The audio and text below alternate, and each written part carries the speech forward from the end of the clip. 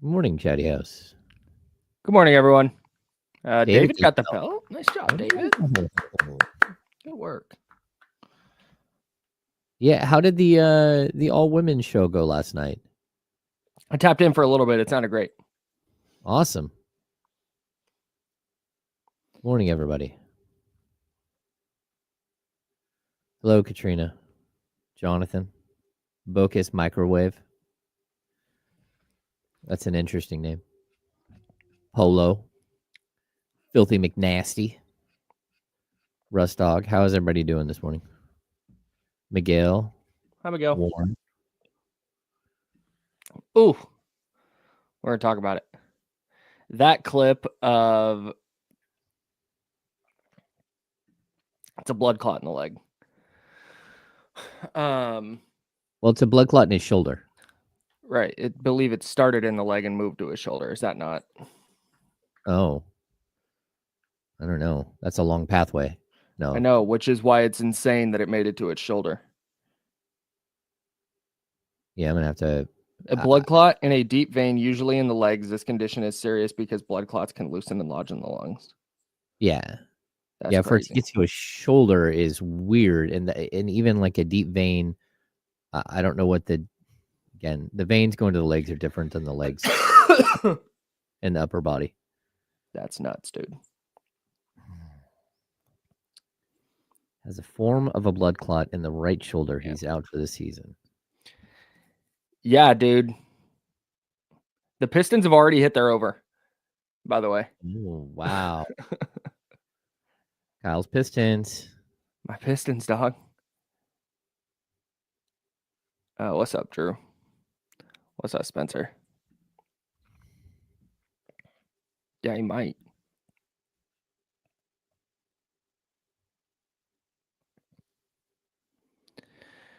Oh, man.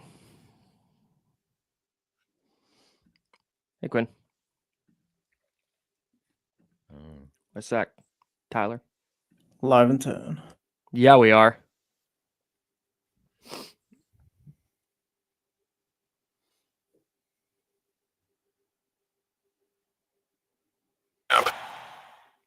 It's time now to go beyond the headlines, and for the next 2 hours, go where every sports fan wants to go. Behind the scenes and into the practice facilities, locker rooms, coaches' offices, and press boxes to get the info before anyone else. This is the ESPN 1320 Insiders.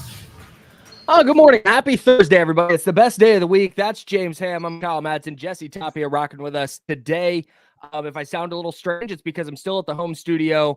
I'm trying not to get people sick. But again, James, this illness refuses to be anything. It's just a preseason ass illness, man. Like a bunch of third string symptoms. Like clearly not ready for prime time. So we're just hanging out. It just keeps dragging you back in, Kyle. I don't know. Yeah, man. I don't even feel. I don't even like. Typically, when I'm ill, I'm out. Like I'm gonna sit on the couch and I'm gonna watch movies, and that's gonna be it. I can't exercise. Like I can't like do a workout because there's a little chest congestion. But it's not. It's like I'm not down for the count. I can move around, go outside, and can do some stuff around the house. So I can't even be totally taken. I'm just Yeah, it's good. It's good. At least you're mobile, and at least we have the option now to do things like this, where you stay at home and you keep everybody like you don't get anybody else sick, and I don't have to worry about missing time. And although chances are I'll get it from somebody else, it seems like it's going around everywhere. And you know we've got Kings games coming up, so can't imagine being around 18,000 people and not getting a little bit sick for the holiday. I mean for the early year here. Yeah, I got to lock in. All right, so we've got some news this morning in the NBA. Victor Wembanyama, scary. I don't even want to call it an injury. Scary illness, I guess. I don't know exactly, but he has deep vein thrombosis in his shoulder, and he is out for the year. It's absolutely not good. A deep vein thrombosis in the shoulder, just going through, and there's a lot of different types of deep vein thrombosis. As somebody who's had blood clots like in my legs, or my left leg. Like, it's scary because all of a sudden you have like weird stuff happening, like sharp pains, and then you're worried about it, breaking loose and finding its way to your lungs, finding its way to your heart, I can where kill you. bad things can happen, right? There's a lot of like just like going through some of the the medical things online. Schroeder syndrome is a rare type of DVT that occurs when muscles squeeze in the vein in the shoulder. It's common in young, healthy people who play sports and use their upper arms. So I'm going to guess that that's what we're talking about. Exactly. And there is a deep vein in the shoulder. Again, the body's a magical place, a mysterious place. And I think everybody should be slightly concerned here, but they got it early. He came back from All-Star Weekend. Sounds like he was having some sort of discomfort, and they went in like, as long as it's not a reoccurring issue, which is something that we've seen from people like Chris Bosh, who all of a sudden started having blood clotting disorders, and that's not a good thing at all. So I would be definitely concerned, but also like we're talking about a 7'4" human being with like a 8 something wingspan. Like the human body is not typically built like this, and so like there's always a possibility for some strange things. It's kind of wild because I've been watching that Court of Gold documentary on Netflix, and the access to that, you really get a good feel for how enormous Victor Wembanyama is. And so my wife and I have been talking about like, oh my God, look at how much taller he is than Rudy Gobert, who's 7 feet tall. Look at him tower over Boris Diaw, who's like 6'8", right? So we kind of went into that and all the like just potential like health things that come with being 7'4" or 5 or whatever he is. So hopefully, like you said, hopefully this is just a blip on the radar for him. They get it cleared out, and he's good to go for next year. And that's certainly the hope. The less important layer of this, the on-court layer of it, is that I think we can take the Spurs out of any potential talk of a top 10 seed in the West. Oh, I agree 100%. Without Victor Wembanyama, this changes everything. And I know it doesn't really matter because we're more concerned about Wembanyama's long-term health and actually short-term health. I mean, that's, I think, a bigger issue. They'll put him on blood thinners, and they'll keep a really close eye on it, but they'll be able to track it using just basic ultrasound stuff. They'll be able to track where it's at, and they'll be able to like completely keep an eye on whether it's moving or not. And then the quicker blood thinners kick in and break it up, the better. But then you got to clear blood thinners out of your system. You got to know why this happened. But I think what this does really is it even opens up the Defensive Player of the Year and other things.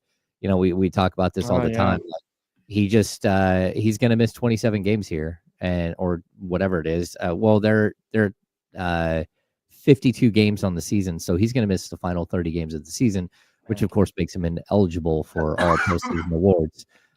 Really a bummer for everybody involved. And like, look, I think everybody who watches basketball, like, you should be pulling for Victor Wembanyama to be incredible. Like, this is something that we don't get to see all the time. Like a player who's built like this, a player who has a skill set like this, and whether he's on your team or he's on another team, you should at least be pulling for the NBA and for a kid like this to be great.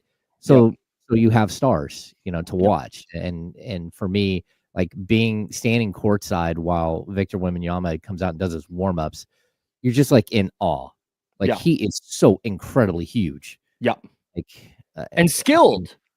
Because we talked about that. We brought up like Roy Hibbert and Hasheem Thabeet and guys like Taco Fall. Like, we've seen like massive tall humans in the NBA before, but nobody quite like Victor Wembanyama. And the thing that I love the most about him is, like, last year when he was going through his rookie season, and everybody's like, wow, hey, you're averaging this, or you're doing this, or, trying to celebrate him. And he's like, we're losing. I don't care.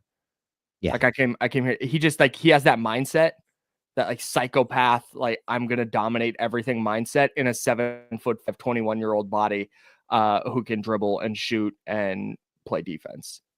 And I think one thing we should also note is like this is a kid that they have taken a very, very like holistic approach to his training throughout his life. Yep.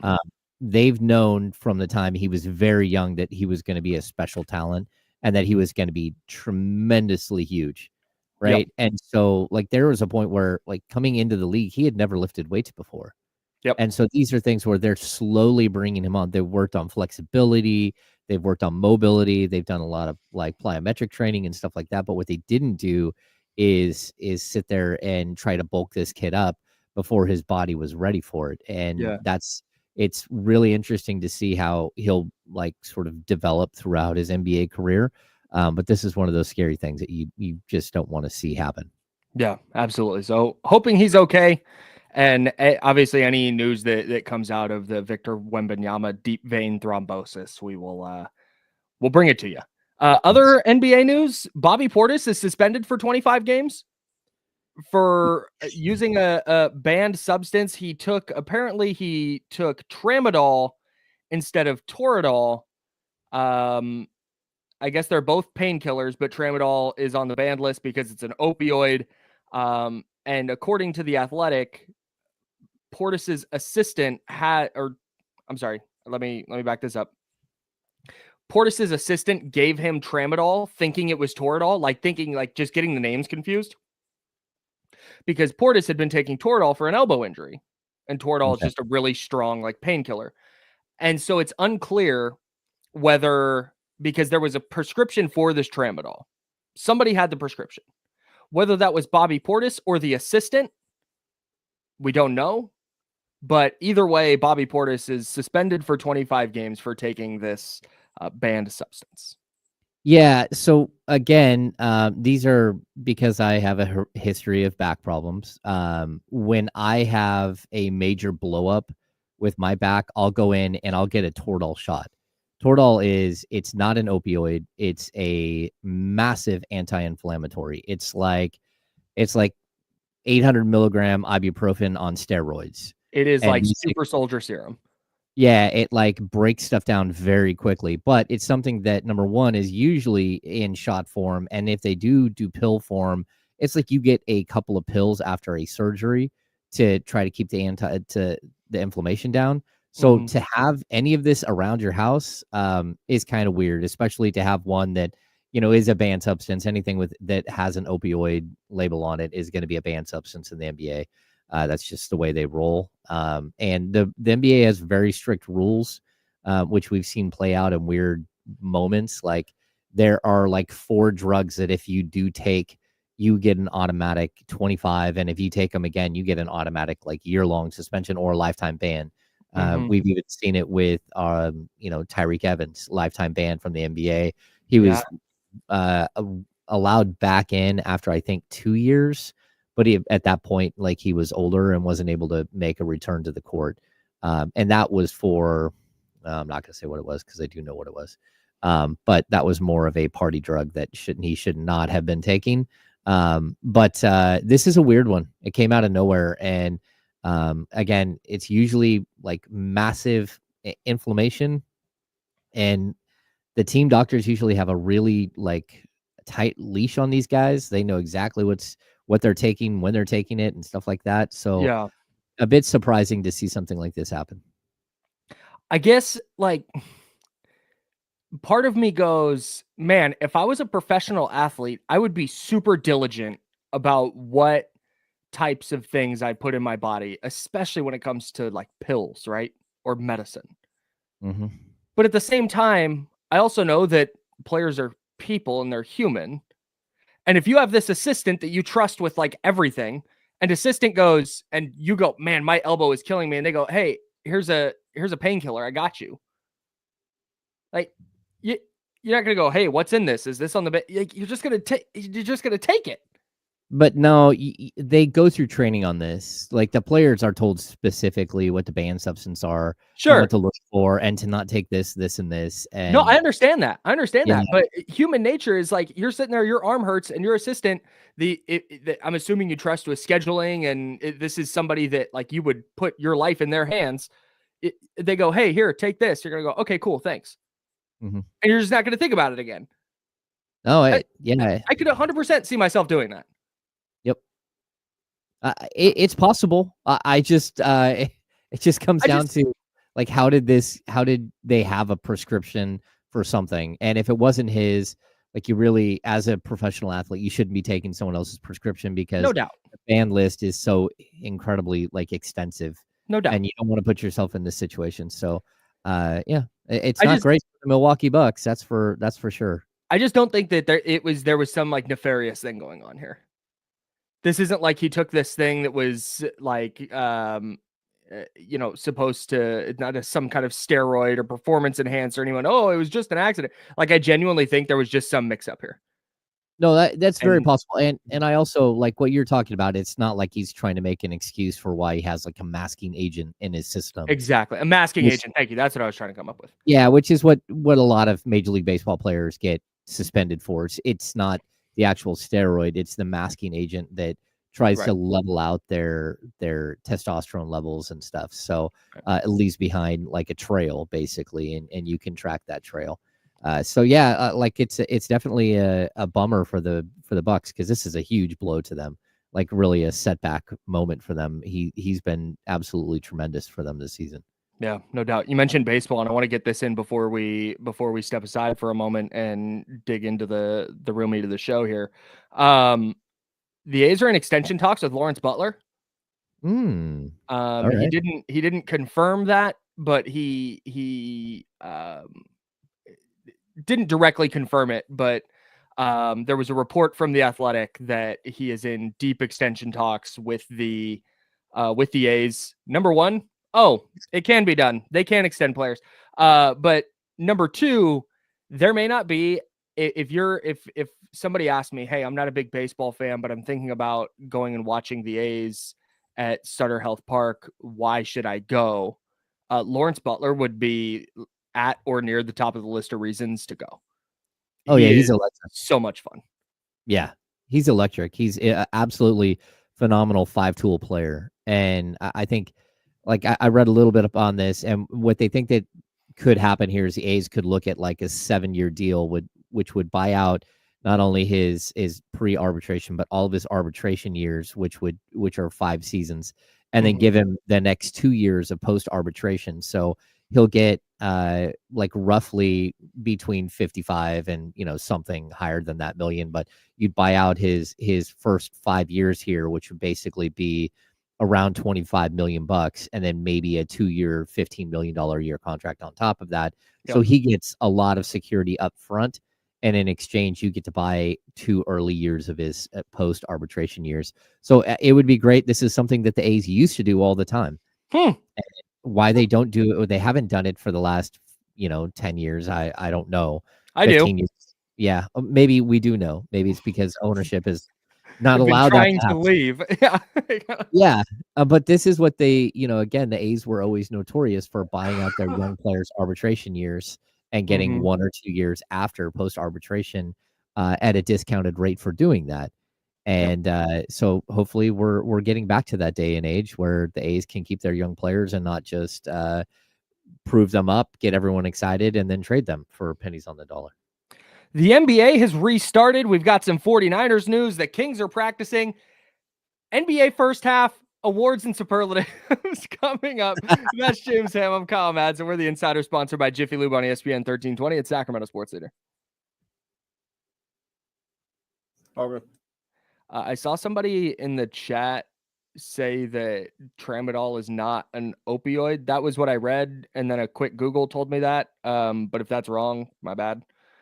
But everything Everywhere I can find I've is that seen, it's an opioid. So everything I've seen is it's an opioid. Where Toradol is not. correct. Toradol is it's a steroid, but it's a it attacks in a different way than an opioid. Basically shuts off opioid sensors in the body, like overwhelms, and that's where the pain goes away, as opposed to a like the steroid, the like anti-inflammatory steroid type that just clears it out. I don't know. Is this true? Tramadol is what they give animals after spay and neuter. So he accidentally took his dog's painkillers, or maybe actually like purposely took his dog's painkillers and then blamed the assistant. I don't know. Man, that would be funny as hell. That would be really odd. I do know that a Toradol shot. Assistant. You're gonna have to take this one for me. Yeah, when I'm in full like can't get off the ground muscle spasms, like a Toradol shot can help get me back to moving within maybe like 3 hours. Like it really goes in and breaks everything up. But the doctors are always like, hey, we're not doing this more than like once every like 3 months, because that's it just will destroy your body. It does heavy damage to, it can do kidney, liver, heart damage, all that stuff. It's the thing that NFL players always get injected with. Toradol. Yeah. Yeah. It's just like a super anti-inflammatory.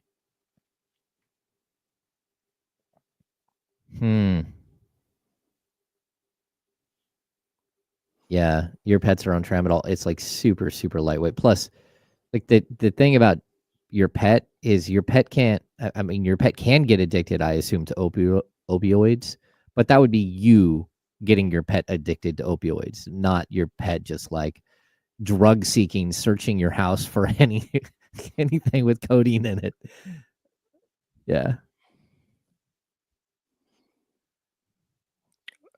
Aldrin J, I'm not going to put that on the thing, but facts. I'll also say this. I won't take opioids at all. Like I get prescriptions for them all the time because of my back, and they just sit there in the bottle, and I eventually throw them away. I don't use them at all. Yeah. Because they're so addictive, and I drink, and I'm not going to sit there and worry about whether I've had too much of this, too much of that.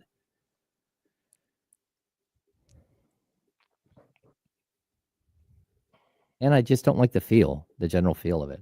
Yeah. Old THC CBG gummy in your life. That's the best.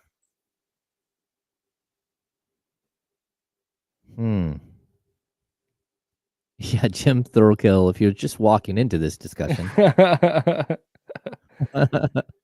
Rob Nacho gets it.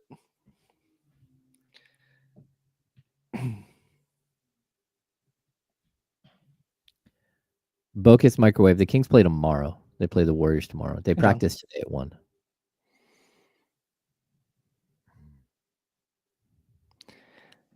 Dude, the Spurs might wind up with like 2 top 10 picks. Oh my God.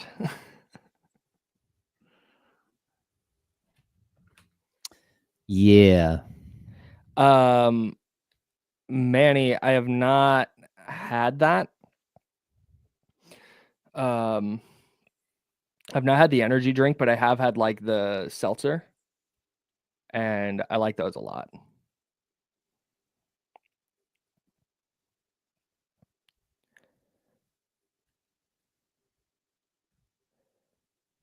I don't think the Kings practiced last night, right? If they did, they didn't invite us. All right, come back, guys.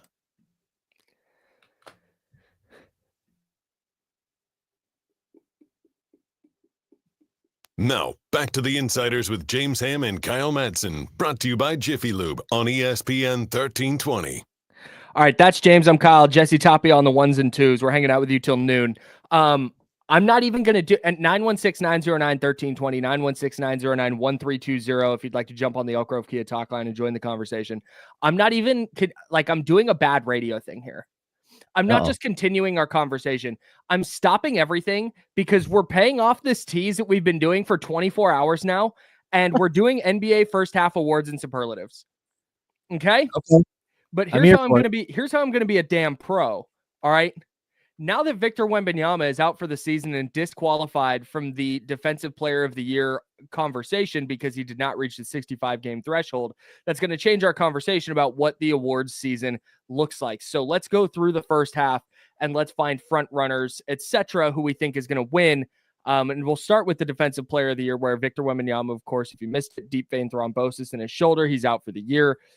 Certainly wishing him the best and hoping for a full recovery. It didn't sound from the report like there's any long-term concern, but obviously with something scary like deep vein thrombosis, you never quite know. So, James, let's start with the DPOY, where Victor Wembanyama was minus 2,500 to win the award. They had already etched his name in the trophy. It was done, dude. Yes. Jaren Jackson Jr. was plus 3,000. Evan Mobley was plus 3,000. So what looked like a laugher of a DPOY race down the stretch is suddenly really compelling if you're into that kind of thing. No, I think it's extremely compelling. And I also think there are other candidates that aren't eligible because they've already missed too many games. You know, like a guy like Chet Holmgren. That's someone that could have been in this conversation, but just he's missed too many games already. And so a guy like Herb Jones, already done. He's missed too many games, and so they're not going to be eligible. Of the remaining players, Jaren Jackson Jr. is going to be in the conversation because his team is really good and because he's already won it before. I'm going to look at Evan Mobley, who is third at a plus 3,000. Or tied for second at a plus 3,000. I think Evan Mobley is going to have a very good shot here just because his team is 44-10, and because they're a very good defensive team, and he's sort of the anchor behind that. And so that's where I would go. And I just really like Evan Mobley as a player. I have since he was, at the college level. And, he's not a perfect player by any means, but he is a very, very good player. And so that's the guy I would look at. Also, just remember, like Oklahoma City is like number one in defensive rating. So if they have somebody who stands out, I just don't know that Shea or Lou Dort are going to get enough consideration for a DPOY. Yeah, a guy like Chet Holmgren might, but I don't think Chet's going to hit the game's threshold either. Just because he missed so much time. I'm trying to find right now. Okay, so here's where the odds stand right now. Jaren Jackson Jr. is minus 130. Evan Mobley is minus 110. And then it's Lou Dort at plus 1,000. Dyson Daniels at plus 1,000. Oh, and see Dyson SGA Daniels. 4,000. Yeah. I mean, anyone that can have their team anywhere near, let's see, where are the Atlanta Hawks in defensive rating? They're 15th in the league, but if you can have your team at 15th in the league playing alongside Trae Young, that means you're really, really good. I would not be surprised if he actually sneaks in and wins that award. I kind of wonder if Evan Mobley gets it, if the Cavs win the East and Evan Mobley gets the award, because they're not going to have the MVP. They're not going to have the sixth man. They might have coach of the year, but they're not going to have like most improved. And Evan Mobley has taken this leap this year that I think people have kind of been waiting for him to take. He's taken that leap under Kenny Atkinson, who, did you know, is French? No. Yeah. Coaches on the French national team and like speaks French. Oh, you had learned no idea. This. I learned this yesterday. Just insane. I had no idea. I didn't either. All of a sudden, and it wasn't like a featured part of it. Like they're just showing a French practice. They're like watching film, and all of a sudden it's like Kenny Atkinson, assistant coach. Like, wait, what? And he's just casually talking in French. It was nuts. Anyways, I kind of wonder if Evan Mobley gets the DPOY as a just like, hey, we need to give the Cavs something. And Evan Mobley took this really nice leap. So here, you're gonna win the DPOY. That's intriguing. I do know. One time I had an Italian reporter, Riccardo Pertizzi, say, "Hey, can you hold my camera? I'm gonna interview Mike D'Antoni." And I'm like, "Okay." And then next thing I know, I'm holding a camera while the two of them just have a full conversation in Italian, and I'm like, this is wild. Like they're going back and forth and looking at each other. And I'm sitting there holding the camera like, oh my gosh, this is magic. I have no idea what they're saying, but it looks really cool. Funny. Yeah. I love that. So DPOY, like I said, if you're into that kind of thing, should be really interesting down the stretch. Triple J and Evan Mobley, the front runners by a long shot. The rookie of the year race is weird, which is not that surprising.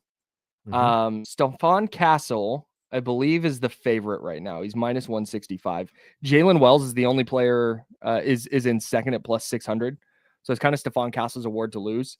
And I think now that Victor Wembanyama is out, I think this is where they might pull the plug on the Chris Paul thing and start Stephon Castle and really let him kind of try and make his mark this year. Well, that's what they should do. What they will do and what they should do, I don't know if it's the same thing, but like you're in a position where you should actually move this way and give the guy an opportunity. I would say my dark horse in this is Zachary Rissache, and Rissache Plus for me, 1,100 right now. Yeah, but I think he's, especially with Jalen Johnson missing the rest of the season. I think he's going to get all kinds of opportunity here. And he's had a really good year. He's 11.4 points, 3.3 rebounds. His shooting numbers are a little soft at 43.3% and 31.7. But he really does look like a gifted athlete that he's super smooth. And so I wouldn't be surprised if, especially a team like Atlanta that needs some positivity, especially with the fact they don't even have their own first round pick this year, if they don't push him forward and say, hey, let's try to get this kid some notoriety. Yeah, man. And that's another one where down the stretch, like why wouldn't you give him opportunities? You're not going anywhere. Yeah. Like he should have the ball in his hands a lot. That's kind of interesting, especially at that value. Of course, the Spurs would have a second consecutive Rookie of the Year, and then also have 2 picks. They have Atlanta's unprotected first, and they have their own first, and those might both be in the top 10. Yeah, just of course, absolutely, why not? Absolutely ridiculous to have 2 shots at the Cooper Flag sweepstakes. Yeah, that's so annoying. That could really, really change the entire balance of the NBA. That'd be crazy. Yeah. Stephon Castle, by the way, before the Victor Wembanyama injury, was still the favorite at plus 125 and then went to minus 165. Okay. In the betting market. That's nuts. MVP, SGA's award to lose?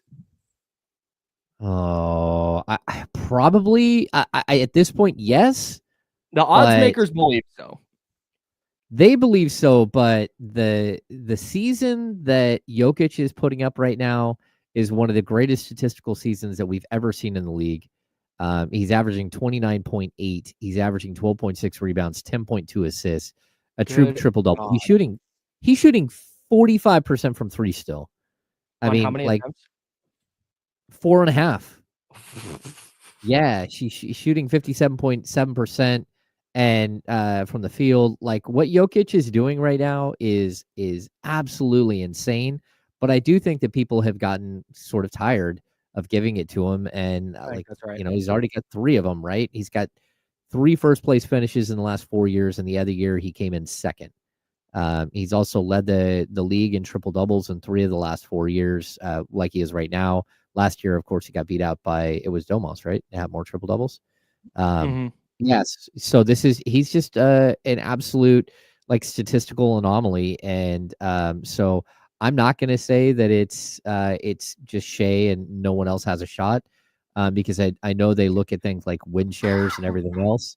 And for as good as Jokic has been over the last 5 years, 6 years, he's averaging 0.334 win shares per 48 minutes.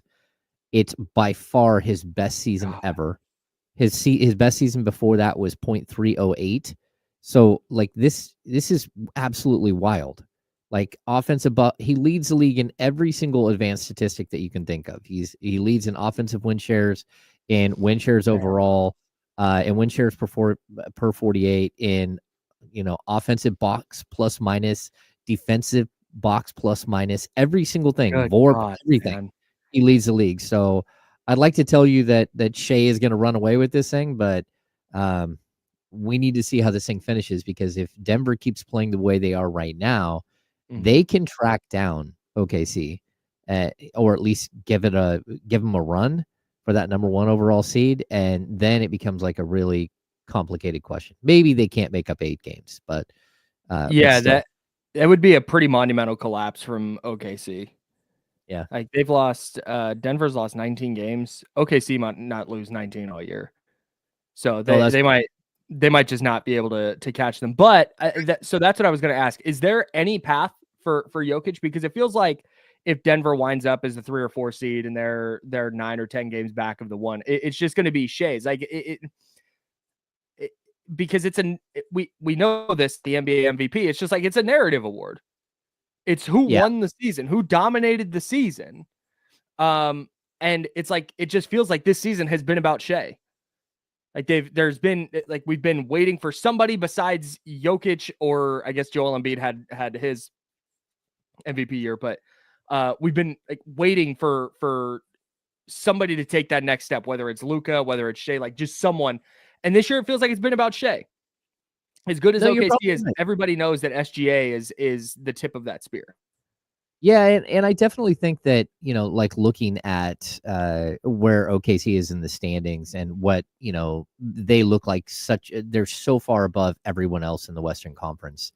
And they're doing it without a whole bunch of star power, right? They're doing it with like Shai and then a bunch of like really, really, really good role players at like 10 deep of role players. And so I think that, he's probably the MVP at this point, but I'm not gonna like ignore the guy who's averaging 30, 12, and 10. God. And, like putting up a triple double. I mean, it's just absolutely incredible. I think Jokic is going to get first place votes. Yep. But I think it's that voter fatigue. I saw somebody in the chatty house bring this up. It's like, it's why Karl Malone won an MVP. It's why Derrick Rose won his MVP. Like people were just bored with Michael Jordan and LeBron. Mm-hmm. So, hey, who else is the story this year? What else is the story? And I think that's kind of it with Jokic. And maybe if the Nuggets go on a tear here, what have they won? 6 in a row? They've won 6 in a row right now. But if they go on a tear and they wind up 2 games back of OKC at year's end, I could 100% see Jokic becoming the story of the season, because these MVP things always kind of change down the stretch. And if SGA has a couple of bad games in prime time and Jokic has a 40, 20, 15 game in prime time, and Denver gets to within shouting distance of OKC, then I could 100% see the narrative flipping. But right now, this is SGA's season, man. Yeah. Denver has won 8 in a row. Yeah. But, it is what it is. Gosh. They've won 8 in a row. I'll say the Oklahoma City Thunder, their points per game versus opponents' points per game, Insane. They're a plus 12.9 on the season. Just insane. They are giving up 104.9 points a game. Yeah. It's just in the NBA in 2025. Yeah. Maybe Shai does win the DPOY. Maybe he does. He leads the league in defensive win shares. Just give him all the awards. Just like have him walk out with a whole bunch of awards. Just OKC wins it all. What's been your biggest? I think SGA is going to win it. I think Jokic is going to make a push, but I think ultimately SGA is going to wind up being the MVP. What's been your biggest surprise this year in the NBA so far? I think the meteoric rise of the Rockets is one. I also think the Memphis Grizzlies going from just, like lost in a wasteland to the second seed again, where they were a couple of years ago is really, really crazy. But I think the biggest surprise of the first half was the trade, the Luka trade. Oh, that's man. Everything. Yeah. It's been a wild season, right? Yeah, dude. I think that's probably, I think that's the right answer, because that was, I don't think I've ever had a trade be a where were you type of thing for me in sports. Mm-hmm. Like there's games and stuff like that and news that'll happen, deaths or what have you, where I'm like, oh my God, I remember exactly where I was when that happened. I've never had a trade be that before. Yeah. And I'll always have it. So that's a really good answer. For me, it's the Cavs, bro. The Cavs preseason over under was 48.5. They're at 44-10. Like 48.5 is a really good number, and they're going to blow that out of the water. And remember preseason, the Cavs, this year's Cavs is the most wrong I've ever been about a thing. I've been wrong a lot. Like I'm not one of those people. It's like, I'm always right. I'm not. But I thought the Cleveland Cavaliers were going to be like play-in. I did not believe in their team construction. I did not think they were particularly impressive in the playoffs last year. And I wasn't totally sure that Darius Garland and Donovan Mitchell could coexist. I thought one of them was going to ask out. I just didn't, I didn't like the vibe. Buddy, they're 44-10. They are the number one team in the East by a lot. I don't think I'd pick them to come out of the East. I think it's still Boston's championship to lose. But I'm only saying that because Jesse's here. But 44-10, they have been unbelievable defensively, offensively. Kenny Atkinson should be the coach of the year. Evan Mobley could be the DPOY. They are just sensational. That's a really, really damn good basketball team, and I did not see it coming at all. I was surprised how down you were on the Cavs. Like when we did preseason stuff, I think I had them as like the third best team. Yeah, you had them as the 3 or 4 seed, I think. Yeah. I thought that they would be good. I just didn't know how good. And all of a sudden they're really good. And, again, they're a team that went out and improved at the deadline. They're a team that's like looking to get better, and you got to respect it. Yeah, no doubt. What about disappointments? Ooh, I've got one. Yeah, what do you got? It's Phoenix. I thought Phoenix would. I didn't think they were going to be great, but I thought they'd be one of the 6 best teams in the West. I thought, you know what, you're right. Phoenix is.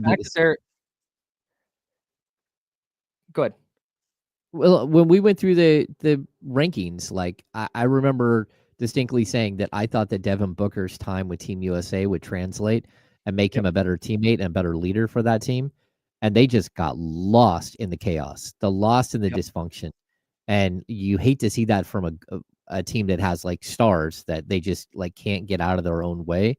But I think you're probably right. They're probably the biggest disappointment in the league. I mean, the Pelicans being a 13-win team is pretty shocking as well. But overall, I think that's probably the most shocking team in the league. That and Philly just not being any good. Philly. Yeah, Philly for sure. But the Suns, like when you have Kevin Durant and Devin Booker and to a lesser extent Bradley Beal and Grayson Allen had the year he had last year, and they signed Tyus Jones. You're like, okay, hey, somebody that can organize the offense and actually be the primary ball handler. Wow, I love what Phoenix did. You just figured, okay, they're going to fall backwards into like 46 wins. They're just going to be in that range and just be good. The fact that they're 26-28 and appear to be going the wrong direction is stunning to me. That's insane for sure. What about the team who fired the coach that they extended in the offseason and traded their franchise player? Well, you're probably right. The Kings are probably right there as I had them at 51. Yeah. And they're who here didn't have the Kings winning at least 50 games? They're still right in it. Not in it for 50, but they're still right in the play-in chase. But you're probably right, Jesse. So much. They chaos. belong in the conversation. They belong in the conversation for sure. All right, we'll continue this. We've got what else? What else do we have here? We're gonna do this for the Kings, and then we're gonna do this for the Kings as well. And then I'm gonna be a big hockey guy tonight, and I think the NHL is doing something that the NBA needs to take notes on, and we'll tell you what it is next. He's James. I'm Kyle. Jesse Toppy is hanging out with us. We're the Insider, sponsored by Jiffy Lube here on ESPN 1320. It's Sacramento Sports Center. All good.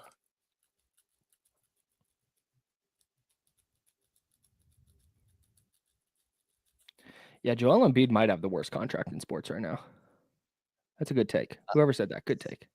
Somebody brought up Bradley Beal's contract, and the fact that Bradley Beal not only makes all that money, but that he's not well liked at all.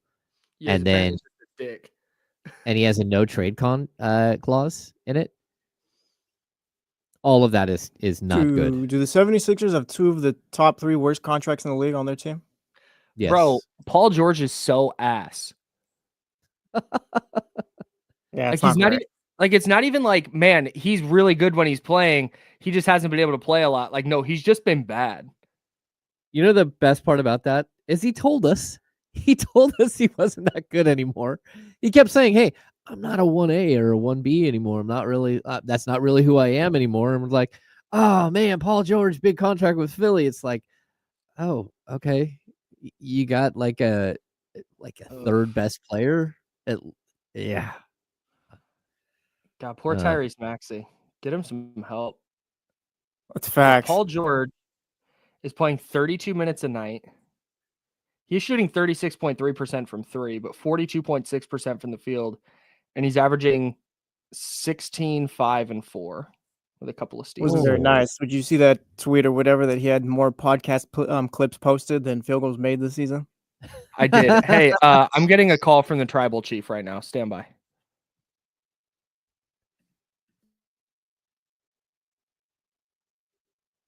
Oh, Serious. this is serious.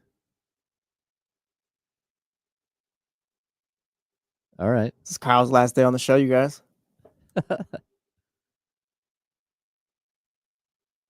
All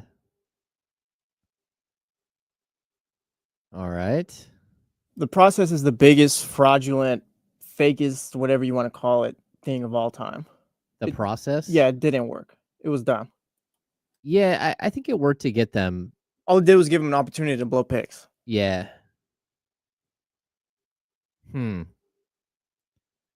Yep.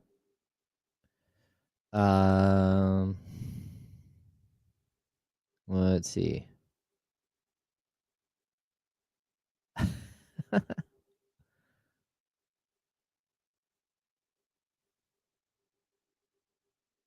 I don't even know which tribal chief he's talking to, because we have multiples.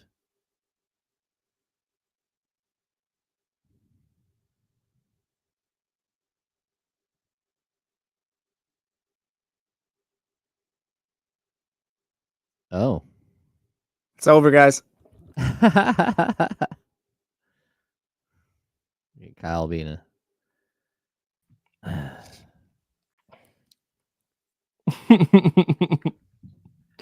I love you guys. That's so funny. I knew we couldn't cut it. They're standing right outside. That's hilarious. Well, they probably, knowing Roberts, he probably came down here to talk to me directly and then was like, oh yeah, he's not here. Let's just call him. Yeah, because he couldn't possibly know that you were on a show. Yeah, no. Yeah, 10:42. I'm usually not busy. You and I both know that he didn't know we were on a break. In my heart, he's dialed into our break schedule. In my heart, he knows exactly what's happening. That's funny. That's funny.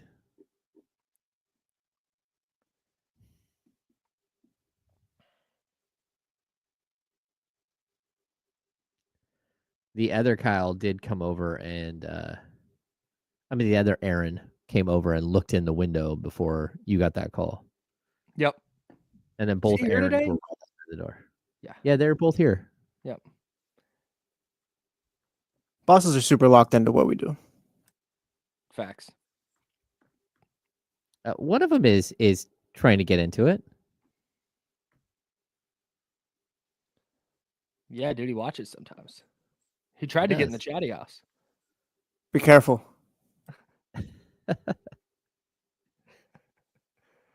I'd be so mad if I get fired, whatever. It happens sometimes, right? I'd be so mad if I was in like Elk Grove on my way to work and they just called and like, hey, you're done. Yeah. We're back. Couldn't let me know.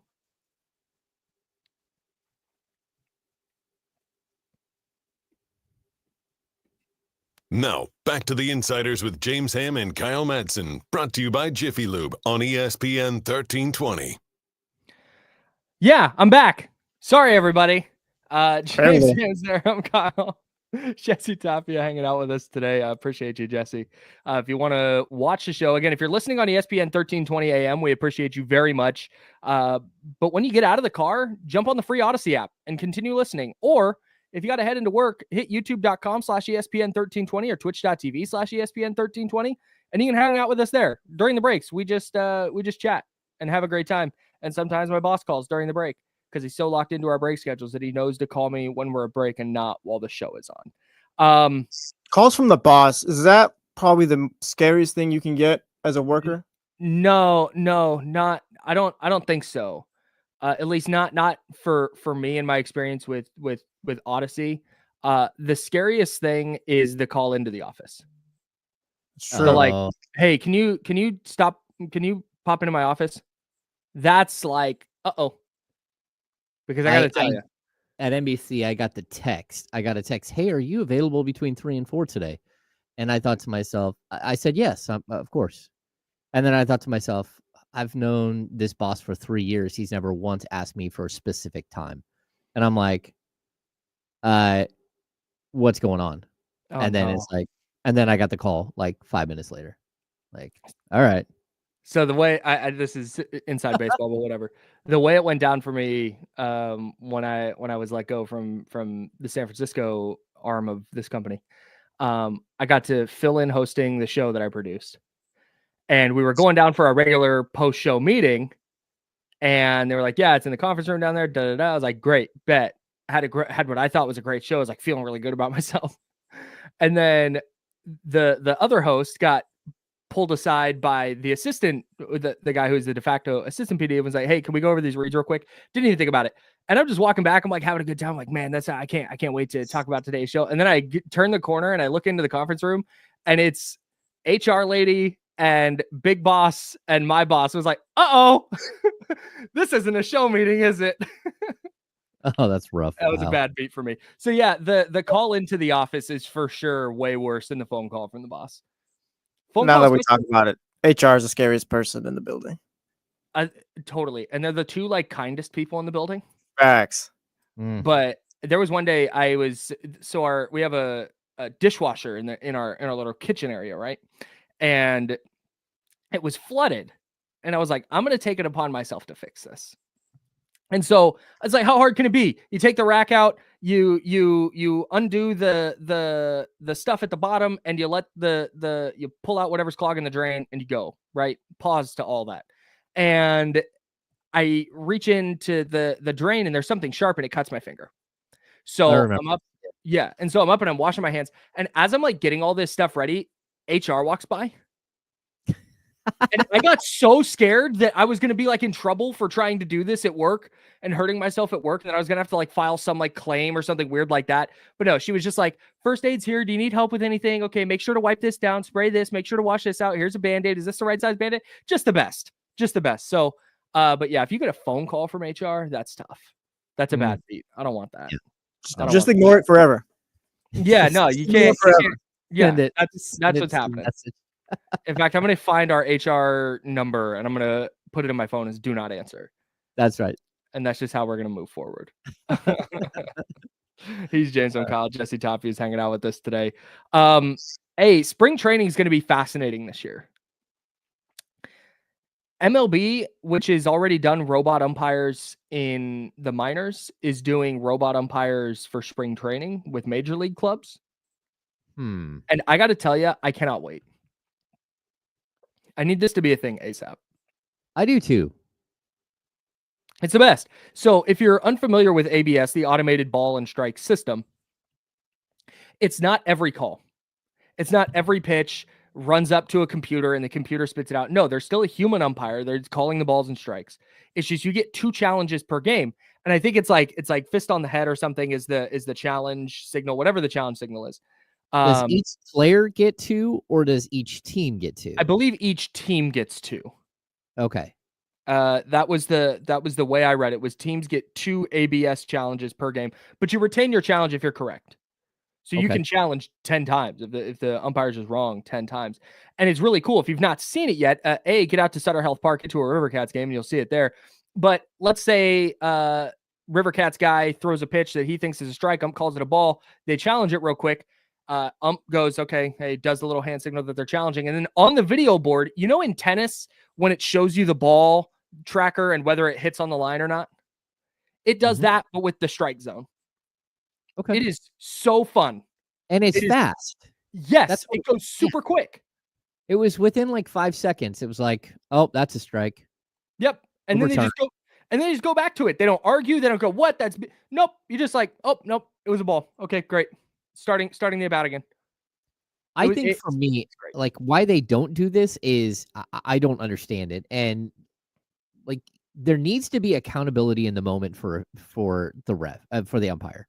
And if somebody is calling like really bad balls and strikes all game long, and he's giving like 3 inches off the plate and he's calling it every time, like you as a baseball player, you have to adjust right to the umpire.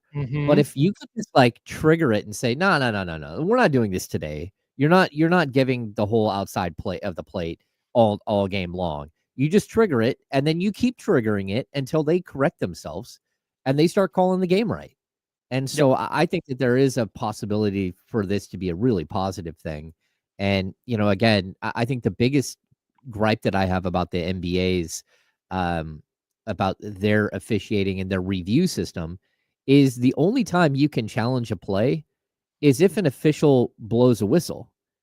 Yes. But for all the plays that they don't blow a whistle and you're like, wait, that was a foul. And they're like, we didn't blow the whistle. You can't review it. And you can challenge a goaltend, but you can't challenge a play that was a goaltend but not called. Yes. Right. So if they call a goaltend, you can challenge and say, no, it wasn't. But if there's a goaltend and they don't call it, you can't challenge it because they didn't call it. Exactly. Yeah, there has to be.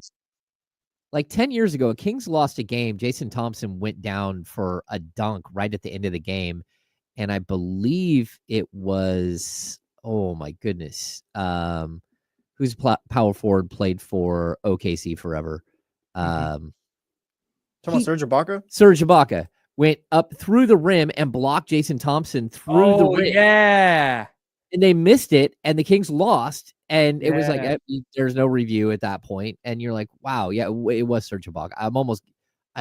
And I think he was playing for Orlando. That's what I seem to remember. I forgot about the Serge Ibaka Orlando Magic era. Yes. Kyron also thinks it was Serge Ibaka. So if two people have a guess and they're the same Long-time Thunder power forward has got to be Ibaka every time. Yeah, and he played for Orlando for like 1 year, right? Facts, yeah. Yeah. Does the NBA have the best obscure like player team combos? Never thought about it up until this moment in my life, but you might be right. Like you didn't remember a guy playing there? Yeah, like Tony Parker on the Hornets. Or Hakeem Olajuwon on the Raptors, right? Right, Patrick Ewing on the Sonics. Yeah, and the Magic, yeah. Yeah. I feel like the NBA has the best version of those. Yeah, you might be right. Because baseball, I think baseball players move around too much. Like there's some wild, like Ricky Anderson played for like 9 teams or whatever it was, and that was just kind of his thing. Did he play for the A's 3 times or 4 times? It might have been 5. It was so many times. It was like he had to go back to Oakland after going to a different team. NFL's not bad either. We got Jerry Rice on the Seahawks. T.O. was a Bill. The T.O. Just while we're on the topic, the Terrell Owens season with the Cincinnati Bengals is an all-time underrated, incredible season by a wide receiver. T.O. could have gone for 1,000 yards at 45. I'll believe it. Most in-shape player of all time. Yeah, dude. He's 51 and he's scoring 18 points in a celebrity NBA pickup game. That's funny. Terrell Owens is the best, dude. I freaking love Terrell Owens. He has terrible takes about the 49ers, and that's fine. I'm sure he's not super dialed in. But just an absolute all-timer. With Cincinnati at age 37, in 14 games, he had 72 catches for 983 yards and 9 touchdowns. As a 37-year-old in 14 games with Andy Dalton throwing to him. That's wild. All-time great. All-time great. I do think like Jerry Rice played at age 40. He had 92 catches for 1,211 yards, 7 touchdowns as a 40-year-old for the Raiders. So yeah, dude. Yeah, Jerry was able to just maintain for just so many years, just greatness forever. Yeah, man. The A's have some Manny Ramirez, Frank Thomas, Mike Piazza played for the A's. Adam Dunn. Yeah. Oh, great. Didn't Hideki Matsui play for the A's? Hideki Matsui was he did. Yes. Yeah, dude. Shout out to Matsui land. That was the year I had season tickets in the bleachers. This was after he was a Yankee, correct? Correct. Oh, yeah. I have no memory of this at all then. And actually, that's fine. Those were not spectacular A's teams. Well, I'm saying I remember him on the Yankees clearly, but yeah, never remembered him on the A's. Frank Thomas was a beast. I think he had 40 jacks for the A's. Him and Nick Swisher. I think it was like second or third in MVP voting that year. Yeah, Swisher hit 35 and he hit 40, I believe, that year. God, Yes, Swisher Vince was- Carter. What a that 06 team was so sick. Oh right. yeah, see Dave Justice on the A's. There were a lot of like intriguing ones that happened. Just name obscure dude. players on obscure teams the rest of the show. Yeah, just take the entire show. Just that thing online that's like guys will literally sit around and just name old athletes for hours. It's That's like literally what we'll do for hour 2. That's right. Yeah. Facts. All right, we're gonna name some. We're gonna name some guys. If you want to name some guys with us, 916-909-1320, 916-909-1320 is the Elk Grove Kia talk line. That's James. Jesse Tapia is hanging out with us. I'm Kyle Madsen. We're the Insider, sponsored by Jiffy Lube on ESPN 1320 at Sacramento Sports Leader. All right, Kyle, you got a raid coming up right now. Yeah, you're damn right I do. Sponsored by Jiffy Lube on ESPN 1320 and 98.5 HD2, Sacramento's sports leader. Hey, this is Kyle from the Insiders, FYI, and I'm here to talk to you about Underdog Daily Fantasy because there's not a better time than now to jump on Underdog Daily Fantasy and play their pick'em game. It's super easy. You pick higher or lower on at least 2 player stats, and they've got basketball, they've got baseball, they've got all your favorite sports, all your favorite leagues, all your favorite players. I'm doing a 4 Nations Cup lineup tonight, or a 4 Nations face-off, the 4 Nations face-off, the NHL's version of the All-Star game. It's Canada versus the U.S. I cannot wait. I've got Austin Matthews. I'm going to go lower than 3.5 shots for Austin Matthews. I'm going higher than 1.5 shots for Sidney Crosby, and I'm going higher than half a goal for Connor McDavid. He's been on fire. I think he's going to get a goal for Canada. It's really that easy. I've got a lineup set, and when you make your lineups, you can win up to 1,000 times your entry. It's my favorite way to watch sports, and I think you'll have a great time. So come join me. Download the Underdog app and sign up now using the promo code KyleM to unlock a special offer of up to $1,000 in bonus cash when you make your first deposit.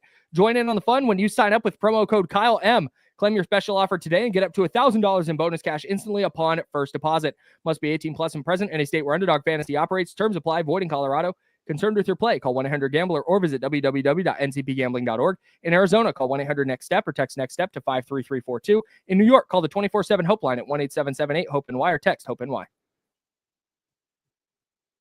All good. That might have been my best one. I agree. Thanks, man. We'll cut that and send it to the people. This is what you're paying right here. Chris Biederman and I are beefing. FYI.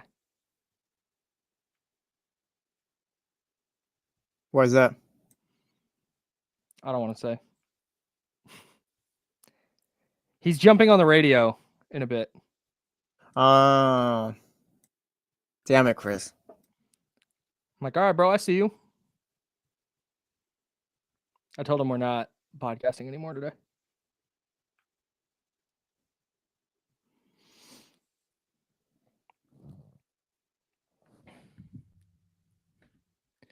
Yeah, that's why I took him lower than 3.5 shots. Even if he does play, I don't know that he's going to be super involved.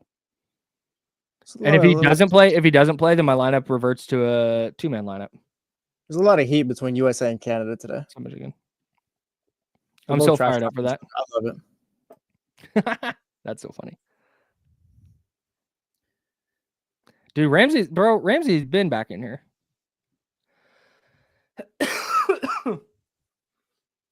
Did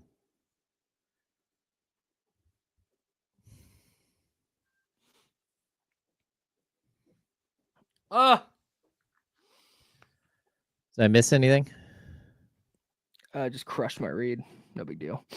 Sweet. Chris Biederman's dead to me. That's Oh, no. what's happening. What Biederman do? More like, what didn't he do, James? Yeah, it's facts. Huh. He's on the radio today. Oh, no. Yeah. I thought he wasn't doing that anymore. No, he is. He's just not, you know. Mm-hmm. The end of Candlestick Chronicles, would have thought. Your favorite Niners podcast is now done. We had a good run, though. I know they did have. It was a run. Our friend Sean Cunningham Damn. was on somewhere. Come on, man. You guys went for the run, yeah. We're almost at 700 episodes, dog. We got a beer named after us. That's wild. Shout out. Yeah, salute. Candlestick Chronicles right here. Hey. Never realized how much beer is in the back of my Kyle, I Zoom was back meaning to talk to you about your beer issue. That's the funny thing is I have so much beer in my fridge because I stopped drinking it nearly as often as I used to. So I have so much beer in the beer fridge because I would always anytime I went to Trader Joe's, I was like, oh, that looks good. And I'd buy a 6-pack or whatever. We're back. Or I'd go to a brewery.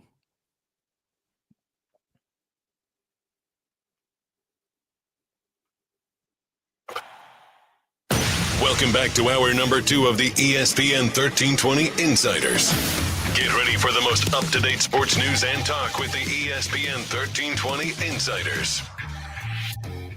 Hour number 2, that's James Ham. I'm Kyle Madsen. Jesse Tapia is rocking with us today. We're hanging out with you till noon, then we'll hand it off to D-Lo and KC, and they'll take you up to 4 o'clock right here on Sacramento's Sports Leader.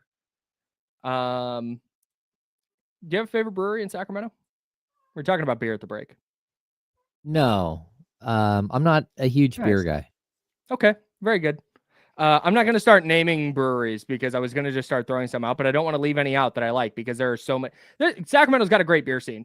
That was the moral of my story. So does Auburn. Auburn has a great beer scene too. Yeah, that whole area has really good beer. Anyways, he's James. I'm Kyle.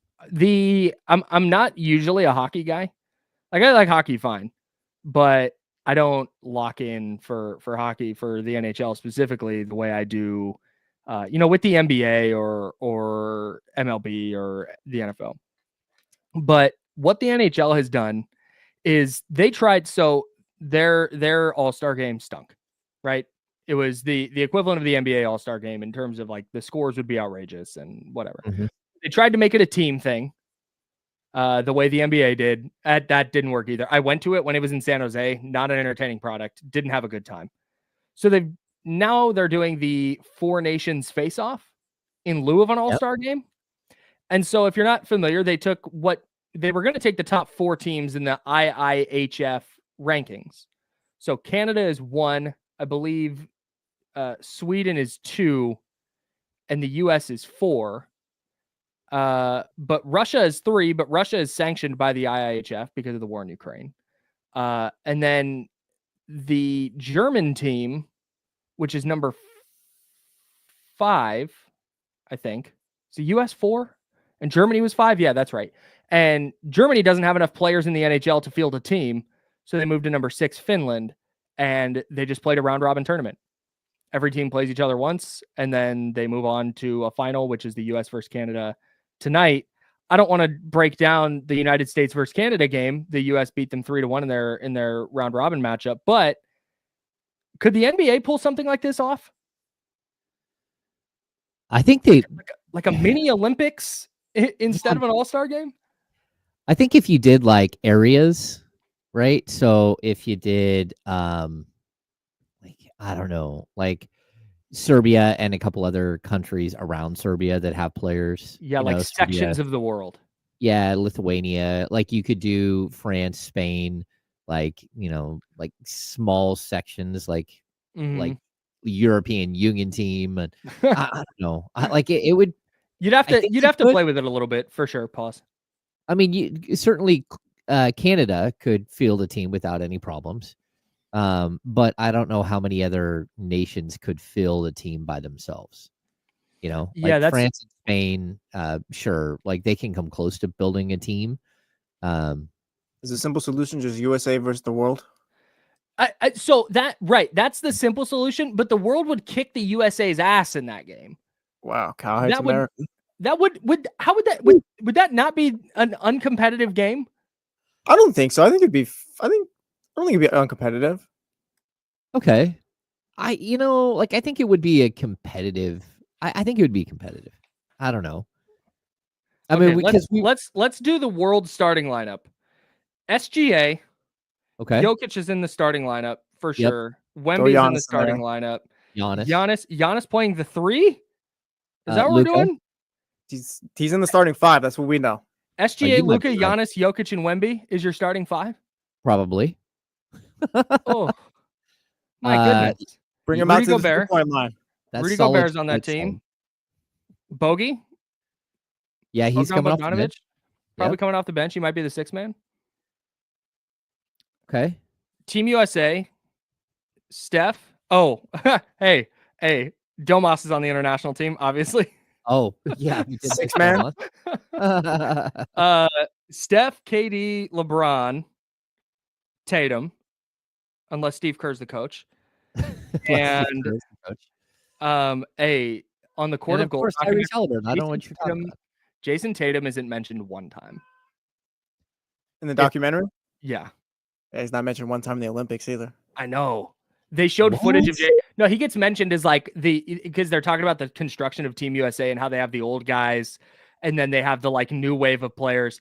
And it's Malika Andrews, and she mentions like Anthony Edwards, Jason Tatum. And the footage of Jason Tatum was against Canada in one of the like friendly pre-Olympic matches. Mm-hmm. Like, dang, that's tough. That's a bad beat. Well, I love Jason Tatum, but it's like, he's gonna kill the vibes of the whole documentary if you talk to him about it. Yeah, facts. 100%. I think it's interesting too, because if you look at the way, like, we had it on the rundown, but we never got to it. The debate on whether you can have the U.S. born player has to be the face of the NBA. Yeah, we can get to that right now. Stephen A. Smith brought that up, and I don't agree with that at all. But I also like when they bring up players that it could be, it like Jason Tatum's name comes up, and it's like, well, he's just too boring. Like there's just not enough there as far as like personality and like, what is he going to bring? And I think there is a shift happening right now in the NBA that's been happening for like the last 30 years, but we're to the point where it's almost surpassed, where like the face of the NBA, it doesn't have to be a US born player, at least not in my book. I don't think so either, man. The game is just because Stephen A. Smith was talking about it and was like, basketball is an international game, but the NBA is an American sport. Like, bro, I don't think fans, especially younger fans, don't look at it that way.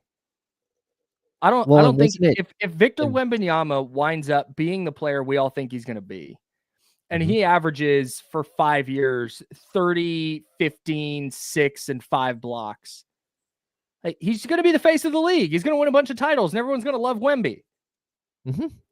Nobody's going to be like, wow, I need some Jalen Brunson in my life. It's just that's not a thing that's going to happen. Yeah, and like Ramsey brings up in the chat, I think we all know the face of Major League Baseball. It doesn't matter how much they try to make it Aaron Judge. It's a great point. Clear. It's a fantastic point. Shohei's the face of the league right now.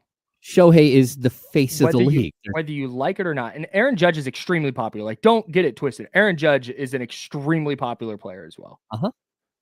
But Shohei's the face of baseball. No, and that's why it could be Wemby, it could be Luka, it could be Giannis, whatever it is. Like that, I think it's ridiculous. I also wonder though. Go ahead. Well, if we're talking NFL, like okay, I get it because it's not played around the world, but these other sports, they are played around the world. Like basketball it's the most global game that we have, right? It is, I think probably like cricket is played in more places and, like is more popular worldwide. Soccer is more popular worldwide than baseball or than basketball. But basketball is the one Americanized sport that has gone out and really tried to expand its brand and make it a global brand. And that was David Stern's idea. And he pushed to make it as big as possible. And we're now seeing the success of it, where it doesn't have to be a 7'3" kid from, Kentucky. It can be a 7'3" kid from France, and not only that, but what they've done to, Basketball Without Borders to get into communities and really help develop a community and find stars within a community that go back and help that community grow and become better. I mean, it really is a global brand that I think extends way past the U.S. borders. And I mean, am I mistaken? Wasn't it invented by a Canadian basketball? I mean, yeah, Steve Nash. Yeah, Steve Nash, of course. Yeah, but it is what it is, right? I just don't understand why we have to like put a limit on it. The Thompson twins are from the U.S., right? I believe we have the Thompsons. Okay, thank God. I saw a bunch of people saying Domas. I saw. I don't know. I just didn't know if they were international. I saw a bunch of people saying Domas is born in Portland. Domas US. literally plays for Team Lithuania. Yeah. He was born in He Poland, but would. he's- I don't think he would be on the U.S. team. No. I mean, he could play for either, like technically speaking. Yeah, no, for sure. I'm just looking at the idea of a Team USA. I'm trying to just jot down names on the fly here. The Thompson twins were born in San Leandro. Hell yeah, Baycats, let's go. No, it's maybe Team USA's depth makes it more interesting, but I don't know. It'd be worth a shot, right? To do for a year. Be entertaining at least. I think if they play. I think they've tried to do this, haven't they? I think they did. They tried to do a U.S. versus the world. Maybe 8 years ago. They did that with like the Rising Stars, right? Isn't that what the Rising Stars challenge was? Maybe you're right. Maybe it was Rising Stars. I don't know. I mean, you can easily do it with the main team, but are you going to hit a cap on players? I think you'd have to invite more people, because what you don't want to do is invite the best 24 players and hope that it's an even split 12-12. So you know what I mean? Yeah, it wouldn't be an all-star game necessarily. Yeah. You wouldn't. It wouldn't be all made up of all-stars, but I feel like the NBA is going to do something pretty significant at some point. Mm-hmm. And maybe it's being as drastic as the NHL was and whacking the all-star game entirely and turning it into this mini Olympics. Can you even do that though, since all-star selections are tied to contracts and all that? Oh. Yeah, you'd have to maybe have a ceremonial all-star badge. Hey, cool, you were an all-star. But I'm not a hockey guy, and I've been locked into this Four Nations face-off thing. It's been so much fun. The guys play so hard, and they beat up on each other. Yeah, USA and Canada dropped gloves 3 seconds into their game.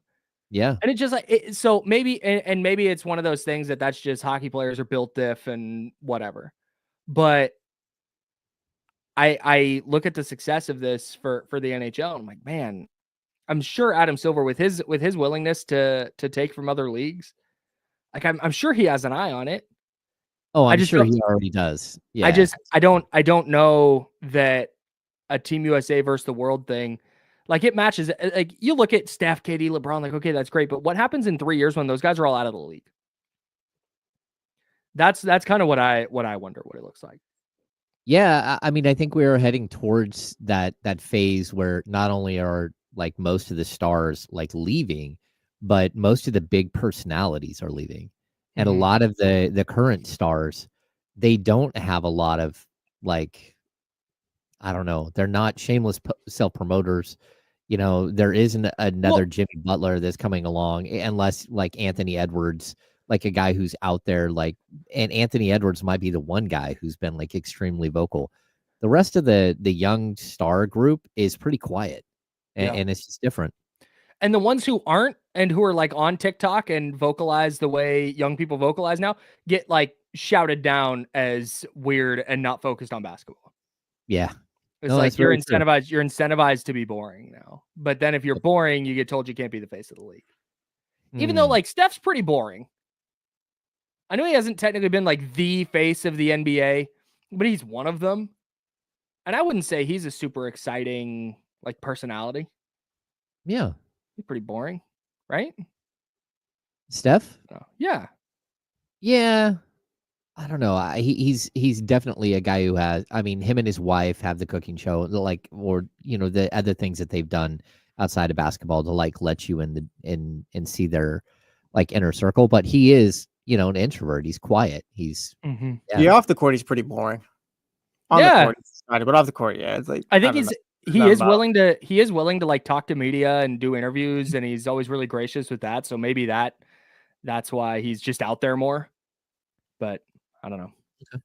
Yeah, some burrito abuser in the chat brings up that Malik Monk will talk some stuff. I can't read the whole thing, but yeah, I mean, there are players like Malik Monk that like there is a place for a Malik Monk to become wildly popular league wide because he is, that type of personality that we're talking about. But I think there's also like there's not enough of those guys right now that are out there that are part of like this like the brashness that we've seen. So I don't know. Like the league has to figure themselves out, like what's next for them. And we live in a different culture right now where a lot of young people are quiet. There are introverts. They do play a lot of video games. They do. There is a lot less socializing, and so finding these personalities and getting them to like develop that personality and be able to exude that in an interview form or on the court, Sure. so you're entertaining isn't easy. Kings first half awards and superlatives coming up, and then we have not even gotten to the NBA game that happened last night. Oh, LaMelo cooked Luka Doncic, and the Hornets beat the Lakers. What does that mean for the Kings? We'll tell you next. We're the Insiders. That's James and Kyle. Jesse Tapia is rocking with us today. Sponsored by Jiffy Lube here on ESPN 1320, Sacramento Sports Leader.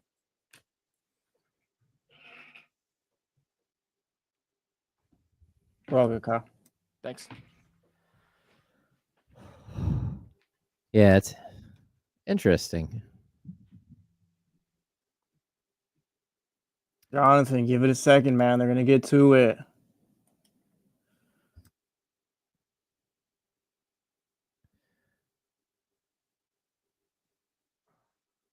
Yeah, we will. That's been on the docket to talk about Luka, and well, specifically the Lakers game last night, since it was the only one on the slate.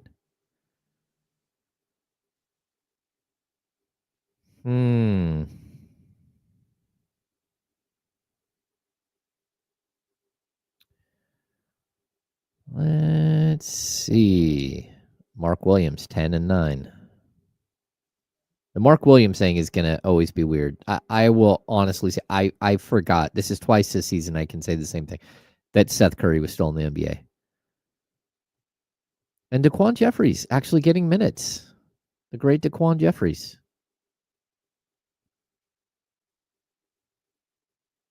Ooh. Wow, Luka was just flat out bad. Holy cow. 14 points.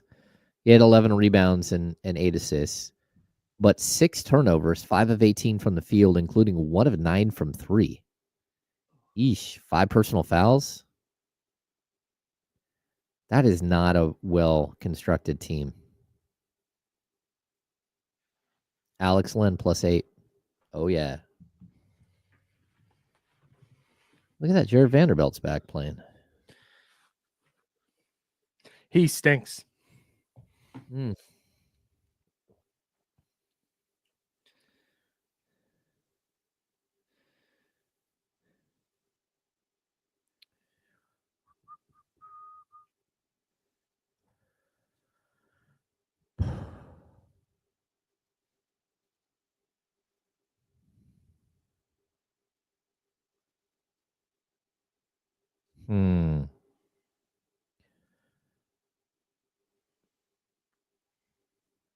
Yeah, Devin Carter got recalled from the G League.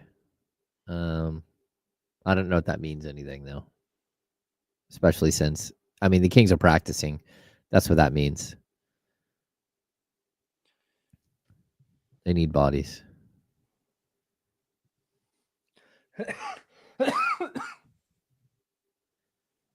Best field goal percentage, according to Stat Defender, best field goal percentage in the fourth quarter for the 2024-25 NBA regular season, minimum 100 field goal attempts. Domantas Sabonis leads the league at 67.3. Jeez. 67.3%.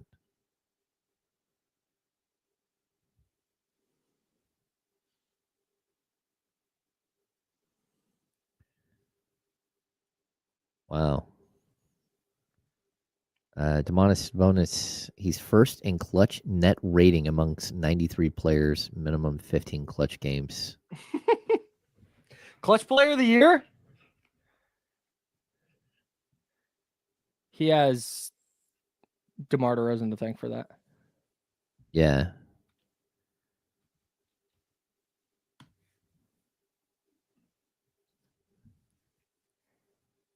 They're just listing all the things that Domantas Sabonis is first in. It's a lot of things. Love that bit.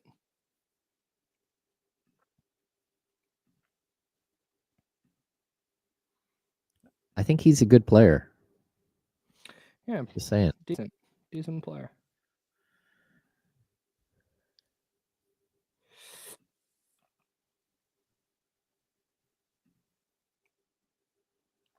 All right, we're back.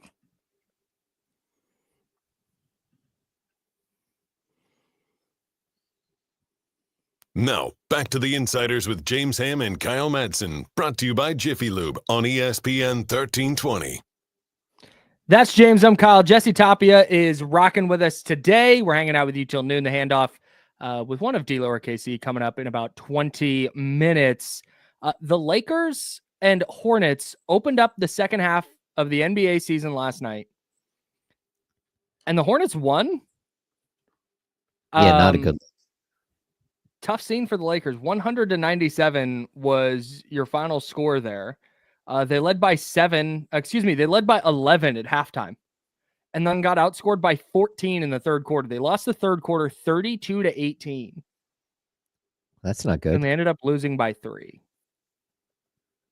Yikes. Man. Yeah, they're going to have a little bit of transition issues here as they try to figure out the Luka Doncic, LeBron James tandem. And again, the Mark Williams thing, like that trade getting rescinded.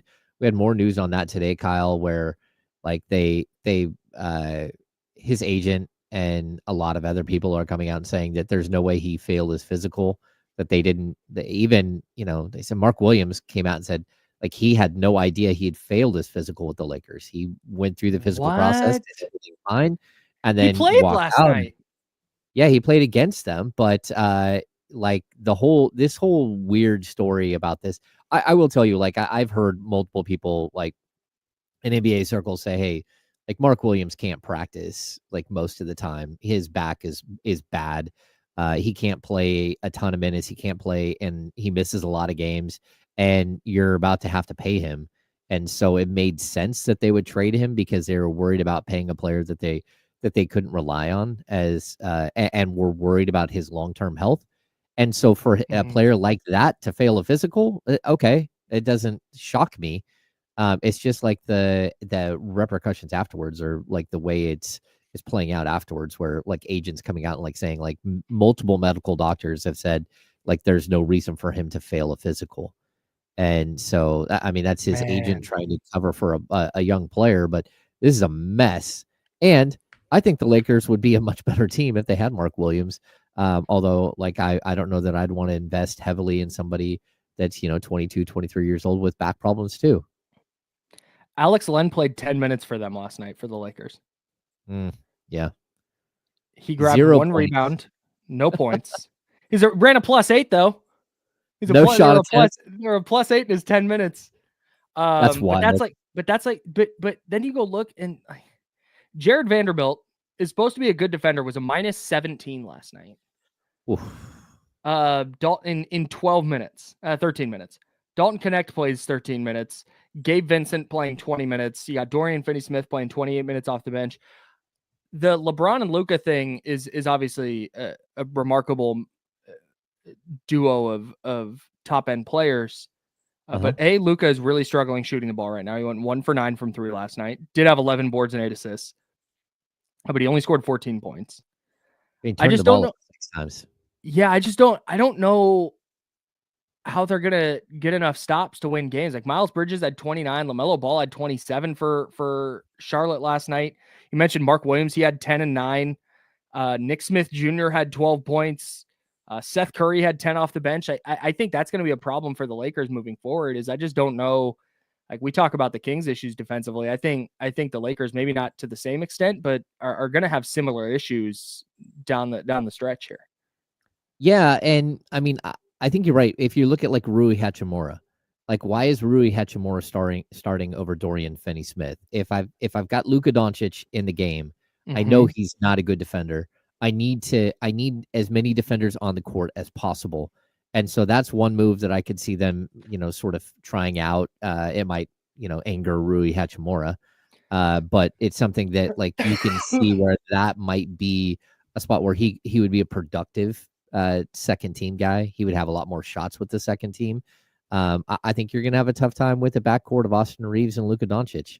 Like Austin Reeves as a plus defender thing, I've never bought, and I've watched teams cook him repeatedly throughout his career. And so I'm always like, hey, why? You've got to figure out ways to like build a team around Luka, and you got to find ways to build a team around LeBron. And I don't know that those two things can happen at the same time. So we're gonna see like a weird, clunky thing that could somehow make it to the second or third round of the playoffs in a weird way because they do have so much talent. It could. I mean, they have so much talent though between just those two players that they could. You could see LeBron willing them through a playoff series, and you could see Luka carrying him through a playoff series. It's just whether or not that they can actually blend together and make something special that could compete for a championship, which I don't see in year one or year two. And by that point, how much longer is LeBron going to play? I'm trying to find a good clip to play for you guys of LaMelo Ball getting isolated against Luka Doncic at the top of the key. Did you see this play? No.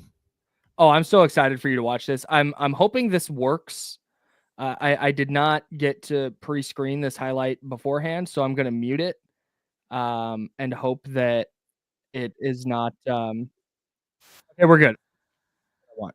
All right, very good. Let me share this. This is Jesse. I should have sent this to you. This is my bad. I'm just so used to having to do this all just me and James. Produce on the fly. Yeah, it's fine. Here we go. Okay, LaMelo had Luka on skates. Okay, there we go. There's that, and then.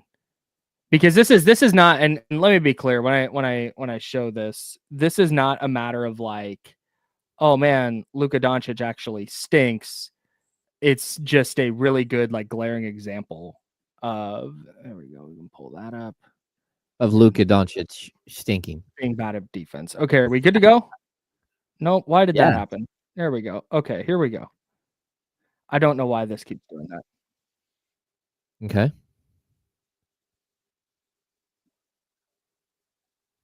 Let's see if Kyle can get this thing working. Nope, I can't. That's fine. We tried. We had a good time with it.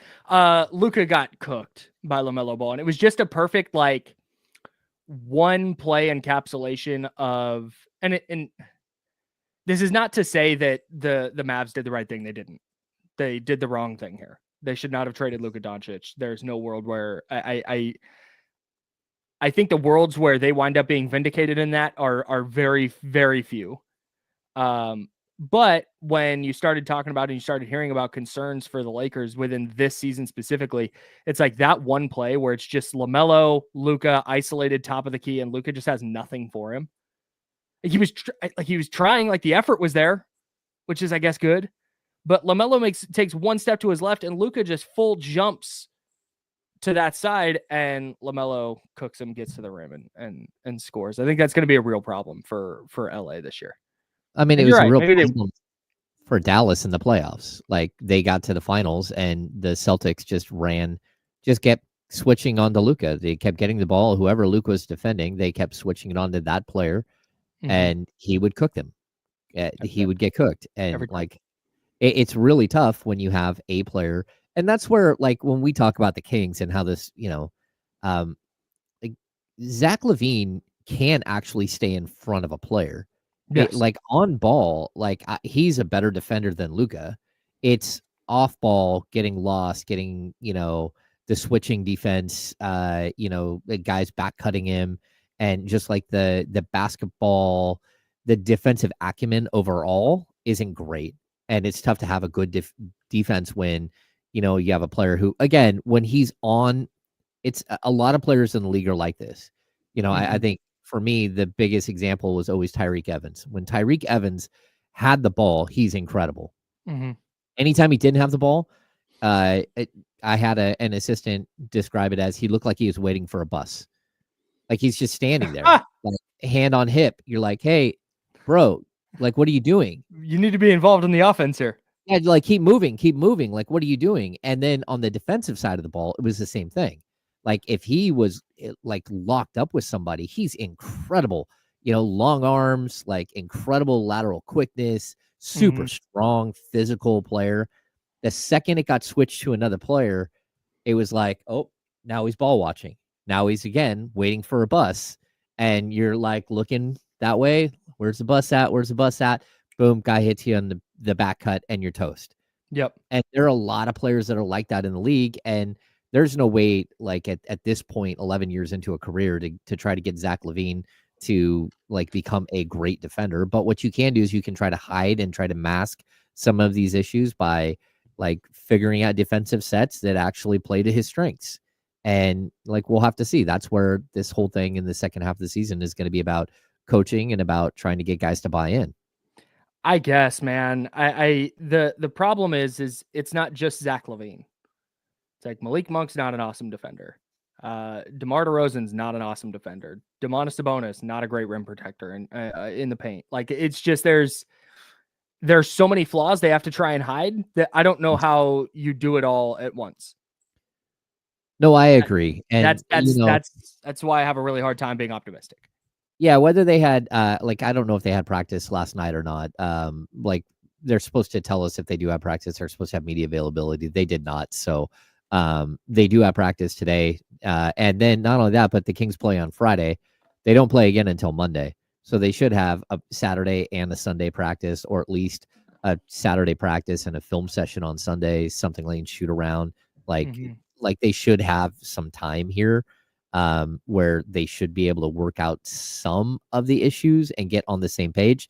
But I think it's more about like fluidity, trying to learn how to play on a string together, communicating, that kind of stuff that you can fix early on, and then hope that they just find chemistry on the court. And you won't know it until you roll the ball out and start playing. And they, that's the only way for this team to get better at some of these things. We can talk about limitations of players, but they can't get better. They can get better because they'll learn how to play to each other's strengths. And that's how you sort of mask some of the issues that players have. But they need practice time. They need game time. And unfortunately, everything is like magnified when there's only 27 games left in the season and you're in a full sprint to the finish line. And your schedule's tough. And that's why, we try not to be too negative, but like at the end of the day, I think both of us have been more on the negative side of what we're going to see unfold here in the final month of the season. Yeah, that's where it stands for me right now. If they go win 6 in a row, I'll adjust my expectations accordingly. But right now they're pretty low. I've seen a few people jumping into the chat as the show has gone on here, and hello, welcome, appreciate you, and asking about if we've talked about Victor Wembanyama. Yeah, we talked about that top of the show. Obviously a scary situation for him health wise, and we're hoping that taking the rest of the season off, it allows him to get healthy and continue his meteoric trajectory to be one of the best NBA players of all time. Yeah, so if people out there missed it, Victor Wembanyama has a deep vein thrombosis. He has a blood clot in his shoulder. And so there is concern there, and they're going to shut him down. I was reading, he had been a little lethargic, like lacked energy over the last few days. And when they got him back from the All-Star week, they felt the same thing. During All-Star weekend, he was just kind of like he didn't have energy. And so when they went and checked him out when he got back to San Antonio, they quickly started to figure that something was wrong. And that's where they ended up finding the issue in his shoulder. That's terrifying, man. Yeah. So Joey in the chat says same thing Chris Bosh had with a question mark. We don't know yet. Chris Bosh actually ended up having a blood clotting disorder that happens. Like some people have blood clotting disorders, and they're higher risk for things like stroke or higher risk for blood clots and stuff like that. But you just don't know. It's way too early to know what's going on with Victor Wembanyama. We do know like what they'll do right now is they'll put him on blood thinners. They'll try to clear out the clot, get the thing to dissolve, and sort of, and they'll keep a close eye on it. Yeah, fingers crossed he's okay. Other like small bit of news, just real quick. Want to keep the NFL in the conversation if we can. John Feliciano retired. Former Niners offensive lineman announced his retirement today. That's a thing that happened. Yeah, 33 years old. I don't have a lot on it. his knee just like he just kept saying he tried to give it a go and there's nothing he could do to get his knee to come back around. Yeah. Yeah, tough. I mean, the NFL It's is so like John Feliciano. It was like just an okay player, right? a dude. He's fine. If he was healthy, he might have competed for the starting right guard job with the Niners last year because in 23 he ended up playing, I think, starting 7 games at the 2 guard spots and was pretty good. So maybe he would have been in the mix, but like not a great player. But in his retirement announcement, basically said, "I don't think I can make it through a whole season. I don't want to let my teammates down. Like that's the worst part. I don't want to do that again. But hey, Buffalo or San Francisco, if you need anybody in the playoffs, give me a call." Like, bro, you're John Feliciano. Relax. You're not Joe Burrow here, or No. pick a good player. I don't know why I went with Joe Burrow. Yeah, that's yeah. Well, I mean, he's not Larry Allen, the greatest right guard of all time. There you go. Yeah, shout out to Larry Allen. All right, R.I.P. Right? He think passed. so. Yeah, I feel like that's the thing that happened during our show. Definitely, it's very possible that it could have happened during the time that we June 2nd, 2024. Yeah, man. And then the Kings today, you mentioned, are practicing. They have availability at 1 p.m. They're gonna save the world with this one practice. Everybody, watch out! Like solve all their problems. Yeah, the league has like very strict regulations on when you can practice, when you can't. Coming out of the break, you're allowed. You have to give everybody who participated in All-Star Weekend like an extra day to return to teams. But the other players, they can't come. They can't have official practices until team sanctioned things until I think it's either Tuesday or Wednesday. So like there's a point where everyone has to come back in the building. And you have to like check in, and then they can't hold official practices until one specific day, which I think was yesterday. I think that they should have been able to practice yesterday. And, maybe they just had film session. Maybe they just had like everybody get back in the gym and start shooting type thing, maybe some walkthroughs. But if they didn't have media, then it chances are it wasn't a full-fledged practice. Do we think that's why the Hornets beat the Lakers? Because they didn't have anyone at All-Star Weekend and got more time to practice? Oh, there it is. That's the excuse. That's got to be it. Even though LeBron sat out All-Star Weekend, even though he was there, but the more I think about that, the more I think he did that in protest of having to play on Wednesday. It's possible. But like, would you like? It's always tough because would you rather have that game on Wednesday coming out of the All-Star break, or would you rather them stick it in the middle of a schedule down the road? Because like NBA schedules, and especially down the stretch. Wait, what do you mean? Like, would you rather them look at the NBA schedule for the month of March, which is already packed with games, and try to fit in an additional game there? Oh, sure. Yeah. You know what I mean? Because you have to make up the game no matter what. That's the league. That's true. That's fair. All right. So would you rather have it right there to open up and like realistically against a really bad team, you should use that as a scrimmage and you should have been able to beat that team, but they didn't. Sure. Would you rather have had it then, or would you rather have it down the road? And it is what it is. Kings got to watch out. They play the Hornets coming up on Monday. I believe so. Yeah, Monday. They have Saturday, Sunday off. Where again, they'll probably have a couple more days of practice. The red hot Charlotte Hornets coming to Golden One Center. Watch out. That's everybody. right. All right. The handoff with one of D'Lo or Casey. I don't know which one it is. One of D'Lo or Casey. Maybe Jesse. I don't know. Is coming up next. We're the Insiders. We're sponsored by Jiffy Lube. That's James Hammond, Kyle Madsen, Jesse Tapia rocking with us on ESPN 1320 Sacramento Sports Center. Okay.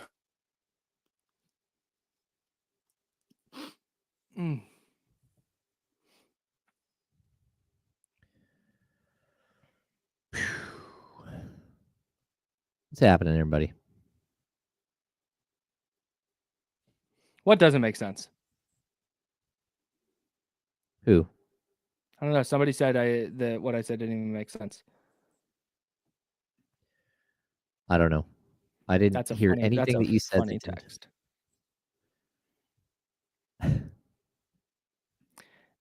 This doesn't make sense. Unless you mean from like a timing standpoint. Yeah, I don't know what the Lakers' second half schedule looks like. I didn't think it was that easy. I had that pulled up yesterday. Let me see. There we go. Remaining strength of schedule.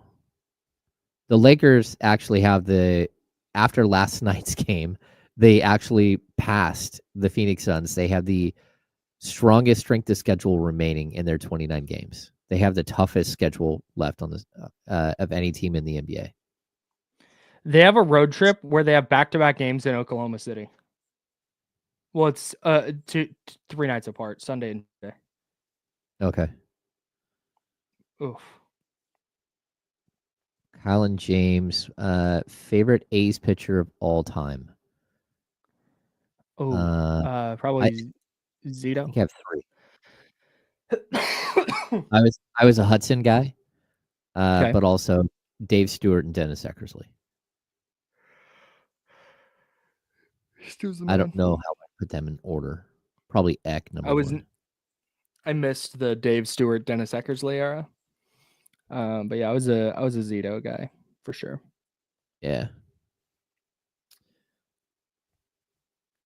Playing wiffle ball with my brother, I used to drop down and throw sidearm like Eckersley when we would go through lineups. A wicked pitch. Yeah, dude. Love going sidearm with a wiffle ball. Yes, I am watching Severance. I don't know if James is. I'm still trying to get through the first season. I've never seen it. It's My such wife a, and I it's, decided to Is watch it something it I should together. start? I'm kind of looking for a Yeah. show right now to start. Did you finish American Primeval? Yeah, that was sick. Hell yeah. Great I'm a show. little disappointed at the end. It seemed a little too happy ending given Yeah. times and all that. Like, oh, like we're all good now. Yeah. Is there a season 2? Of No, American Chris, Pie? No, it's just one limited series. I just got a text that Chris Biederman is watching the program. I'm not responding to you anymore, Chris. You're dead to us, Chris. Yeah, no, Zito was my first favorite player growing up. Oh, that's cool. Yeah. Yeah, I think my first favorite player, A's player, was Ricky. And then I was always strangely a Rod Carew fan. I don't know if you saw the Twins had him at spring training. And they did like a video with Rod Carew. It was absolutely incredible. He's there. It's like, I don't know, like an advisor. That dude could flat out hit. Yeah, he could.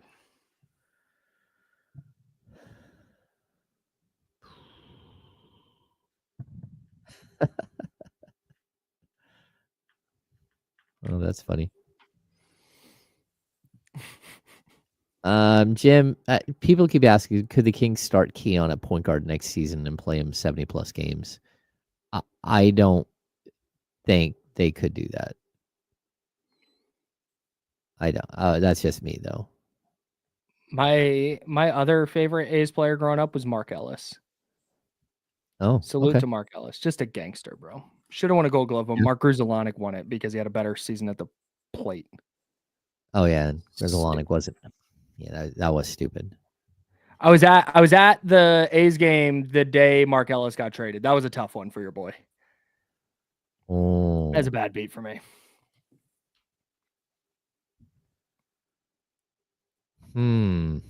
Every A's fan was a big Jamal Weeks guy at some point. Yeah, just never, ever, Freaking loved Jamal Weeks. never developed. All right, come back.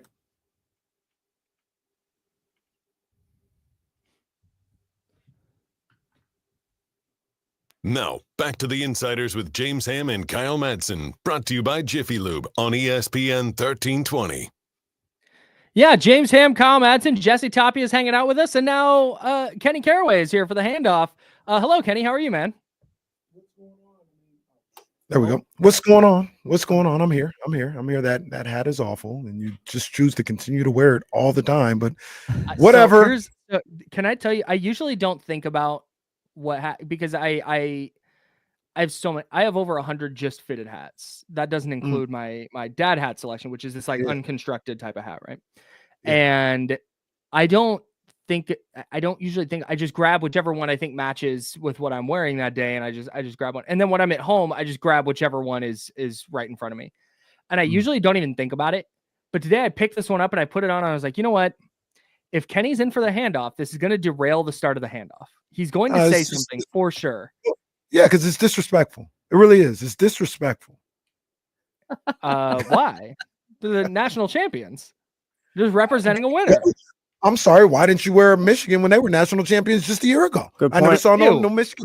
Why would I? Because nobody gave me a Michigan hat. Somebody gave me an Ohio State hat. You want to give me a Michigan hat? I'll wear a Michigan hat. Especially now. You know what? Hey, you know what? Given the deterioration of my relationship with Chris Biederman, hang on one second. Oh no! Oh no! Yeah, somebody get me a Michigan hat, and I will wear it instead. Chris Biederman went to Ohio State. You know, the ironic thing about this rivalry is red is like my favorite color. Oh, Like in all seriousness, like Pyro Kenny over here. Color schemes, their uniform stuff, it is pretty fire. Like all that stuff is fire. And they're with Nike. Now Jordan, Michigan came back because we were Jordan brand. You know what I'm saying? Now we're back. We cooking again. But when they were with Adidas, it was nasty for your boy. I didn't get no gear when they had Adidas. I wasn't doing that. Yeah, that was gross. Somebody the other day was doing it. I think it was Steve Palazzolo from the 33rd team was doing a rewatch of the 98 draft and posted the highlight video that they played when Charles Woodson got picked. I've been workshopping this take for a while, and I think I'm convicted in the take, but I'm not 100% there yet. I'm at like 95%. I think Charles Woodson might have had the best football career ever. huh? Football career ever. You mean just college and pro? Like there's other, like it's not, there's definitely like other people in the discussion for sure, but just the way he dominated at Michigan and how like uniquely of a like force he was as a defender. And then to go to the Raiders and be awesome, and then to go to the Packers and to win a Defensive Player of the Year at a completely different position that he got drafted at. He won a Super Bowl, won a Rose Bowl, won a Heisman, won a DPOY, national championship. That's the one that gets me, because the first person I thought of that, and not for argument's sake, I was just trying to think, because I think he's on the short list. I think we're talking about like 5 to 3 players who could even talk about that. The first person I thought about was Peyton. Ooh, okay. That he has over Peyton, though, is the national championship. And I don't think Peyton won a Heisman either. Because the year he was that was Charles Woodson's year. That was Peyton, one of Peyton's big years. Did you ever see the 30 for 30 on that season? No. Charles Woodson's, it's fantastic. What they do is they just take, I think maybe it's a little bit more than ESPN, but they tell the story in clips, like video clips. There's no narrator. There's no interviews. They just tell the story of the 98. Oh, that's sick. And hey, here's this clip of College Game Day and what they had to say at the start of this. And that's it. It's great. It is really, really good. That's so really, sick. really good. I gotta be careful on this show, but I got a bone to pick with both of you guys. Uh-oh. I was so upset. Well, yeah. Okay, I mean, I referenced it. I should be okay. Play on. I should be. Yeah. All right. I was so perturbed. I even got in the chat. I don't think you guys saw me. Oh, I didn't. Yeah, I got in the chat. You guys were talking about MVPs. Why didn't anyone let me know? Go ahead. Sorry. It was one comment. It could have went under the radar. But you're talking about MVPs. We were talking about Jokic. Talking about SGA. And I asked the question. Giannis died. Huh? Giannis is the 5th seed right now. Giannis just retired and died. What is Denver? Denver's the 3rd seed? 3rd seed, yeah. They're a half game back at the 2 seed. Okay. Giannis is awesome. Giannis is awesome as well. But Giannis is 32, 12, and 6. And for 2 people that try to bench a Hall of Famer because he don't play defense, we now ignore Giannis as a top 5 defender in the game? Can I real quick? I don't disagree. I think this is a fine take. Giannis is currently plus 12,500 to win the MVP. And he's not going to win. Like he's not. So he's not going to win. That wasn't the argument I was going to make. But there was no mention of Giannis. Okay, that's fair. That's a fair critique. That's a good critique by you. Yeah, but how long is Giannis out for? That's a good question. Yeah, because he's already missed 12 strain, games. He's already missed 12 games, and I don't know that he's going to be eligible. Like I seem to remember he was going to miss like 3 to 4 weeks or something, and so there's a possibility that he won't be eligible at all. Wait, I think there's a lot of players who won't be eligible. Well, Sabonis might get the MVP. Sabonis certainly. Watch out, everyone. He just keeps looking better and better and better for all NBA. Hey, let's not rule out Norman Powell. All right. Right. Relax. Norman Everybody Powell. relax. Yeah. Norman Powell's having a heck of a year. Salute. No, that was it was a good discussion you guys had. I just thought about it, and it's not just you two. It's just any NBA conversation. Just Giannis just don't exist. Well, we had the straw poll the other day. You had it pulled up, right? He was third in the straw poll. Straw poll. I saw Tim Bontemps over the weekend. Oh, did you? Talk to him. We just crossed paths. You didn't say hi? Just No. saw him. I wish I would have. Like, How was All-Star weekend? I yeah. enjoyed it. I had a lot of fun. Yeah. I had a lot of fun. I like it. It checks off all the boxes that I like. I like people watching. I'm cool with crowds. I like, being behind the scenes and stuff. So it checked off all the boxes. I said on Monday, for what I do with All-Star Weekend and how I go about it, it's great. It's perfect. I don't have no deadlines. I don't have no stories to write. I have none of that. If I was James Ham, I probably would have done the same thing as you. Like, I don't have to go, so I'm not going to go.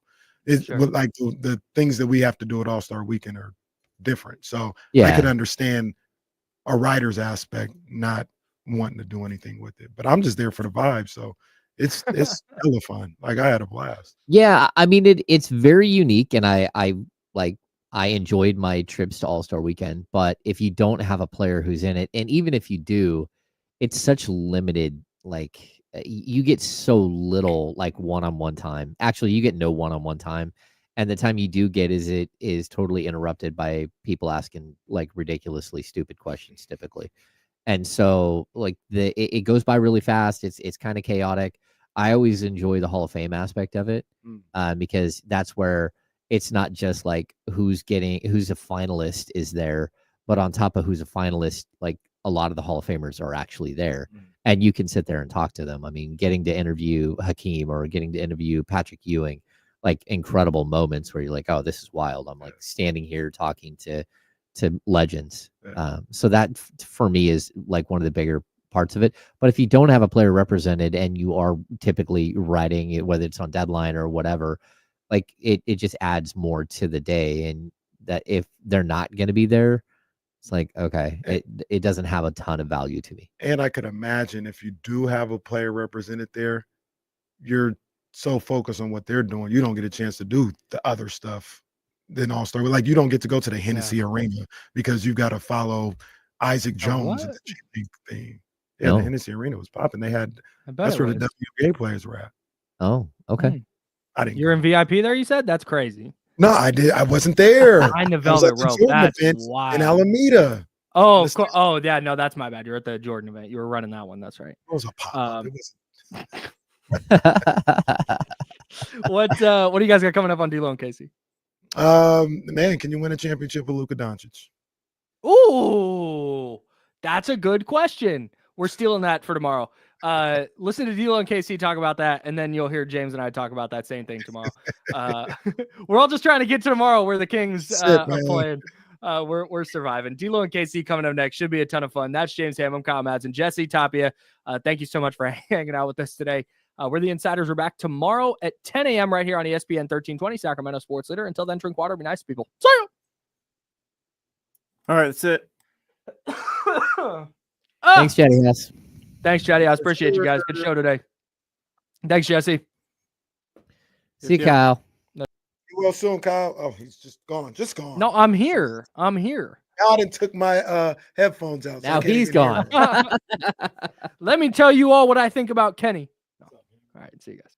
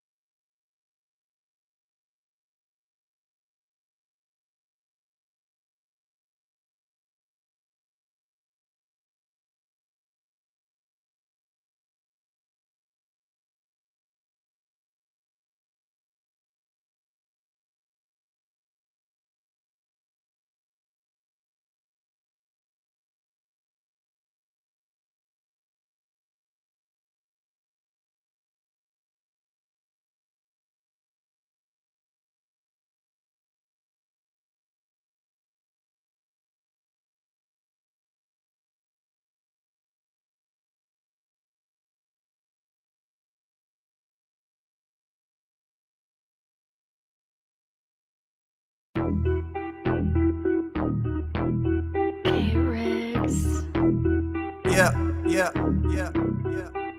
We got them screaming D-Lo, KC, D-Lo, KC, D-Lo, KC, D-Lo. We got them screaming D-Lo, KC, D-Lo, KC, D-Lo, D-Lo. We a number one spot. We a number one spot for some sports, huh? Got the city going crazy when we work, huh? We top 2, but we ain't 2, we in first, huh? And when you need the real, we is who you search, huh? D-Lo, KC, D-Lo, KC, D-Lo, KC, D-Lo.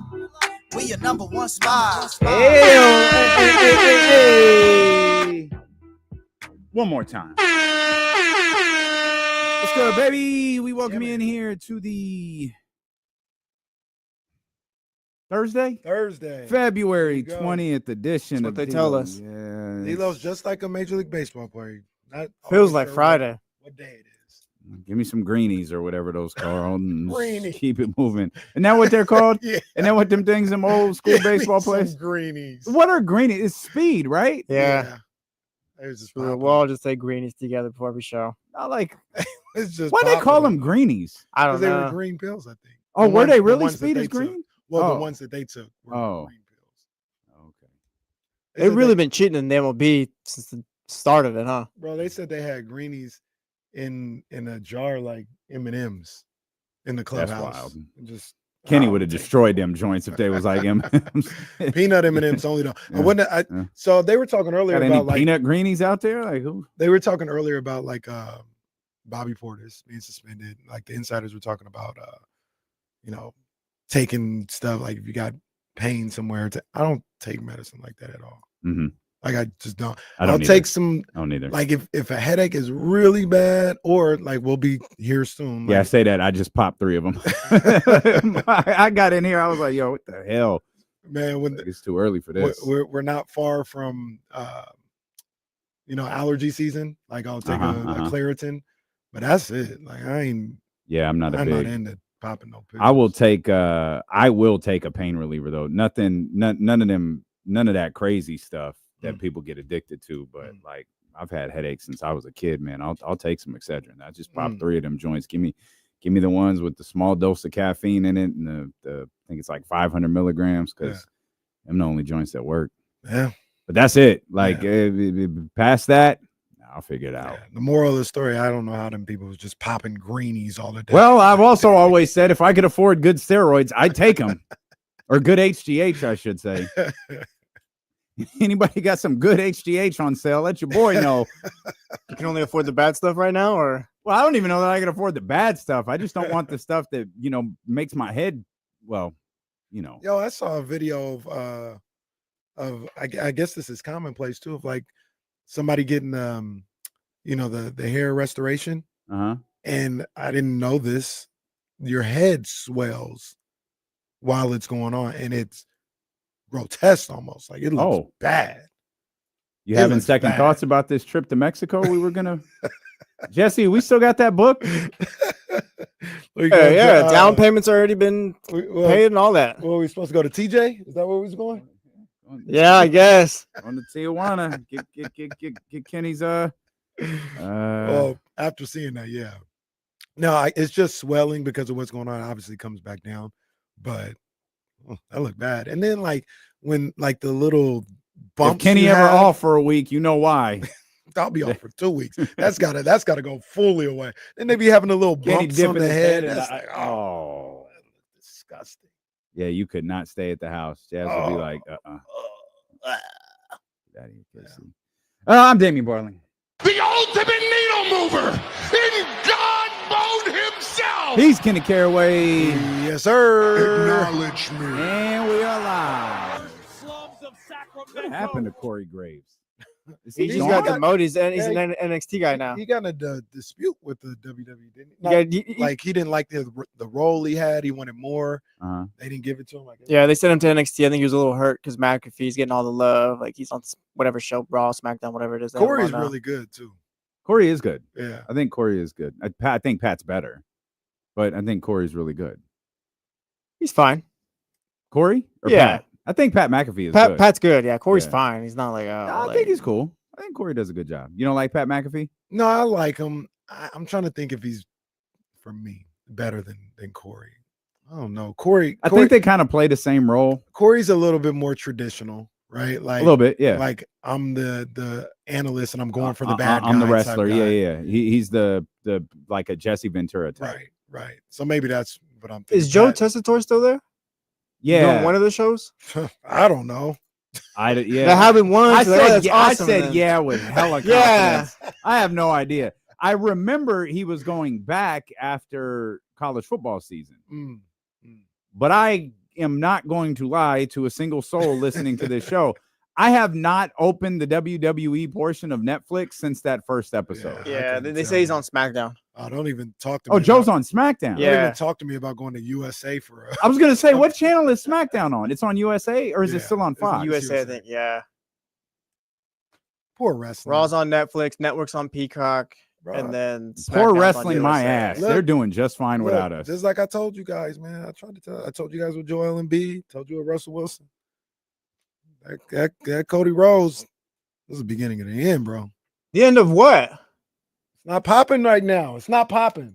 That was a one-off story. That is not. Is it not popping, or have we just kind of fallen off a bit? That's not anything you can live off of. It was a great story, but you can't live off Cody Rhodes being your champion. I feel like the ratings have been fine. Like I feel like we haven't been watching. No, the ratings fine. Sir, you sound ridiculous. And you sound ridiculous for multiple reasons. You're not even watching. Well, low key, none of us are. Ain't no low key about it. We just all admit it. We're just not watching anymore. Check the clips on Twitter. Yeah, like I'll tap in for the real PLEs and stuff, but here's not get me for Bash at Berlin. But I wasn't particularly watching before either. That's I was true. paying attention to Roman. Yeah. I'm just still paying attention to Roman. It's just Roman's not the champion anymore. That's I was true. paying attention to the Bloodline storyline. I'm still paying attention to that. I think WWE's biggest failure with Cody is there. Well, it's like DeMarcus said. The Kings make the playoffs. They had no plan after that. Once they finished the story, they had no plan. And it's like, who is he feuded with? Like Kevin Owens? I'm sorry, who else? Like AJ? Did he feud with AJ? Oh, like, you want me to that would be sink my nasty. teeth into a Cody Rhodes AJ feud? Was it him and Seth for a second? Were they It was SummerSlam? before, Maybe. I think. Maybe. We don't See, that's the we don't problem. even know what this man Did has he done. wrestle solo at SummerSlam? Yes. See, I don't know. So I've said yes. Like, he I had- have no clue, bro. I don't know. he had nothing. It reminds. So in 97, Taker gets thrown into the title match, beats Sid at WrestleMania 13. Mhm. He's a placeholder until they go to either Brett or Shawn. They go to Brett at SummerSlam. But in those months, he wrestles like Mankind once. He wrestles Farouk. Oh, And he's not even Farouk. He's like Farouk Asad. Is he the with I the- don't the think he's blue? wearing the blue helmet. I think he's Nation of Domination Farouk. But it's like Nation of Domination with all of the white people in it. And then like he has a match with Stone Cold Steve Austin, but like before he's really Stone Cold Steve Austin. Yeah. And then I think he has another match with Mankind. It's like, what the hell is this? They were just trying to get there. They were just trying to get to Brett. And I felt like for a while they were trying to get to somewhere with Cody. If you just pissed a whole year away to get to whatever you're doing at WrestleMania, yeah, you did Cody a major disservice. Maybe they're trying to get to heel Cody. Like you couldn't Give me that. you couldn't and you couldn't do that. Maybe they waited a little long, but you couldn't do it 6 months until 6 months after he won. He had to be babyface, finish my story, Cody. Maybe that took a whole year. And look, I mean, don't try to turn him at WrestleMania. That's a horrible idea. It doesn't work. Don't turn him at WrestleMania. Turn him before. That crowd at WrestleMania is different. You have no idea how they're going to react. Do it at the Raw after. Yeah, did you do it after Raw after? He needs to lose. But who's he wrestling then? John. I want to be clear. The lead was Victor Wembanyama. I just want to be clear. Just for those tuning in who want Victor Wembanyama out for the year. Hang on. So what is the match at WrestleMania then? I like what you're saying with Cena. Yeah, then you get Cena. You could turn on Cena the next day. Yeah, and so he loses to Cena. He loses so Cena at gets WrestleMania, 17. and then he gets pissed off about, oh, this is a sham. This is a joke. I tried to carry this company for the past year, and you let this guy come in here and da-da-da-da-da. And yeah. All you gotta do is pretend to shake the guy's hand and then hit him with a low blow after. Boom, you're a heel. That's literally that's wrestling. Boom, good. We're good. Well, you're not wrong. Yeah, that's all you have to do, You're not Cody. Like, wrong. pretend to shake his hand. Oh, yeah, Cena beat me, You do blah, blah, all- blah. Shake his hand. the Low blow. old Let's go home. Shawn Michaels, Chris Jericho 19 gimmick where they have the classic match. Jericho's the heel. They had this great match, and Jericho's like, oh, and they hug, and then they part, and Chris Jericho kicks him between the legs. Exactly. And Shawn does like the shocked look, and he kind of like slowly falls, and Jericho pushes him over. It's brilliant. It's all there. It's all been said. right It's all there. been written for us. We just have to pick a story to recycle use. it. That's all. Exactly. Just change the names. Well, that's all they do anyways is just recycle Pretty stuff. much. Just stop recycling the stuff that sucks. Like, oh, Braun Strowman suplexes someone in the ring break. If So it was stop doing Redacted's that. idea, you don't need to do it a 10th time. Yeah, you don't need to recycle Gold Dust celebrating Black History Month. I disagree. Must have missed that. I disagree. The more Gold Dust, the more Gold Dust we get celebrating Black History Month, the better. Well, I don't know, because that was when he was coming down with the boombox. Yeah. Well, what about when Brock Lesnar came down with the boombox? Remember Boombox Brock? Well, at least Brock had his natural color on. Well, he did. Which is always like this pinkish reddish hue. Gold Dust is really weird. Like, Gold did Dust, you ever see Gold Dust was like this screen coming you- down coming down Gold the Dust was aisle. really weird, bro. Well, at least he didn't do it at WrestleMania like Roddy Piper did. Oh man. Did you ever see the original incarnation of Goldust? Is that like when he fought Piper? And that little Yeah, I seen that. Like I wasn't like watching all Like the shows and original stuff. introduction to Goldust was Like pretty dope. all the Was lead it? ups, all the Yeah. Like well- it was 95, sounds about 6. right, yeah. It was like edgy. Well, I was thrown off when he finally wrestled and it was a wig. I said, wait a minute. You thought that was his hair? Well, I thought he had long hair. Maybe Well- not that was his hair, but he was damn near bald. Yeah. I said, this is Had you ever weird. seen did you know Dustin No, I Rhodes didn't before? Oh, okay. I, Yeah. that was Dustin my- has essentially looked the same like Yeah. his entire career. His hair was a little bit longer when he first debuted in the WWE but he's Now, always kind of looked Gold the same. Dust's intro was like, this is a brand new person. This I've is a never seen before. no, yeah, Goldust, yeah, and it So was a when big he deal. When he was, yeah, they did It it, was a for big deal. They did it for a while. like 2 months, 3 Yeah, months. about that. Yeah, probably like 2 months. Then he wrestles and he's kind of out of shape. His And yeah, he takes the wig got off. this long What the hell bodysuit is on. this? Yeah. How did that gimmick last for 15 years? Well, it didn't. It Well, he was evolved. around. Well, he was around, yeah, but like it was really he was around in name. Like it evolved. Like the original version of Goldust was like, oh, this is different. Like, and especially in '96, it's like it's a little awkward. It's a little you're That's the other acknowledging. thing. I don't know what's going on here. You're like he's androgynous. I don't even think I know to this day what androgynous means. I do not know what that That means. could be a bad word for all we know. But it's like they tried to like, no, he's not gay. He's androgynous. And then all of a sudden they dump that whole idea and march him out with Marlena. And then a year later, it's like, no, that's actually his wife. What the hell is happening? That's what he took off when Marlena came, though. This For might me, at be least. the weirdest start to a show we've ever had. No, sorry, Jeremiah. I apologize. I tune in and we're talking Gold Dust. Well, Victor Sorry. Wembanyama out for the year for those just tuning in. We'll come back. This is exactly how we plan to start the show. When I say this was written into the show, boy, do I mean it. And I promised Kyle we were going to ask the question: can you win a championship with Luka Doncic? That's a good question. Steelo and KC here on Sacramento Sports Leader. We'll start the show next. Don't worry about it. It's ESPN 1320.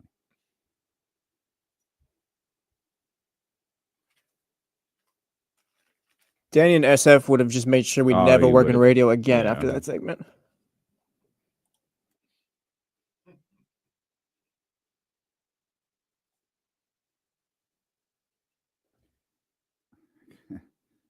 I don't even. Is it a Taylor song? I knew you were in trouble when I walked in. I was just in the in studio. Now it's just stuck in my head. Is it? I thought it was. I wasn't positive, but I thought so. Taylor Swift gets a lot of run in my household. Understood. Nothing wrong with that. Frozen gets a lot of running money. Mm-hmm. Mhm.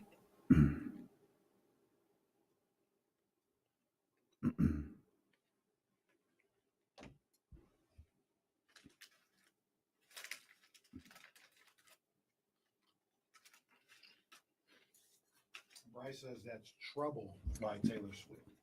Yeah, I knew the name of the song. It's just sometimes, and I like Taylor. This isn't like just sometimes, like Taylor and like another pop star sound the same. Mac, I don't know if you're new, man, but just go with the flow. Trust me, just go with the flow. Yeah. Also, Mac, if that's your first remark, you've got to pipe down. Like you new here, bro. Yeah, just you go. still We've been doing this for a while. Just go with you, it, bro. you a freshman. Don't tell the upperclassmen what we doing here. Settle down, noob.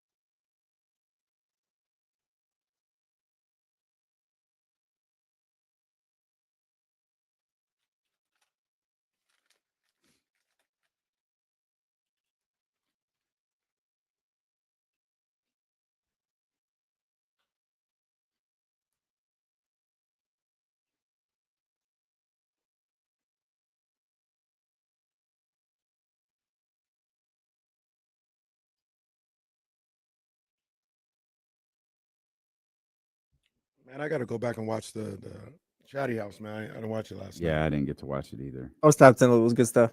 Yeah, I gotta check that out.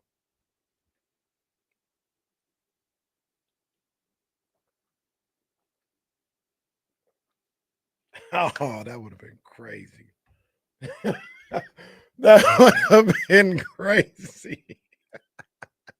They trade for Bobby Portis. Oh my God. I would have had a meltdown.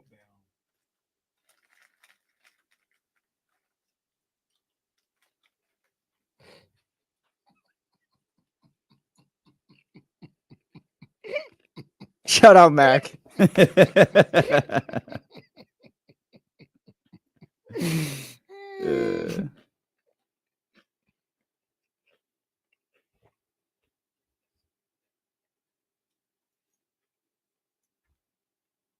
Appreciate you being here, though, Mac.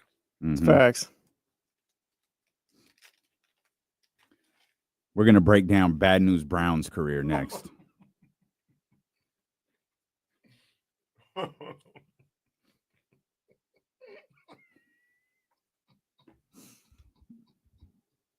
Did you change your profile picture then? I don't know. It's on you. I don't know. I've been here the whole time. We're like, welcome to the show. Appreciate you, man. Appreciate you. Who the fuck is Mac?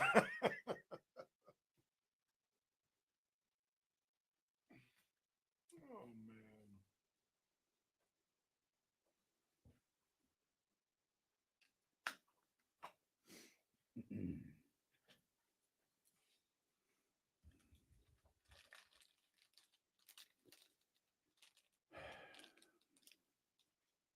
Yeah, poor guy just spoke up once finally.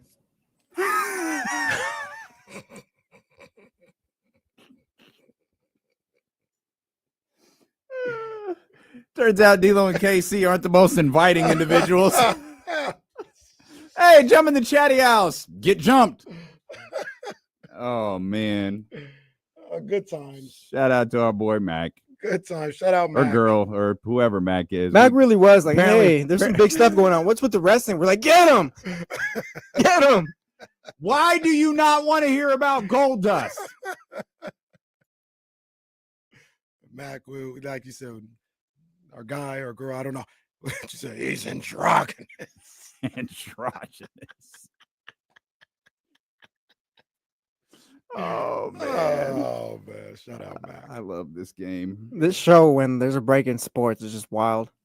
It makes no sense whatsoever. Absolutely none. Man. Oh, but we're happy that you're here with us, man. There is stuff going on. Bobby Portis suspended 25 games. That's a big deal for Milwaukee. That's not a small. Yeah.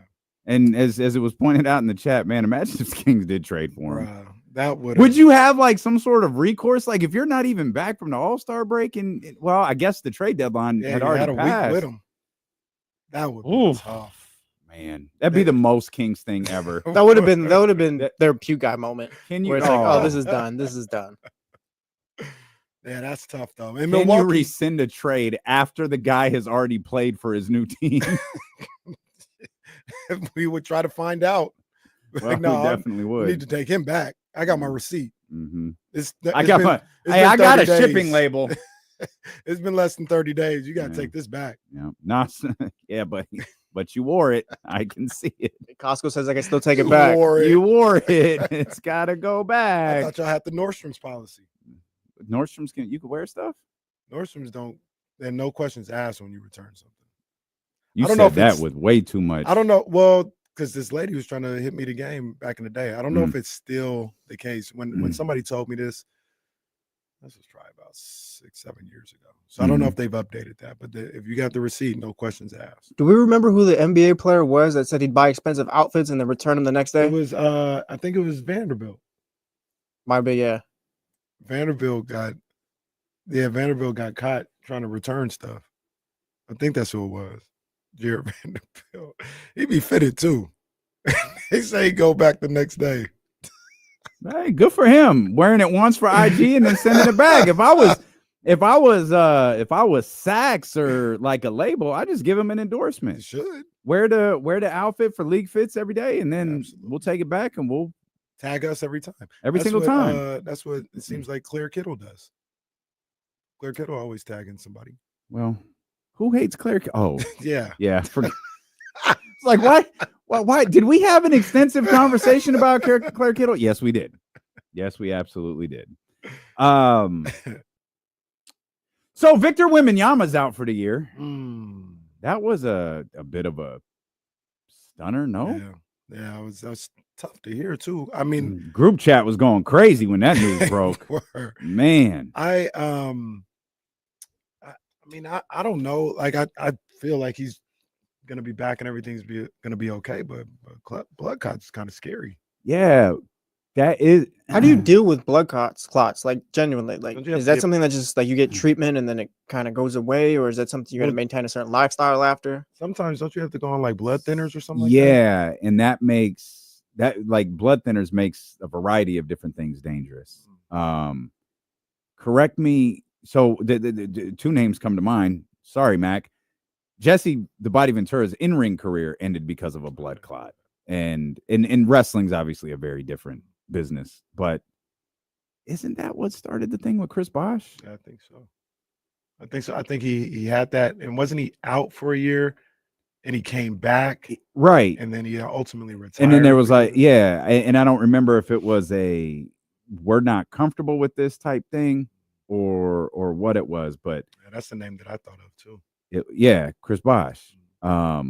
Hopefully it's nothing even remotely close to what Bosh, because I again, this is an AI synopsis, so don't trust it. But Chris Bosh MVP played a big part. Well, no, not the Luka Doncic Sacramento King AI synopsis.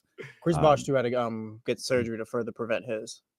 I don't know if it's going to be the same thing for Wemby, but it's Chris's situation. And this was a long time ago, so medicine is different. But I'll look it up. Didn't Tommy Frazier, wasn't he not able to play football because of blood clots? Mm-hmm. Yeah, they were Tommy Frazier blood clots. They hoped it would feel better when he took some downtime after Sunday's All-Star game. He has so Shams says he has a form of a blood clot in the right shoulder. The Spurs believe this is an isolated condition. So if I am understanding blood clots correctly, in Chris, the fear with them is that it's a condition that your body has where blood clots can form all over your body. I'm not a doctor, so I didn't go to school to be one. I didn't even stay at a Holiday Inn Express. So You never would. Well, stop it. The Spurs, believing this, I don't know if that's a line you feed to calm a potentially panicking fan base, or if it's accurate. You never know. With the way things are reported, you never know. But you would hope when it comes to something as serious as this, you're just being straightforward with what's going on.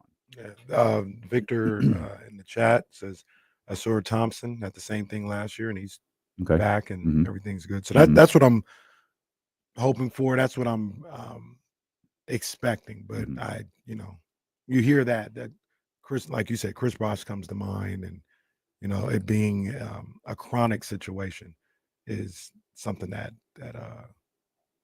I always worry about. So hopefully we ain't got to deal with none of that with Wemby. Yeah, for sure. But the speculation has already started as to what will be next for the San Antonio Spurs. And truthfully, I think that speculation is completely fair. The Spurs right now, 6 games under 500. They're 3.5 back from the Golden State Warriors, 3.5 back from the Sacramento Kings. I do feel like, and this will be a discussion for later, that the Warriors, I think they feel good. I think they believe they have an upward trajectory. All Draymond Green championship jokes aside, I do believe this team is moving in a more positive direction than they might have been during Steph's disheveled press conference of a month ago. You've got Phoenix lingering there too. They're a fascinating team that's just outside of the play-in because we know that they have the talent. There's zero question about KD and Book and all of that. And at least for us, I don't think there's a lot of questions about Bradley Beal. You've gotten through the trade deadline. Bradley, like, are you going to change your strategy now that you weren't able to trade Bradley Beal and you weren't able to trade Kevin Durant, and is everybody going to be able to get in sync and try to make a run at this thing? Or is it going to go the other direction? Like, I think they're a fascinating team to watch. But again, you've got San Antonio, who is already, I don't want to say comfortably on the outside looking in, but they're a little bit further back than everybody else. You've acquired De'Aaron Fox. Maybe you thought this was the big uptick. Now you know Wemby's out. This team is they're going to play. We know they're going to play. They're going to fight. But does that amount to victories? And at what point, I'm assuming it's going to be within the next 4 to 5 weeks. Hey, Foxy, you're going to get that thing on your hand addressed, right? Might as well do that now. Why don't we go ahead and do it now? I don't think they can get this. This isn't they can't get to the bottom 4, like to have a real legitimate shot at Cooper Flag in the top 4 picks in the draft. But do you need to do that anymore? Like, because the Hawks last year landed the first pick, right? But they weren't one of the bottom 3 teams in the league, were they? Yeah, I feel like they were like a 12. Like they were slotted around 12 or something. Yeah, the bottom 4 have the best shot. They have an equal they got percentage 13%. The top 3, the bottom 3 do, and then it's like 12% for the next and 10 for the 5th. I believe I was looking up earlier, but yeah. So it just becomes a longer shot the further you move along. Like but they can put themselves in that conversation. Like, there's a win streak that played a part in this. Believe it or not, the Spurs and the Blazers have the same amount of victories. We thought the Blazers were one of the worst teams in the conference. They have the same amount of victories as San Antonio does right now. Yep. And both of those teams might have to make a decision in the next, I said 4 to 5 weeks, might have to be 3 to 4 weeks with how you're going to approach the end of the season, given everything that we have heard about this upcoming draft. If I was Portland, I think what's more important for them is learning how to win basketball games. I'm with you because I'm with you. They've got a Scoot, they've got a Shaden, they've got a Klingon. Like, they've got young guys, right? Like, you got to start teaching these guys how to win. Yep. But with San Antonio, you might want to look at it as we're going to take one more crack at this draft before it gets real serious. They've got their pick, they've got Atlanta's pick, and the odds are, they don't get anywhere near the top 5, but it's a lottery for a reason. Like, anything could happen with those teams. That's why people buy tickets. That's right. So, yeah, I'm a little stuck between, obviously, health aside. Like, we talked about health. Like, nothing's good about that. But I'm stuck between this is good for San Antonio because you get more cracks at the draft, and the clock is ticking. The clock already started because now, like when you talk about San Antonio, that nothing's going to happen this year. Like maybe it was a long shot, but you still had, hey, we could start playing some good basketball. We just got Fox here. Maybe we get in the play-in, get some postseason reps for Wemby and Castle and guys like that. Maybe even get into a series. Like that was still something you were looking to play for, at least coming out of the All-Star break. This is another opportunity. It feels like, well, not even feels like Wemby won't be there. Even if they do play well, Wemby won't be there. Right. So you miss that opportunity. All of a sudden, you're year 3 of Wemby. And I thought about this earlier. We know San Antonio is this model franchise and they do things great. I don't know if we can just pencil in Wemby as never leaving San Antonio. Oh man, we're already moving him. He's got 7 years. Boy, like, he don't have Stephen A. Caraway over but here. Here's my point. He don't have 7 years there no more. We're gonna be at 3. He's got 4 left under club control. But and you've got money situations because you're about to pay De'Aaron Fox.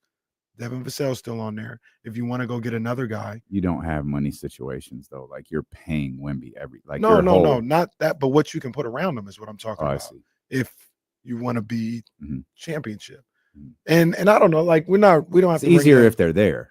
True. You just have to believe. Like Right. that's the thing. Like, we've all kind of assumed, is De'Aaron getting 5,296? The assumption.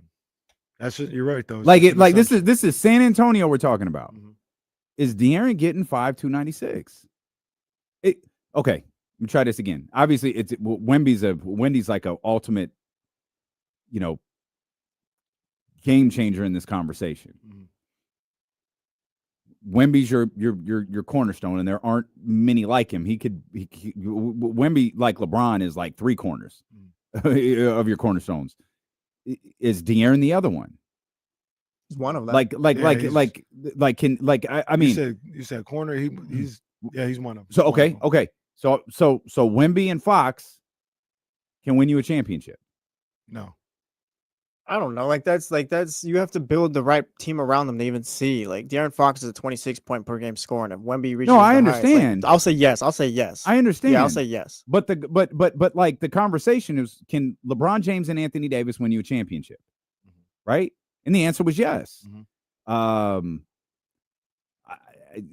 don't know that the conversation of Giannis and Chris Middleton, I don't know what if that was even like a conversation. I feel like maybe it was more Giannis in the group. And maybe that's what it is. It's Victor in the group. But Chris Middleton wasn't 5 years, 296. You know what I mean? So again, this isn't Sacramento.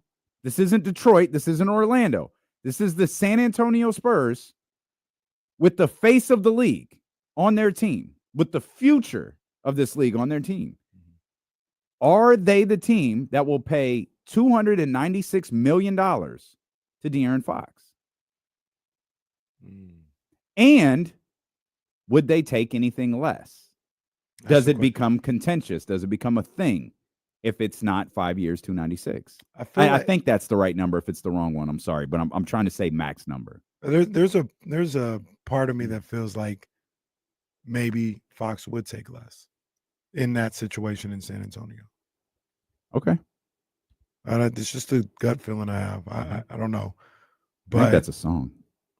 Gut feeling? Isn't it? I think it is. I think it's her. It sounds or like maybe it's LMA. I'll look sounds it like up. either one of That's them. fine. Yeah. But the chorus is in my head, so De'Aaron Fox now synonymous with gut feeling. I think he might, take a little bit of a discount in that situation.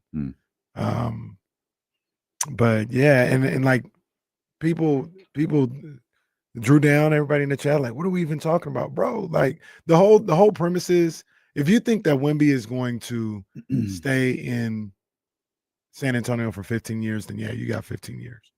But I don't know if that's just written in stone. I think talking about him leaving right now is premature, though. He's not leaving right now, but I think over the every next year, like 6 years, like when 5 you're- years, like you'd expect Wemby to be there. when you're San Antonio, every year counts. Kenny's auditioning to be Stephen A's new co-host, so he has to.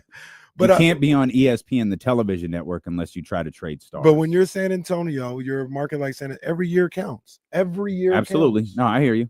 You know what I mean? hear you. And now you've lost a year. You're not going to win next year. You know what I mean? So you've lost 3 years. I kept David Robinson, Duncan, like Ginobili. That's a They've kept their different time. guys. That's a different time. I don't think that's something And you need those to are- worry and about those are right now, different though. people. Those are different people too. They were never the face of the league. They never. Free agency was crazy at a different time.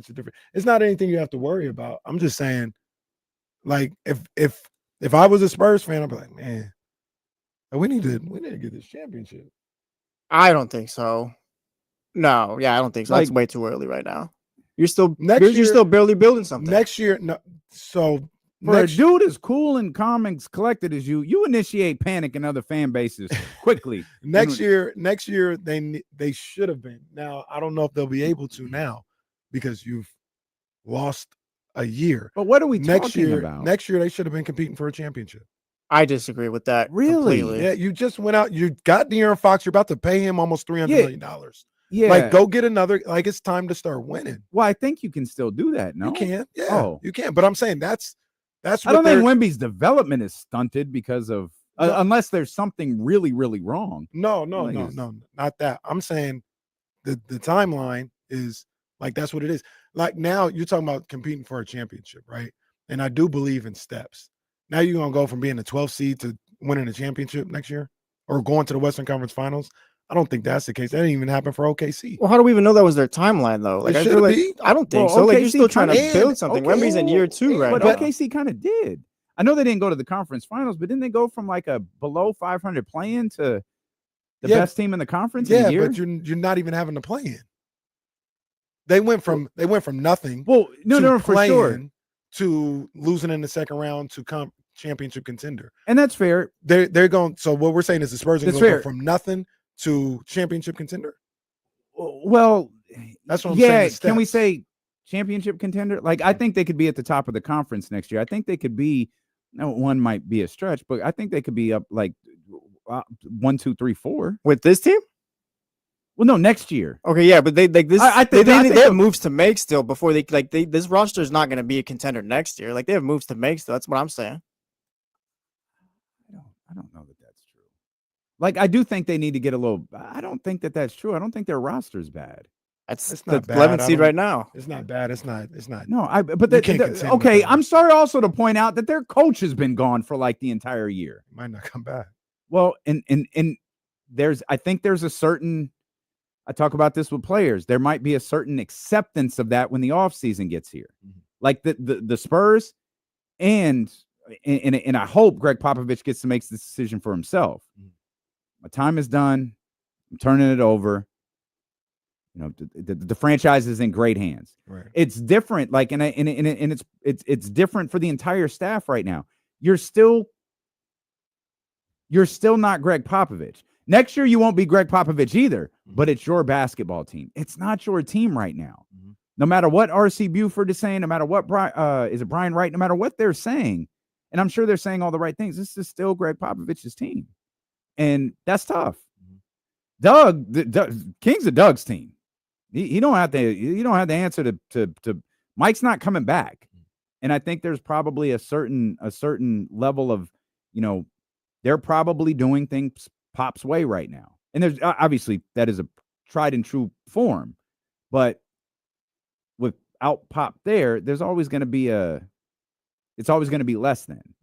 When you move on and, you know, the jerseys put in the Raptors or the sport coats put it up in the Raptors or whatever, then I think you could take a different approach. I do think the Popovich thing plays a part in this. The other thing that Jesse had talked about, saying like their timeline shouldn't be to win a championship next year, and like there's a discussion of like what should really matter, right? Like, should you not listen to the player and just do what you do as a front office, or should the player putting that pressure on you?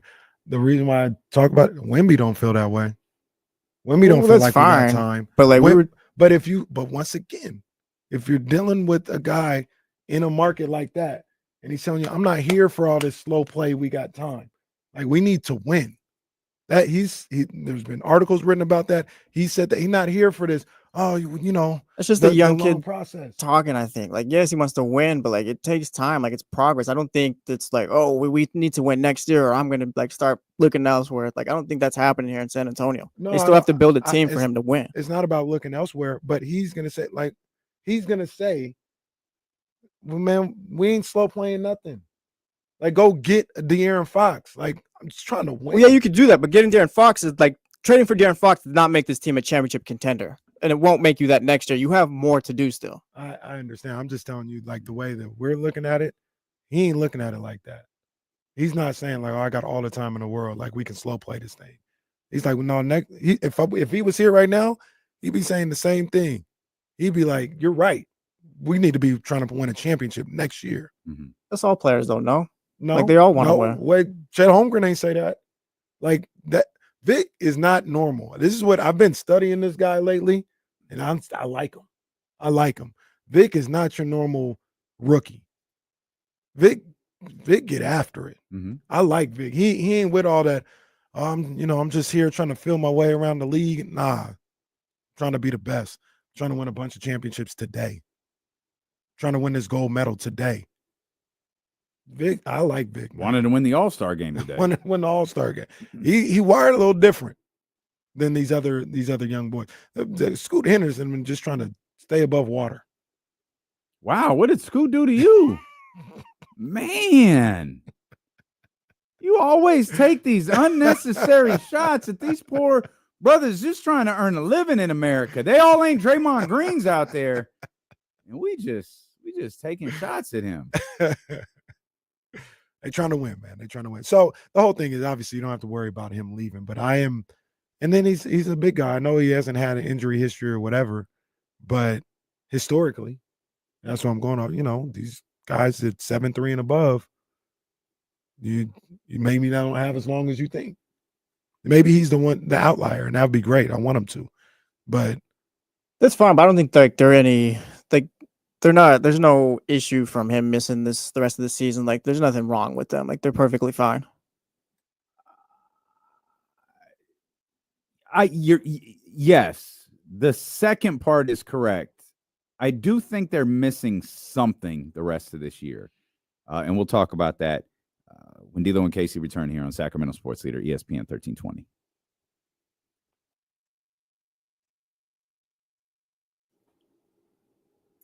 Have you had any trouble clicking the bubble and the air correctly? Nope. So I had to. Neither have I. I had to look at this. We'll talk about it on the air. We'll talk about it on the air. I was like, I looked at this tweet 5 times.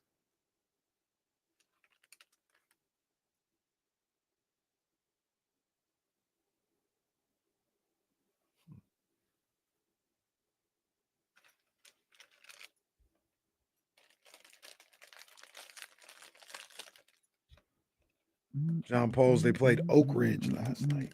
Got a nice win. Shout out to my people over at Franklin. Shout out to my man Aiden Rollins doing what he does. Had a nasty poster. Oh, way nasty. Over the Oak Ridge center, who is actually pretty good himself, but he's not a basketball player because he's going to Alabama as a football player. That's crazy. I could believe it too. That's a big boy. He caught a oop too. So, but yeah, he caught that poster from that boy Aiden the other night. Shout out to my man, Coach Fields. I saw y'all got that dub last night. For what it's worth, and we're gonna have John Davidson. We're gonna have Joe Davidson on later. For what it's worth, I do think Monterey Trail got screwed a little bit in this seeding. How are you the number 1 team in the area pretty much all year long? The losses that you have are like when you're playing like these top teams in the state, and you only get the opportunity to have 1 home playoff game. It's not fair. I ain't fair. So I think they got a raw deal on that one. They got to play Lincoln on Friday, man. Good luck to you, Coach Fields. But yeah, I didn't like that.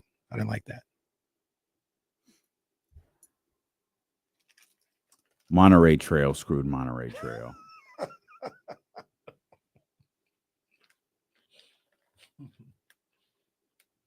I have no sympathy for Monterey Trail. I have no sympathy for a school that did not do the time-honored tradition. That's probably a little too deep of a cut right there. It kind of sounded like him there. that was great cadence.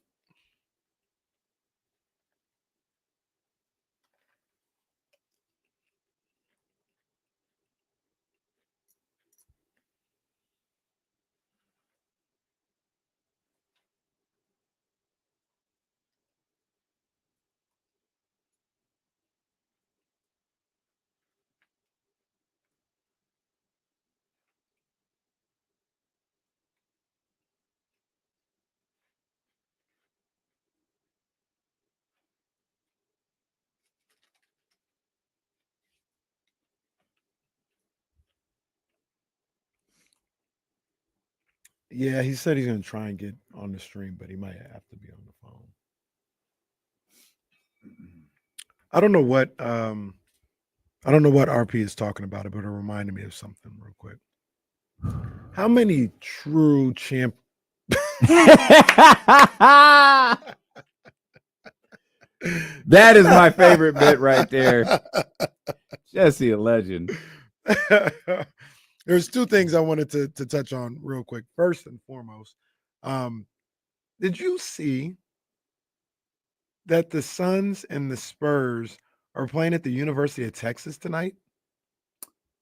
Actually, I did not. Yeah, KD's going back home. That's the Kevin. Home to Texas. They're playing a regular season game at UT tonight. Have they done that before for Kevin, or am I No, they mistaken? did.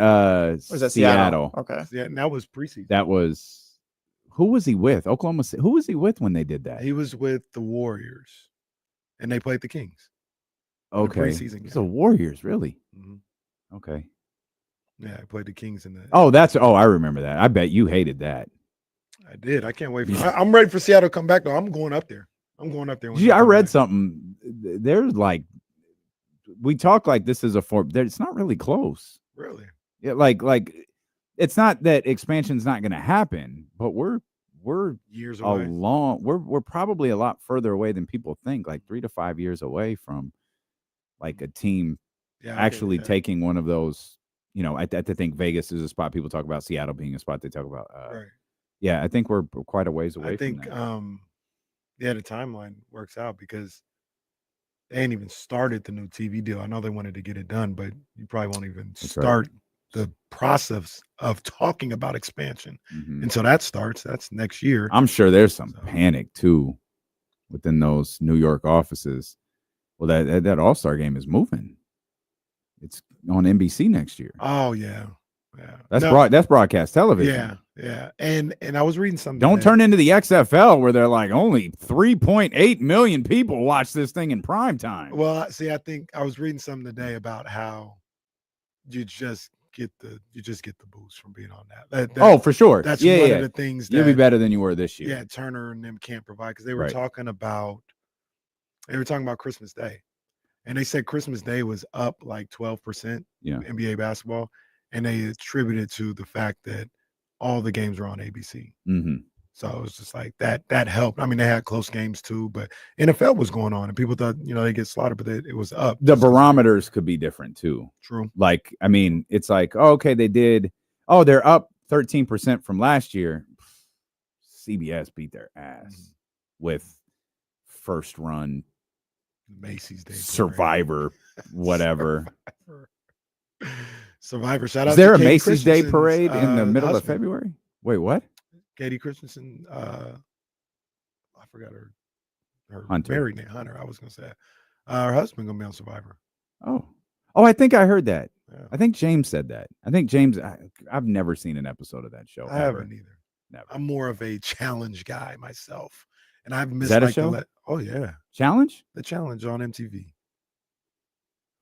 What you looking like that for? I don't know. I don't It's one watch of the great it. shows of all time. Is that like the Shout out Road to my Rules boy- challenge? Shout out to my boy Darrell, man. You know what I'm saying? Him and his son, they used to hoop with Reese over at TBA. Shout out to my man Darrell, one of the great challenge competitors of all time. All time. Okay. The challenge is it. Jesse, you watch the challenge. Oh, Jesse gone. He quit on us. Jesse don't even know what MTV is. Are you serious right now? You know what the challenge is, though. People know what the challenge Like, is that the Road Rules real world thing? Yeah, Yeah, I and know it- what that is. I but thought they- it was called something else, but I know what It that was is. just called that, and then it evolved into the challenge. Okay. And I think they just had There are like human beings that live off of that show. yeah. Like that's how they make their money. Bananas, CT. Okay. You know what I mean? CT, that was a beast right there. Wasn't Johnny Bananas the name of the character that what's his name played in Entourage? Wasn't the character's name Johnny Bananas? It might have been, yeah. It might have been. Yeah. Vincent's brother. I can't remember his name. Man, I guess it was just Johnny Bananas. I thought Maybe that's yeah. what his character's name was. But yeah, man, great show. But I don't even know how we got on the topic. I don't know how any of this happened. We started the show with gold dust. Johnny Drama. There Johnny you go. Drama. There you go. Good Okay. call. Good All call. right, Good all call. right, all right, good stuff. But yeah, man, they going back to UT. That's dope. I like that. That's good. That's good. I think basketball, hell, even baseball should do that more often. I was a big proponent of playing another game at Arco before it got destroyed in a teary exit. Christ. But yeah, they should have went back and played a game. Why? They already did. No, play one more game before. Why? Well, look, first of all, I'm a big proponent of having multiple places to play. Like if you had 2 arenas, that'd be dope. That's what Detroit used to do. What are you back in gonna the day. do? Sometimes they would be what the What are you hell gonna is do? going That's I on? can't tighten this bracelet without. I need another person unless you want to help me. I got lotion on my hands. Well, all right, pal. What do we need another? We don't need another arena. It's always good. And we Sometimes you didn't wanna go need to a play different- like this is dumb. I remember the Michael Jordan game where he does the celebrity game after he retires. He does the whatever it is, kisses the floor, the old Chicago and then they tear the stadium. stupid stadium down. Like we don't have anyone that deserve that. Just play the stupid Well, no, game just play and tear the damn thing down. Well, play one more game. I'm so all right, dude. Well, they can't do it now, so it doesn't matter. Well, thank God it's finally gone. Y'all sitting around here crying about this damn arena for 2 years. Oh, the whole barn is finally gone. Oh, only half of it is gone. Just blow the stupid thing up. I was promised an implosion, and it didn't happen. Didn't happen. It just took like all of a sudden half of Arco Arena is gone. It's like, what the hell? Somebody take a bite out of it. Somebody get rid of this garbage arena. And they keep telling us they saved the little 6 statue, but haven't seen it. Blow that ugly thing up too. There's Well, probably rust all over it. You okay, probably you can't can even clean see it. bird crap everywhere. I doubt you can. You just can't clean. I doubt things you now. can clean that thing. That thing probably nasty. There was like moss. There is probably something of an unstudied nature living inside of that statue. Well, we'll find out together when it's on L Street. Oh God. Right there on L Just Street. build a new one and be like, oh, you we could do that. refurbished it. You could It do can't that be too. any more of a waste of money than the stupid rabbit at the airport or whatever that Well, thing is see, outside next to This is the Doko. second day he's done this disrespectful stuff. Stop disrespecting the rabbit at the airport. Everybody loves the rabbit The rabbit is when you're dumb. coming through. That back is into Sacramento. incorrect. I do not. And I will never take a picture of that stupid rabbit. Yo, if you know, you know. Oh, Yeah, shut you know what up. time it is. Oh, I'm in your city. I'm here, or I'm back home. You know the vibes. Do we know what the rabbit like signifies? No, or it's a symbolizes? waste no, of money. We looked that up. It signifies a waste of money. Is it a waste of money? Because it works. Okay. It brings attention to the So Sacramento people International fly to Airport. Sacramento going, I've got to go to the capital of California to take a picture of this Yeah, rabbit no, everybody is dude, like that's posting. not cool. Like I No, don't want to that's- associate Sacramento with a rabbit. At the airport, an airport rabbit. Wow, Sacramento. Wow. Okay, you with me now? Yeah, I've been with you. Yeah, My man. Think about it. Say it out loud, Kenny. Like a rabbit at the airport. Who gives a damn? They don't do nothing for me. Didn't we look up and this was like a care. $6 million rabbit or something? Yeah. Okay. And the notoriety that Sacramento you get. just pissing away money. That's the second time I've said that word today. just throwing money away. The notoriety that you get from that. You don't get notoriety from the rabbit at the airport. You absolutely you get some from nothing. Rick Ross took a picture of the luggage. Oh, Rick Ross was out of his mind. And that was the only picture he took in Sacramento. Ridiculous. And he was on the wrong side, so he never saw the rabbit. That's where his baggage And who claim flew was. Rick Ross into that part of the airport? What I was saying. He was on, I think Delta's over there. That's probably where he came from Atlanta. So he probably was in that's Delta. true. Yeah, that's true. And they're going to upgrade that side of the airport too. Well, they should. Major upgrades going down. Well, I hope they put a rabbit up there. Well, no, there's only one. You only got that one over there. So if you don't fly into the right terminal, you don't get the rabbit. Yes. Wow. Yes. Wow. Simple as that. Discriminatory flyer over Talking here. about. It makes perfect sense. It doesn't even make it like a Sacramento thing. That's like a Terminal B thing. Come on, bro. What are we doing? No, baby, we going to the can't. right No, terminal. baby, I'm sorry. We can't take JetBlue. It's not in the right terminal. Yeah, we won't get all a right. picture of the rabbit. Sounds about right. Yeah. Stupid. It's even if it's 5 people, there is nothing. Nobody would take pictures of Sacramento International Airport. None. It'd be 0. Well, thank God. But now you got the bunny. So if when you get 5, I fly into is that Atlanta, better? I don't take pictures of anything. Yeah. But people, if they had a rabbit, I bet you people would. Am I wrong? We gotta test this out, I guess. I mean, we have in Sacramento. You don't take a picture of any airport saying I'm here, but people take pictures of the rabbit. No, people from Sacramento take pictures of the rabbit. Do people flying into Sacramento take pictures of the rabbit? Sometimes I've seen. I don't think, but it's they not. do. It's I not don't like a think they do. national landmark. Okay, right. It's a waste of money. But that's my point. If it's bringing notoriety, it's not a waste. Kyle Renata brings up a good point. Don't think we're all getting on any planes anytime soon. Boy, that's a fact. I got a flight in May, and I'm praying to God, whatever the hell is going on right now, they fix it. Because if they don't, I'm driving to Las Vegas. Yeah, I was gonna say you might as well drive, pal. Yeah, I'm just somebody who's putting the holy water and the cross on the airplane. That's what I ain't driving more than 4 hours. How all of a Or I sudden just won't go. How all of a sudden are planes just It feels like it's daily at this point too. It's February 20th, and I swear there have been like 10 plane crashes. Yeah, it's for real. It's crazy, man. That is crazy. Oh, did you Maybe see if that? all the airports had rabbits, this wouldn't happen. Did you see that they were only trying to offer the people that that you saw the airplane that crash landed and turned around, right? They were only upside trying down, to offer those people $30,000. Oh, yeah, they're trying to get ahead of it. Yeah. Well, that's Yeah. insane. How are you gonna only offer $30,000 for that? If you offer me 30,000, I know that you probably. Oh, yeah, be on the hook for you more. know, if you offering everyone on this plane $30,000, Out you of know nowhere it's bad. too. Like we didn't even necessarily ask for it yet. They were Here's handing out. here's 30,000. They were handing out with Delta bags with $30,000 in cash. And here, sorry about that. Here you go. Sorry about that. Yeah, no, yeah. What you offer? Here me you this go. for? I know you Oh, know. they're saying 30,000, no strings attached. You can still sue. All right. Well, I'm gonna sue again, I guess. Yeah, heck yeah. Oh yeah, if you don't have to sign paperwork, Yeah. and Give give me me that- handing me a bag. Give me that 30 sure. bands and I'm gonna need the 30 now and then $1 million later when we settle in this will court. help me find the right lawyer. I like the idea of, oh no, we don't need to sue them for $4 million. They gave us this 30,000. It's Yeah. fine. Good stand-up Give me these individuals. 30 bands while I sue the pants off of you real quick. Yeah, I mean, Cole brings up a great point. You buy another rabbit. Good. I mean, a much cheaper one than what Sacramento Good. has, because that was a waste of like $6 million. Once again, like I said, take a picture next time you're in No, Las Vegas Well, airport. You won't do it. No, I don't need to. But I don't need to people- take a picture when I'm in any airport. But, It's an but airport, people do. People do. and it's dumb. And you know what's dumber than taking the picture? Hmm. If you know, you know. Dude, shut up. I see you don't even do that. See, you just really put the picture and people know the vibes, man. Sometimes less is more. We took down Just take Morton's the and Ruth's picture. Chris yesterday. Today, the airport rabbit. I'm curious what D'Lo's got tomorrow.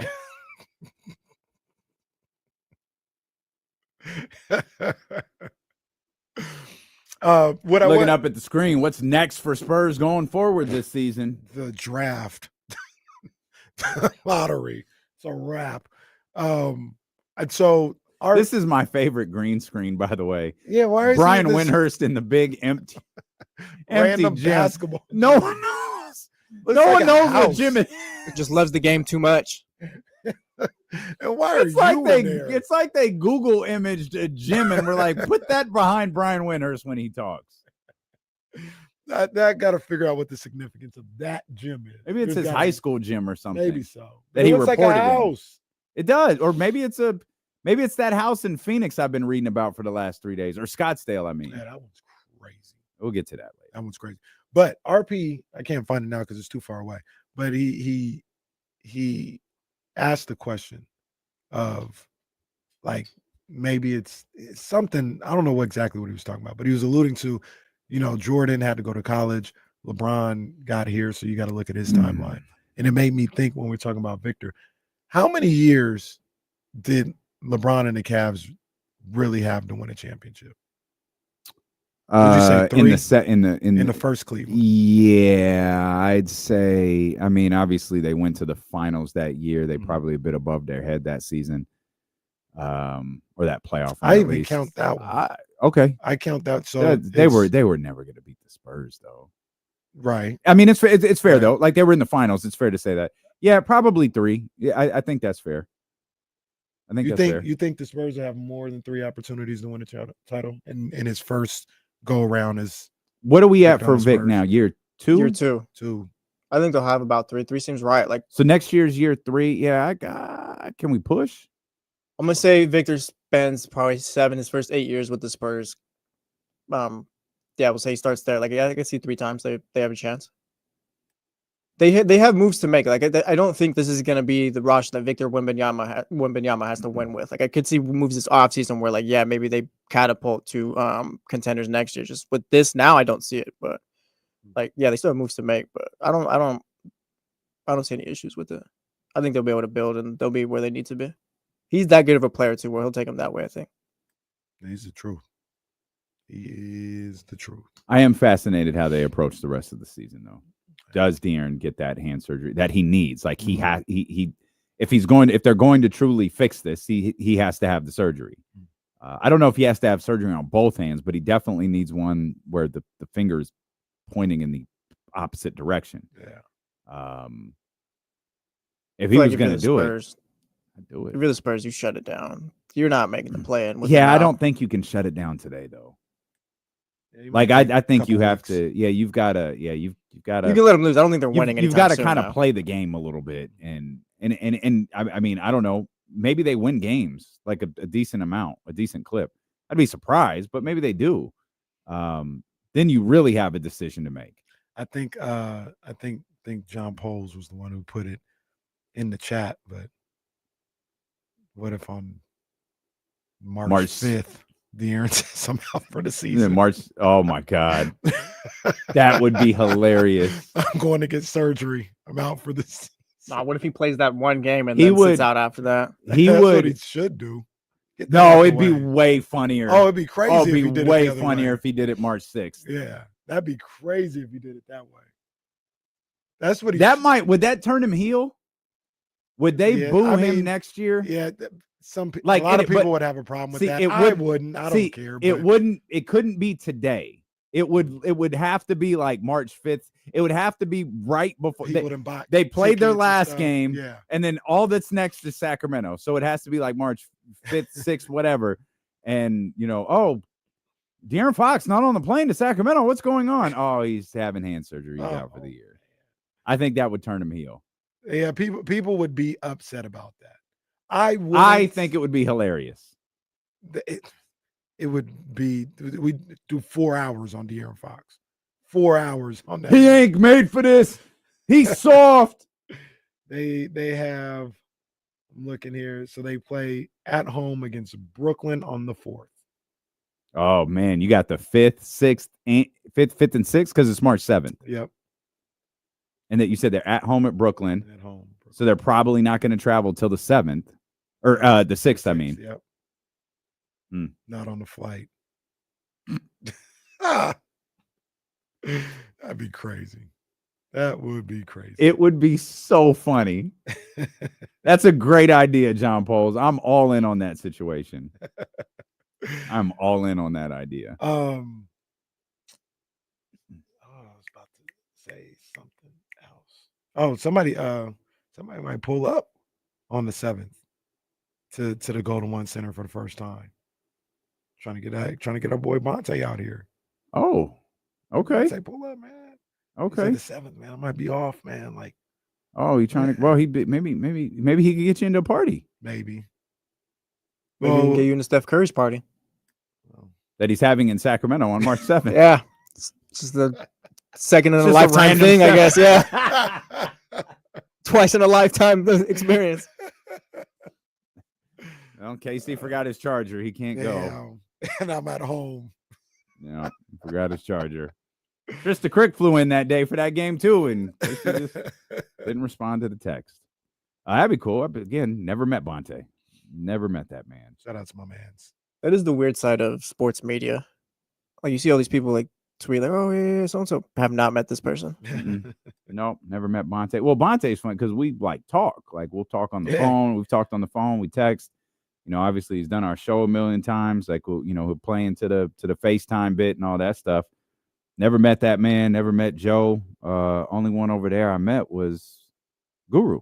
I met him at your house. Shout out, Guru. That's kind of social media too, because you become friends with somebody you've never even seen, like on there, like on Twitter or whatever. It's weird all the time. And then like you actually meet the person in real life, and it's just kind of awkward. Mm-hmm. It's like, well, that's why I love our live shows, because everybody introduces themselves by their screen name. Yeah. I looked at Mark Wong, but that's not going to work. But I'm Drew Down. Mm-hmm. Yeah. I don't know Michigan. Well, no, Michigan. Yeah, Michigan Wolverines. Yeah, exactly. We call him by the school. We call him by that stupid school in Ann Arbor. Like, would you stop it? Like Michigan's here. Like this literally, hey, Michigan's here. Like imagine we have a live show or whatever. It's like, oh yeah, what did I just see? Like, oh, we're gonna just call you that.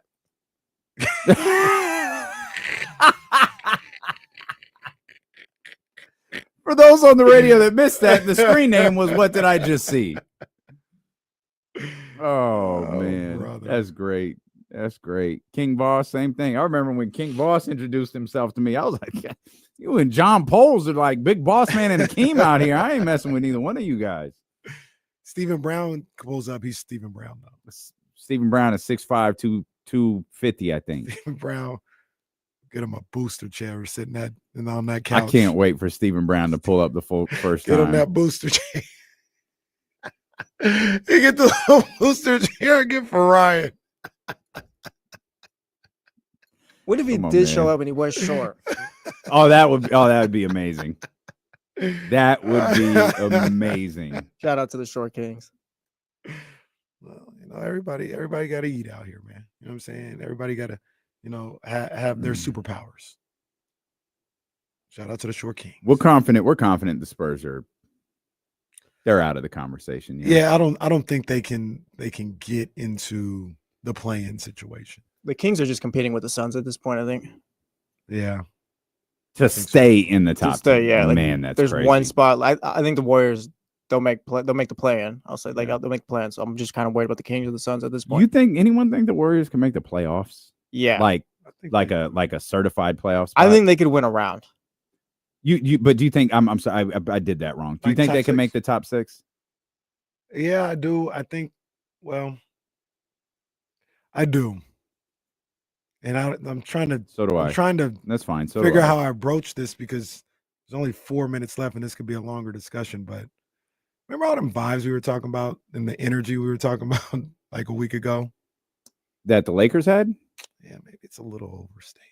Maybe it was a little overstated. I hear you. I'm not saying it's gone. I'm not saying we misread it. Well, that last game before the All-Star break is really tough. It's tough, yeah. That first game out of the All-Star break is really tough. Well, when you're playing two teams with a combined 22 wins. The Hornets. With them, though, are we just waiting on Luka to figure it out? Maybe, but Luka wasn't around for some of that late run that they went on. Luka only played in 3 games? In the Lakers? Yeah. 2 or 3 games. They were playing well before that. Just his presence is what energized everybody. Yeah. And then when he got into the game, they beat up on the Jazz team for the first time. But yeah. And I don't know if he's gonna figure it out. I don't know if he's gonna get in shape. I don't know if him and LeBron are gonna figure it out. Because now, and mind you, this is social media, this is the internet, but there's a bunch of clips floating around of Luka just standing around while LeBron does LeBron things. Then they're like, this is one of the reasons why D'Angelo Russell was talking about, man, I'm never going to take for granted playing free basketball again. Because the premise is sometimes it could be difficult playing in an offense that's LeBron's offense. And I think both of them are smart basketball players, great talents. I would bet on them figuring it out to the point where they're good, but I don't know, that might be a little bit of a concern. We talk all the time about ball dominant ball players. Get these guys, two guys that need the basketball. Well, that's like the ultimate two guys that need the basketball. Yeah. And will they figure that out in time? And I say all that to say, we talk about the Warriors top 6. Clippers is always somebody people are looking at. Maybe the Lakers fall back. Maybe. I'm not betting on it. Yeah. But maybe. Yeah. And that's before I didn't even talk about his defense. I mean, what happened in the fourth quarter of that game last night was... Well, there was a lot of bad that happened in that fourth quarter last night. There was a lot of... I mean, he was tough. Like, Luka was tough yesterday, and he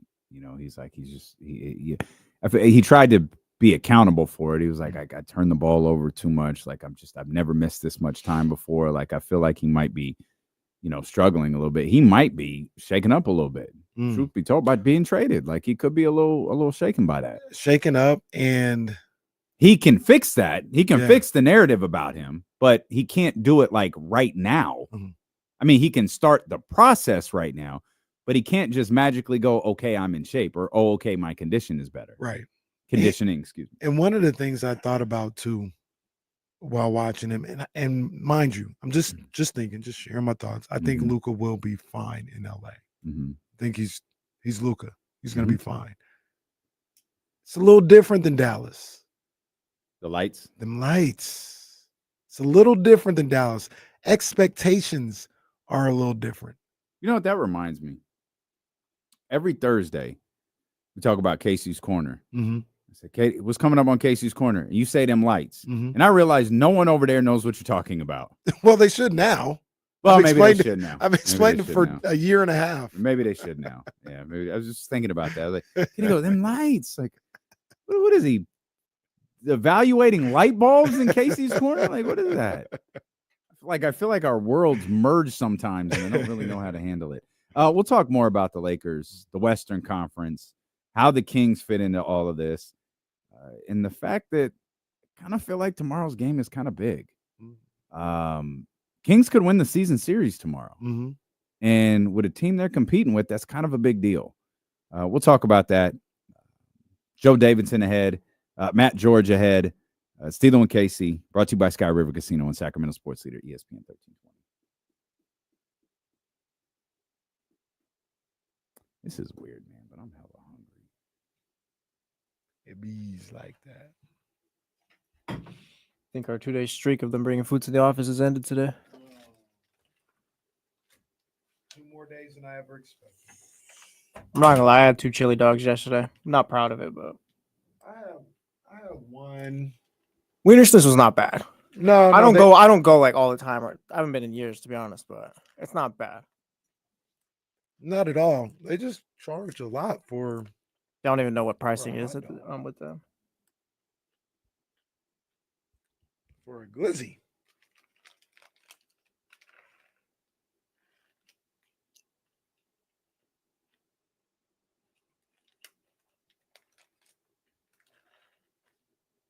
You guys aren't getting me. Hell no. I toe the line.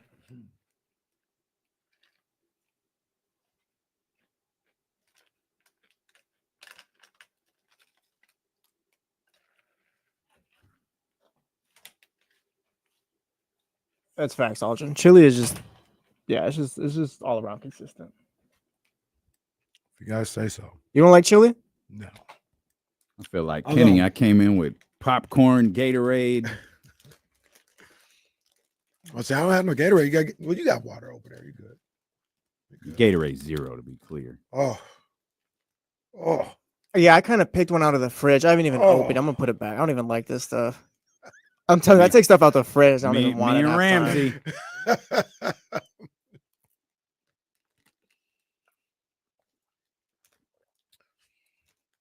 Is this the same popcorn we got in the locker? mm-hmm.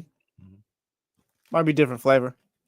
They had some different flavors, but this one I think is the regular joint. I don't know why I'm so hungry.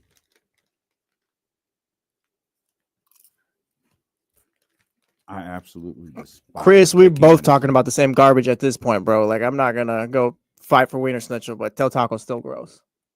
We're arguing trash to trash, I guess, if you wanted to say it that. Yo, who dropped them joints off? Did you eat one of them? What's that? Was it bad? The chili dog? Yeah. Hey, relax. It was fine. All right. Some of us had I was two. asking questions. Some of us had man. two. Wow. It was My good. bad. Okay. It was okay. It was okay. It was okay. I don't really like chili dogs, but it was cool. Brother, ask a question. I feel like Mac. It's ask just the a question tone. and It's the got tone. dumped.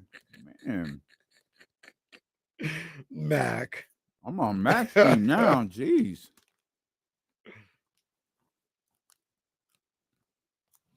I'm just making a fucking mess over here.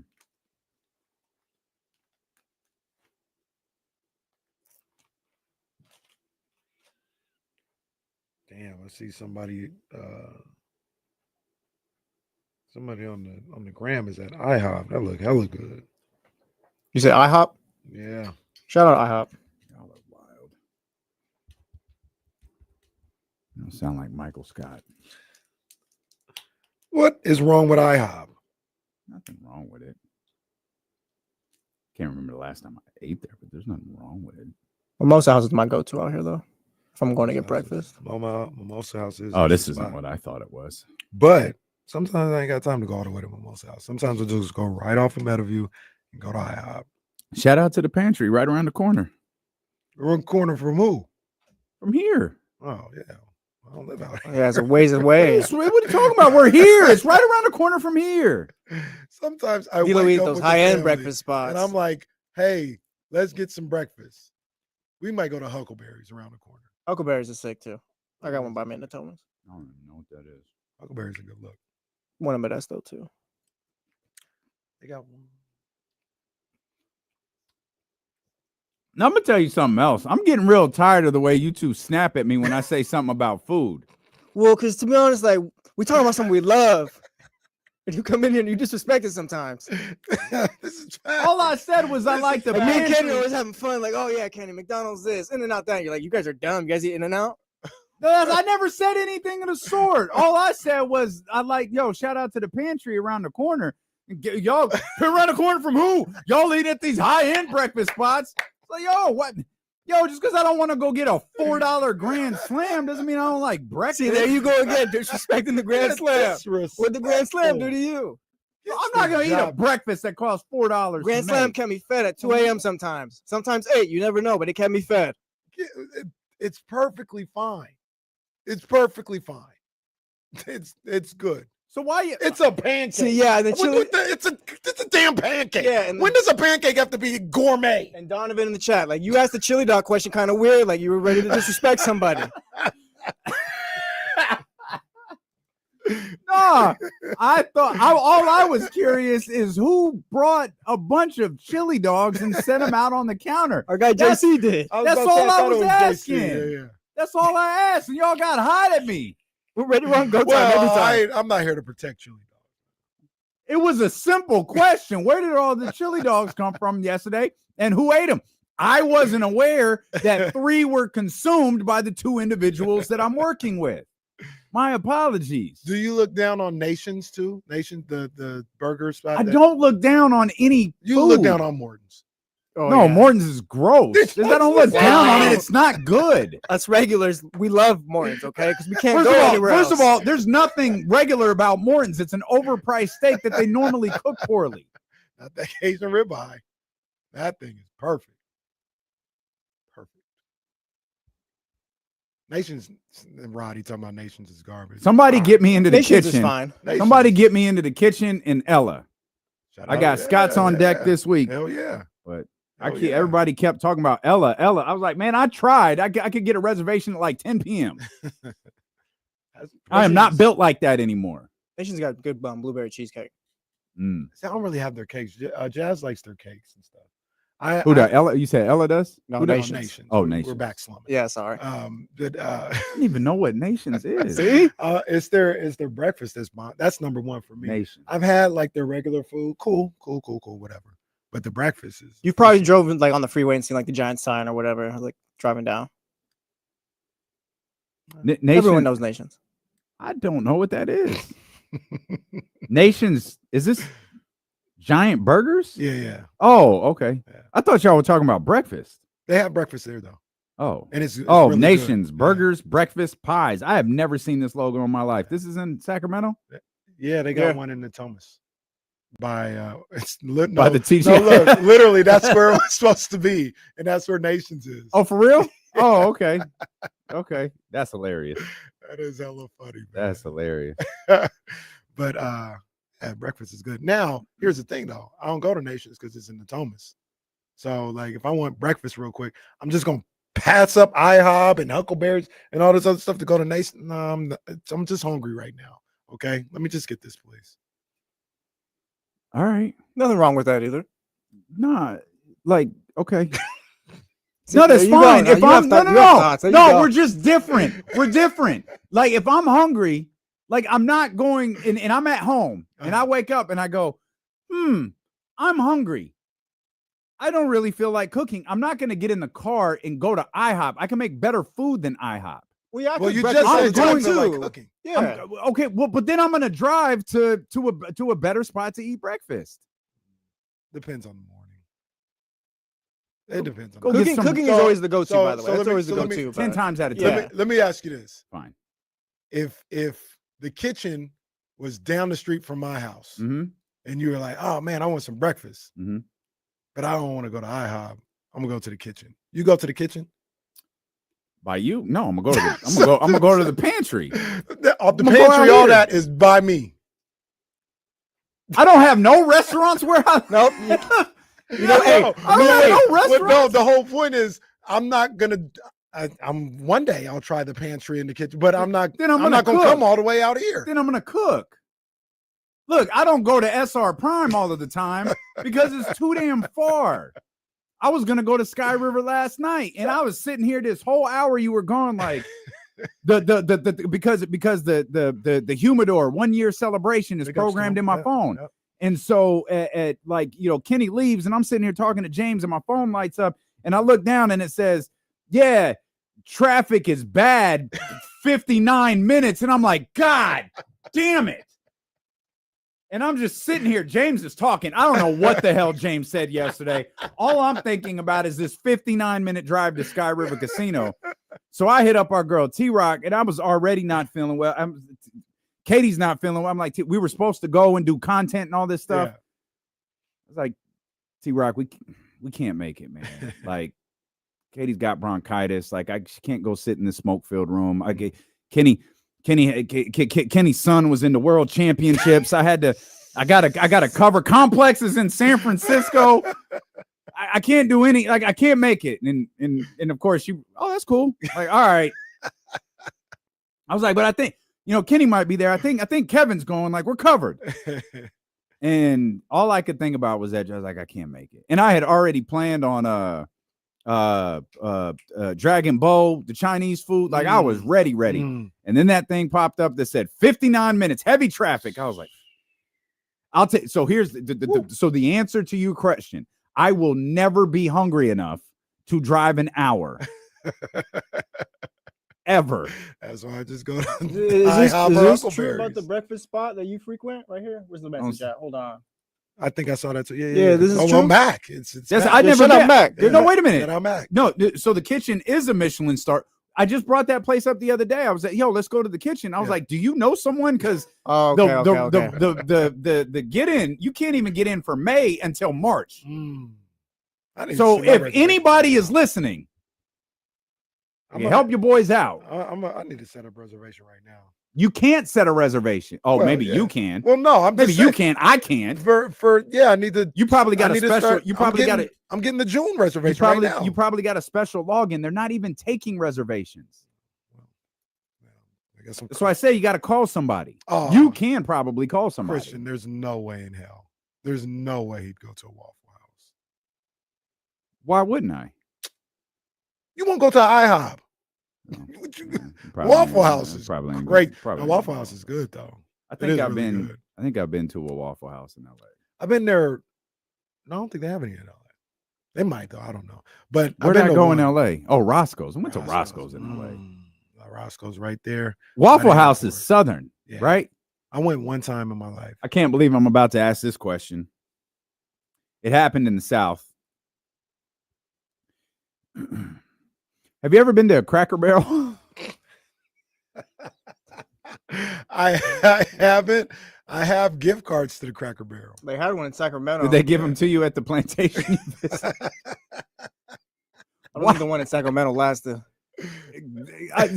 Cracker Barrel was disgusting. I've I never never been. had It was Never had it. awful. It was one of those. Was like, I don't think I need to try this. I place. remember we went there once. It was, I don't remember if it was in Tennessee. I don't remember where it was, but it was definitely the South. It was terrible. Now that's interesting because usually stuff might be a little better out there, right? I did even not with the like it. chains, you know what I mean? They cook them a little different or something like that. So that's interesting. But no, I've never been to the Cracker Barrel. Like I said, I have a gift card. Yeah. Again, why do you have that? I don't know. Somebody gave it to me as a gift. Someone who knows you? Yeah. Now they have one in. I don't know how long I've had this gift card because they have Do one. you in walk LA. around? No, Do you walk around? It's got them in the wallet, ready to go. It's not like my Chipotle gift cards, so they're in my wallet. Or actually in my car. They have one in LA, not far from where we live. And somebody had given us gift cards for Lucille's. And I had never Okay. been to Lucille's, but at the time, I don't think they had the one out here. I think it is. Yeah, it's out here in Roseville, I think. It was just the one, it had it in Cerritos or something like that. And I was like, oh, I never heard of it. And then I found out they had one out here. I've been to Lucille's a couple times out here. It's a good look. Okay. Shout out to Lucille. Also, shout out to Sky River. Shout out to the Humidor. How was that last night? It's good. I Good talked to our girl Megan when it was all over. It was good stuff, man. Shout out Jody Bacon. She pulled up on us. Yeah, she texted me on her way. I was like, sorry, big dog. Yeah, shout out Jody. couldn't Shout out pull up. Kevin from the Wake Up Call. Mhm. Shout out to him. I was champagning and campaigning with your boy. Kev? No, well, Kev for sure, but with your boy. Who? Your boy 10-2. I was champagning and campaigning. Word. Yeah, good conversation. Good for him. Yeah. Good for him. So he got invited, huh? I don't know what. No, it's cool. I don't know what. No, I got some questions. No, I got questions. It's good though. I don't think it came from us though, like from our people. I don't think it happened like that. I don't think it happened like KC that. starting stuff again. Shout out to my homegirl Nyree too. She's up there. I would have hung out with him. I would have asked, "What the hell are you doing here?" Well, he told me, and that's why I said I don't think it came from our Well, people. salute, man. I hope Yeah. I hope Alan had a good time.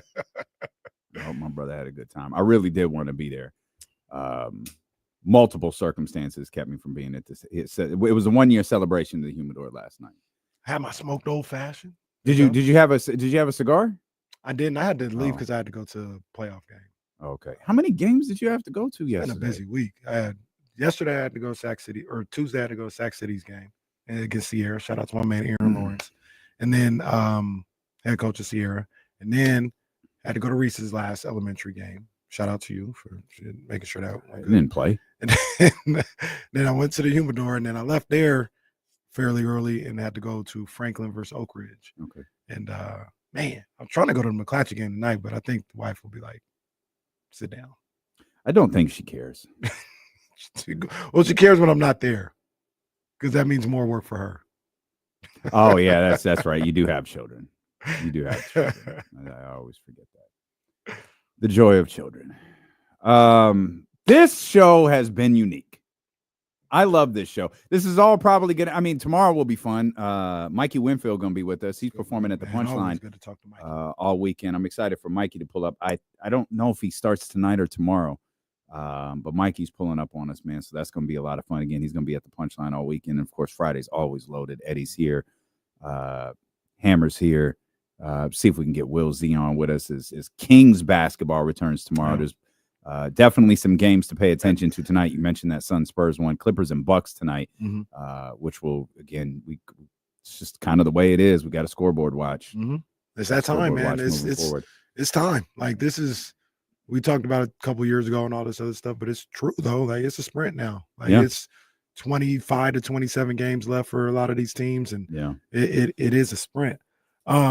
I wanted to ask both of you guys a question. This is probably like a real radio question, or just like an S starter question, I guess. Do you think that you can win a championship with Luka? Yes. Man, you answered that very quickly. Yeah. If you can get to the finals last year, then I think that there's adjustments you can make where you can get 4 games. I mean, Devin Booker got to the finals. I think Devin Booker could get back. Well, Devin Booker's not Luka either, though. But they don't treat Luka's generational. They don't treat Devin Booker like the Hornets treat Luka on defense. Like the Hornets were like, this is how we're gonna win the game. No, yeah, we're gonna do it. The Celtics treat him that way in the finals, but I think there's ways you can work around that where you can maybe draw up a team where, like, yeah, you can get 4 games in the finals. Like, he can get you there. So if I think he can get you there, then yeah, I think you can win it with him. Ideally, you're asking him to win 4 games. Just get more defenders around him, I guess. He's still gonna be out there. It doesn't, like, they're gonna find him no matter. He can't hide. You can't. But Luka's not the first bad defender to ever play in the finals. Like, teams have worked around that before. Name some bad defenders. I was gonna say, I think I was at that level, like that bad of a defender. Well, I'm not gonna be able to knock off my head. In one, like, I mean, the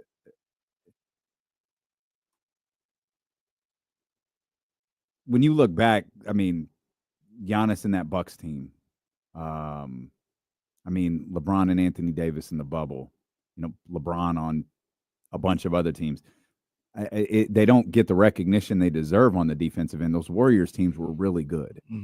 All of them. Kevin Durant ones, the non-Kevin Durant ones, they were all really good. We look back at, like, the Spurs winning their 5 titles. They were all really good on defense. You look at Detroit, good on defense. I can't really remember those Shaq, Kobe, Laker teams as much, but I know the Lakers, Kobe, Pau Gasol team. Like, those guys weren't. None of those guys, none of them, certainly not Kobe Bryant. None of those guys were Luka Doncic defenders, and I don't know what player of his ilk was that bad defensively that won a championship. So you don't think there's a way you could scheme around that?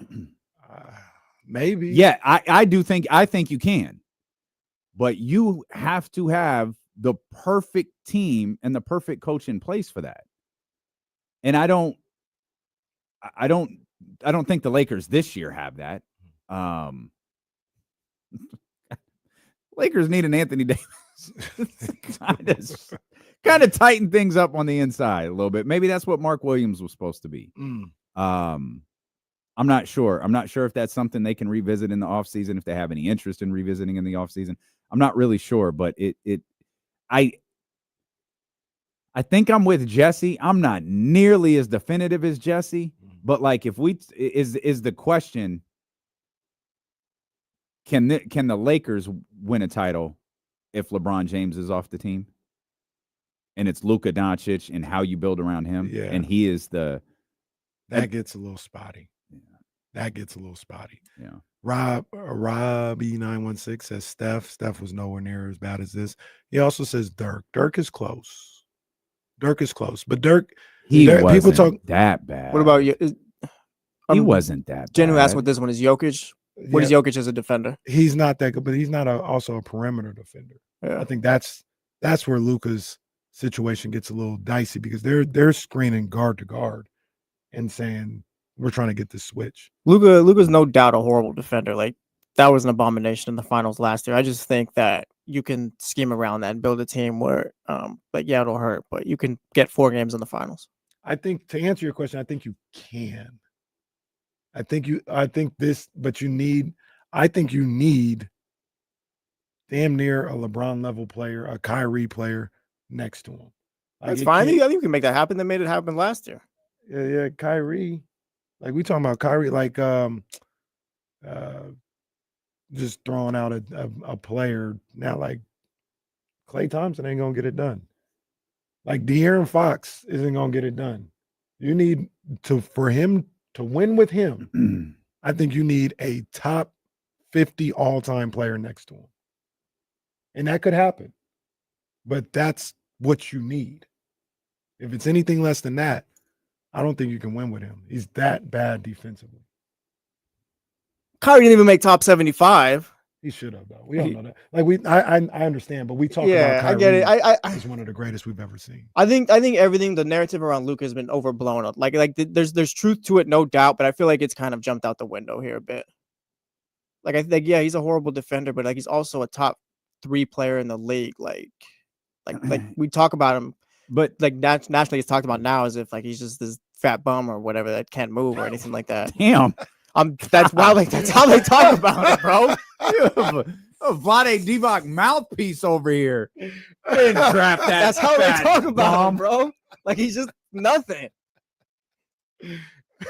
It's easy to kick Luka Doncic right now because he's having he's missed the most basketball he's ever missed. He talked about that last night.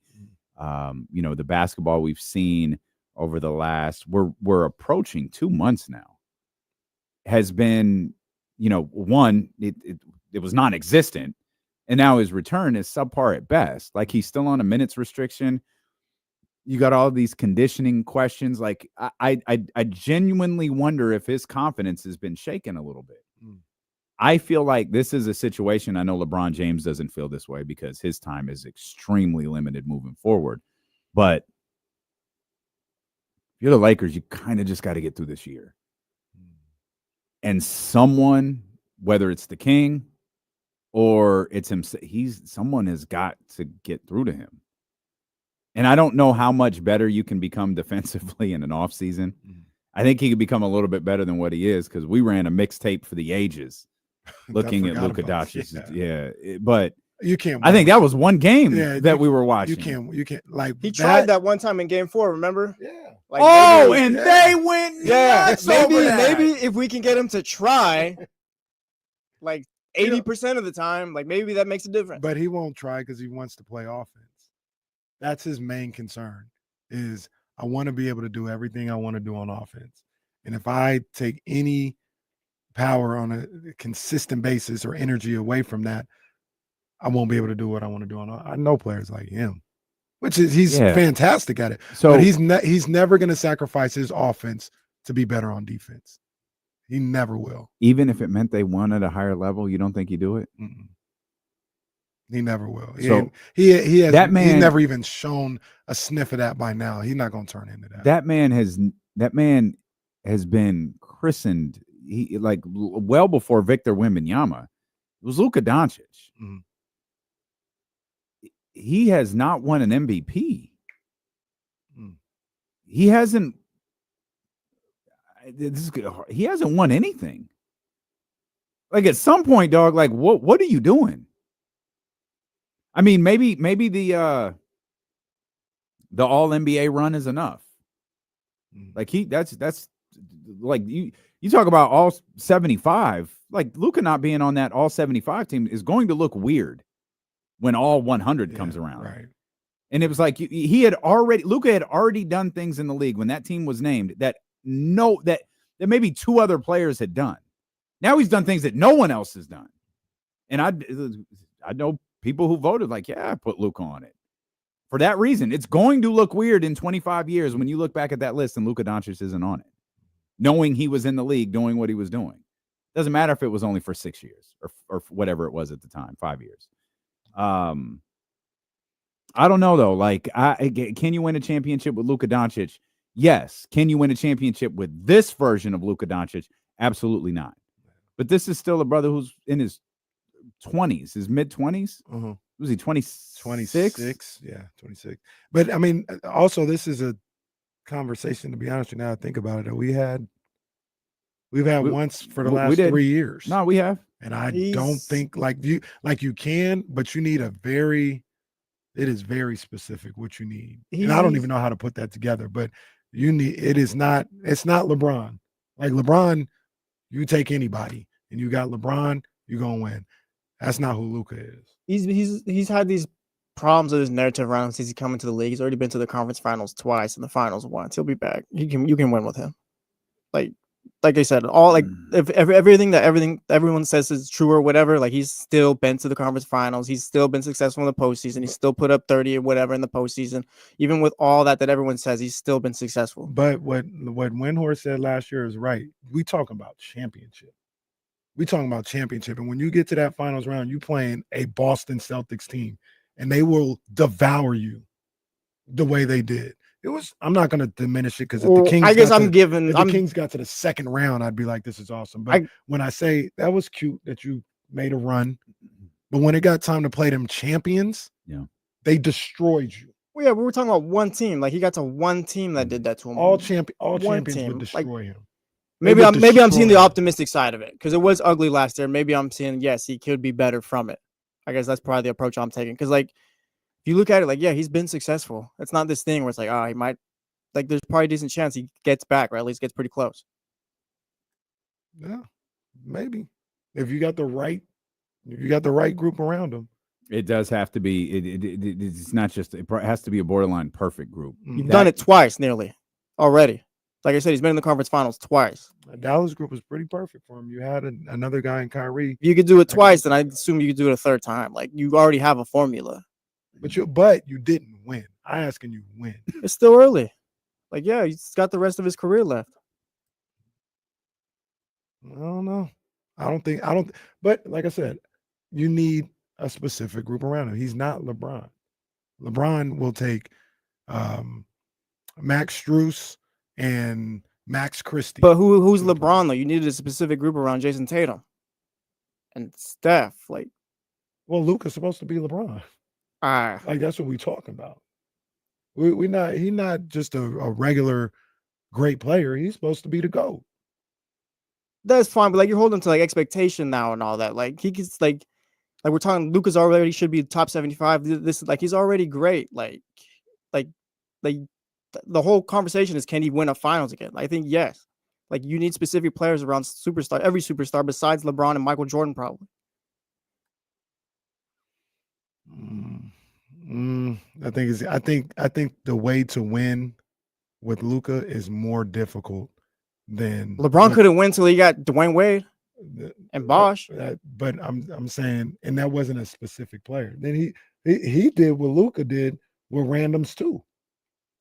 He did it with randoms too, just like Luka did. That happens. People get to the finals with randoms more often than we think.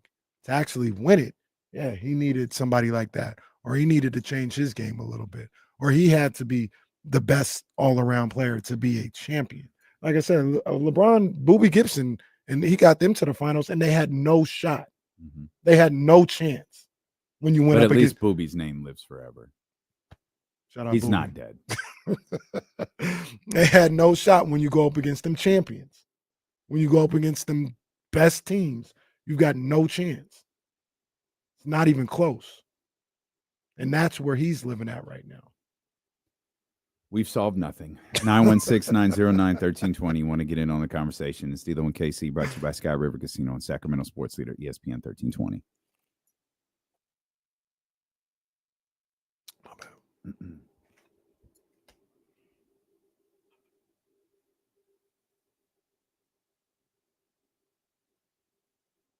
So my question is securing the Bagley. I'll ask this. And it goes back to an age-old thing that we talked about. If you were somebody that said Harden will never win nothing, to me, you can't say Luka can be any different. Same type of play. We've gone over it ad nauseum. Same type of player, same limitations. Harden's actually probably a better defender than Luka. But it's the same. And if you thought you'd never win anything with that guy, now some of that is, to be fair, some of that is the way James would fold in big moments. Luka don't do that. Luka show up in the big moments. So some of that is that's part of the case. I have never felt more like Kenny Caraway than I do right now, drinking Gatorade and popcorn and just chugging snacks. And But securing the bag lead, I don't really care. He played them champions. This is my whole point. When you play them champions, it's different. You can't get by on all that other stuff. You can get past a couple rounds, but when you play them ones, like we don't, like outside of Dallas, I guess, the one year they beat Miami, you don't be having no fluke champions. Maybe you say Denver was a fluke champion. I thought they were pretty good, but those are few and far between. More times than not, you get to the finals, and if you're just kind of a makeshift team and you play them champions, you don't get smacked.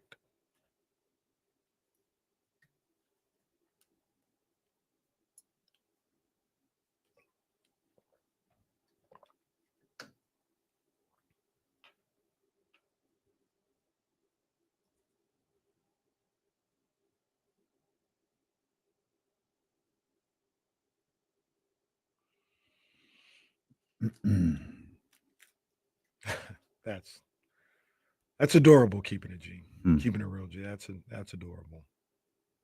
No, I did not get the man once. If I did, I'd be very, very, very happy.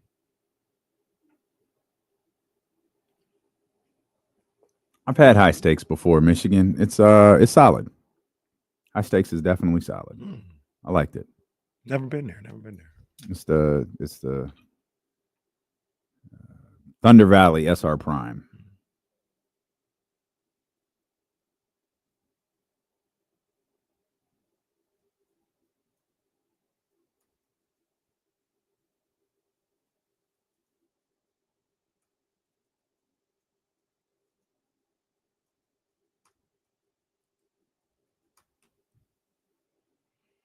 Man, that's crazy.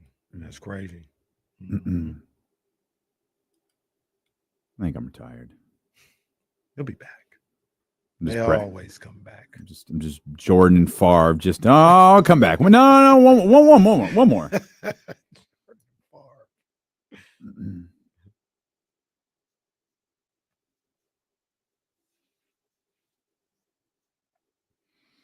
All right, man. Shout out to our man Johnny Jennings and the Made for More Realty. No, we're good. We're good. No, why does Realty kick my ass every time I try to say it? It's just different sometimes. That's all. It's just different. Realty. Made for More Realty. You got it. Made for More Realty. Yeah, there we go. No, seriously, it just comes in and hits me with the rock Well, it's bottom. like that's yours. Casey's is Debo Samuels. Like we all have our thing on the show. It's fine. They're the professional realtors in the area. The real estate bar has been raised. Clients today expect more marketing to promote the sale of their home. My girl Elizabeth decided it was time to sell her Sacramento home and move to Roseville. Sounds familiar. So she called Johnny Jennings. See, Jennings is beating your ass. She called Johnny Jennings with Made for More Realty. Johnny was able to get her a full price offer and help her get a great deal for her Roseville Sun City home. Voted number one team in Roseville the past 3 years. In 2023, 48% of realtors did not sell a home. The Made for More team averages a sale every 3 days. Absolutely incredible. Ask about their Fix It Before You List It program with no upfront cost to you. Ask about their no cost to you home warranty to protect your home while it sells. Expect more, get more with Johnny Jennings and his team at Made for More Realty, California, DRE, number 01982171. Just Google Made for More Realty today and get more for your home.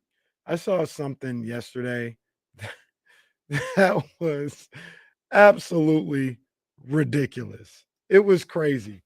I'm watching St. John's versus DePaul yesterday, right? And this kid for DePaul, he's playing defense and his shoe comes off. And they kick the shoe to the side. St. John's has the ball.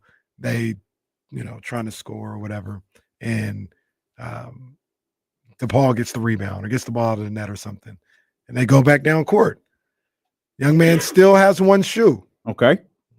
DePaul has the ball on offense and something happens. St. John's got it. Young man still has one shoe. St. John's does whatever. DePaul's got the ball, come back down. He's still got one shoe. At one point, I think we're about 2.5 minutes of gameplay up and down the court, and the man's got one shoe on. He took a shot with one, took a spot up three with one shoe. Did he make it? No. Oh. He tried to save a ball from going out of bounds. Just nobody fouled point, anything. The official got to go like, all right, look, you proved your point. Hang on, stop. I say no. I guess not. I say DePaul should have called the timeout. And the coach got mad. Like, hey, he's only got one shoe. What do you want him to do? Call a timeout if you want him to get There's the other nothing shoe that on. says the man can't play with one shoe on. Bro, he played like 3 minutes. It feels excessive, bro. Get your shoe on. What? Well, if the ball keeps moving up and down, what Nah. are you supposed to do? Get your shoe on. I didn't have a time. It was like one of the craziest things I ever seen. That sounds like a 2000s hip hop song. Get your shoe on. Get your shoe on. Everybody get your shoe on. Everybody get your shoe on. What? Shout out to Cali Sunshine. D-Lo, Q1227 is a good food Here we joint. go. Definitely a food try. Oh, sweetie. We are so well aware of Q1227. Oh, I thought she was, or he was saying that. I think they were making a suggestion. I thought they were thanking you because they heard you talking about it. It was like, oh, thanks, man. That's great. Oh, maybe they were trying to put us on. I thought they were trying to put us on game. Okay. Been there, done that, aftermath.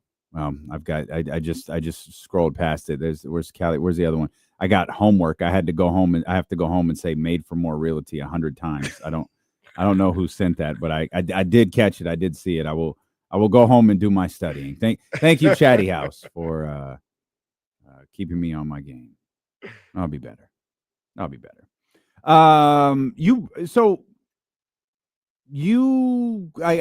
kind of picked up on something you said a little bit earlier. The Lakers lost to the Jazz right before the All-Star break. They lose to the Hornets last night in the NBA's return to action.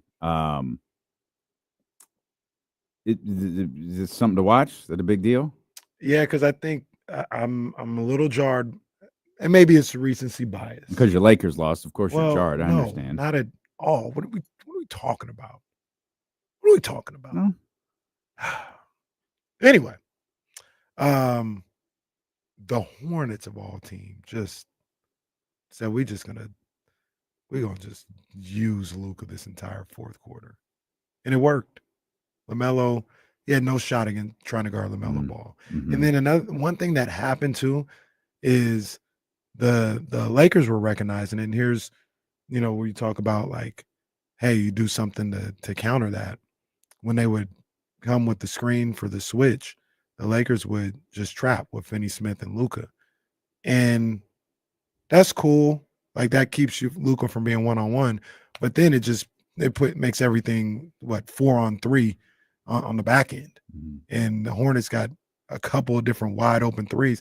And I'm thinking about the Hornets. I'm like, they're able to do this. Like, what is Memphis going to do? What are the Warriors going to do? What this is, you either leave him on that island and hope for the best. And then when you leave him on the island, here's the other killer too. You don't have the rim protection. So, okay, they get by him. Maybe obviously they were traded for each other, but you funnel them into Anthony Davis. Well, no, you don't have that. You've got Jackson Hayes. You've got Alex Lynn and all these guys, if they're even in the game. And I think that's going to be a real problem. It's not a serious question because there's no reality in which this exists. Mm-hmm. Anthony Davis is healthy. Is Luka Doncic a better pairing with Anthony Davis than with LeBron James? Yeah, I think so. Like if you traded LeBron James for Luka Doncic instead. Yeah, I think so. And the other aspect of that, you'd have two guys who can't play, but still. Right. The other aspect of that too is like I think there is something. I'm just want to see what it looks like. In theory, it felt great. LeBron and Luka on the same team, but two ball dominant guys. There were a lot of times yesterday it didn't look right. It didn't look right. And much like I say, oh no, my bad. Didn't we feel the same way about Kyrie and Luka? Yeah, and they figured it out. They figured it out. So they had to get through the season Kyrie got there. Mhm. They had to get they basically and it's tough because LeBron is 40, but you had to get through the season. And the next year they were a lot better. They were a lot more in sync. Kyrie is like really one of my favorite players right now. Like I think he was talking to Malika, and Malika asked him about all of the stuff coming from the Dallas Mavericks organization regarding Luka Doncic. And I'll paraphrase a little bit. Kyrie was like, man, like when you're, out there with these guys, like you form relationships with them that are outside of basketball. And he eventually was like, I really hope that stuff stops.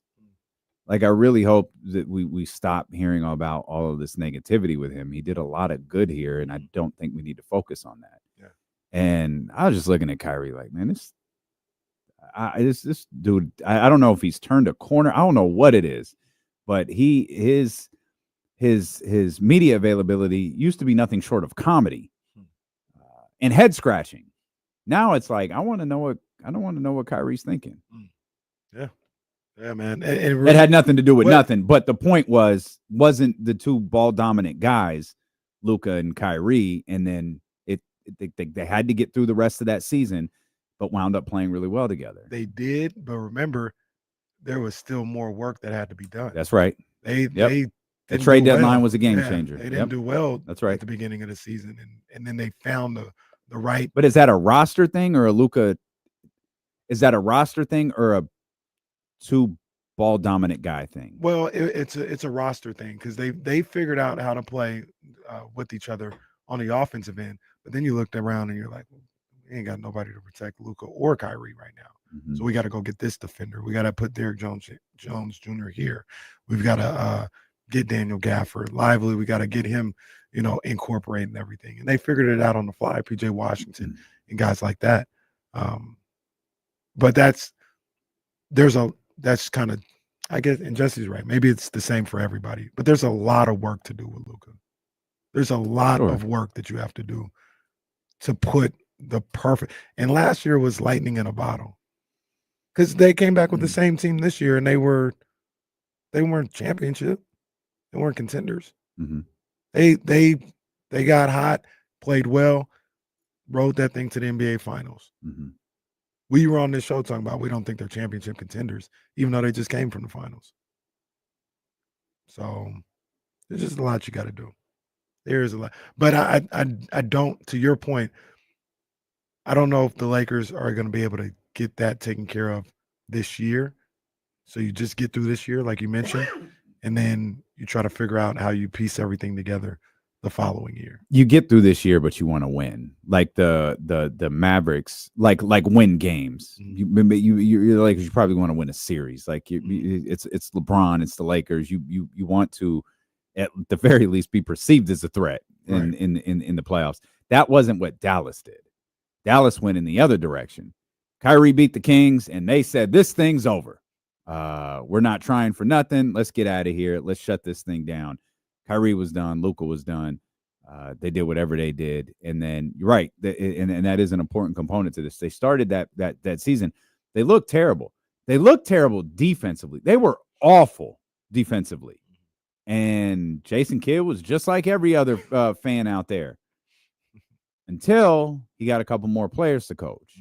The PJ Washingtons. I can't remember if Gafford was a part of that that time. And that group came in, immediately got better defensively, immediately got better overall, and then went on the run that they did. But I don't know. Maybe that was the perfect team around Luka Doncic. But you said it earlier to Jesse, that might be the blueprint. You've got to have, if you're going to compete at the highest level with him as your guy or something perceived as your guy, you're going to have a strong interior and a damn near perfect defensive team around him. And the other aspect, when like I talk about when they play them champions, That's not going to work. We talk about he got to a conference finals. What happened when he beat a Suns team that apparently Ayton and Monty went? They all hated each other or whatever. Crazy. And that didn't work. Yeah. And then he played them champions in the Western Conference Finals, and that was short work. That was the Warrior series. That was short work. It's cool. Like you can beat good teams in that with him and with how things go. But when you play them champions, it's not a good look. You need more. You need more than just him. Oh, that's the other thing I saw in that game yesterday. Yo, hey, Jesse, get your boy, bro. Get your man. Man, we talking about? Get your man's. He should never feel this comfortable. Come on. Ooh. Get your man's Austin Reeves out here getting ejected with 2 techs. He felt he should never feel this comfortable in the league where it's like, yo, I'm going to yell to the point where I get can you 2 hit the techs. button on the soundboard that Kenny professes his love to the Lakers, please? Okay, Lake Show. Glad we got that out the way. Yeah, I don't know what Austin Reeves was doing, though. Like, relax, bro. You're the third man, if that, on this team. Dude, like, really think he's him. Don't be complaining about call. I'll tee you up right now. I'll throw you out twice if I'm the ref. I'm not going to take that from Austin Reeves. He got 2 texts for arguing like he's him. Like he franchised. Like James Ham says, I'm not going to take that from Jacques Vaughn. If I'm the ref, I'm not going to take that from Austin Reeves. Kidding me? That was crazy. Settle down. Settle all the way down, Austin Reeves. Hey, you play next to LeBron, I'm going to start yelling for calls too. LeBron had that little dunk was nice, man. In the fourth quarter. I know he still had it like that. Yeah, he needed them threes to drop though. He did. Did you see that stat about him with the game-winning shots?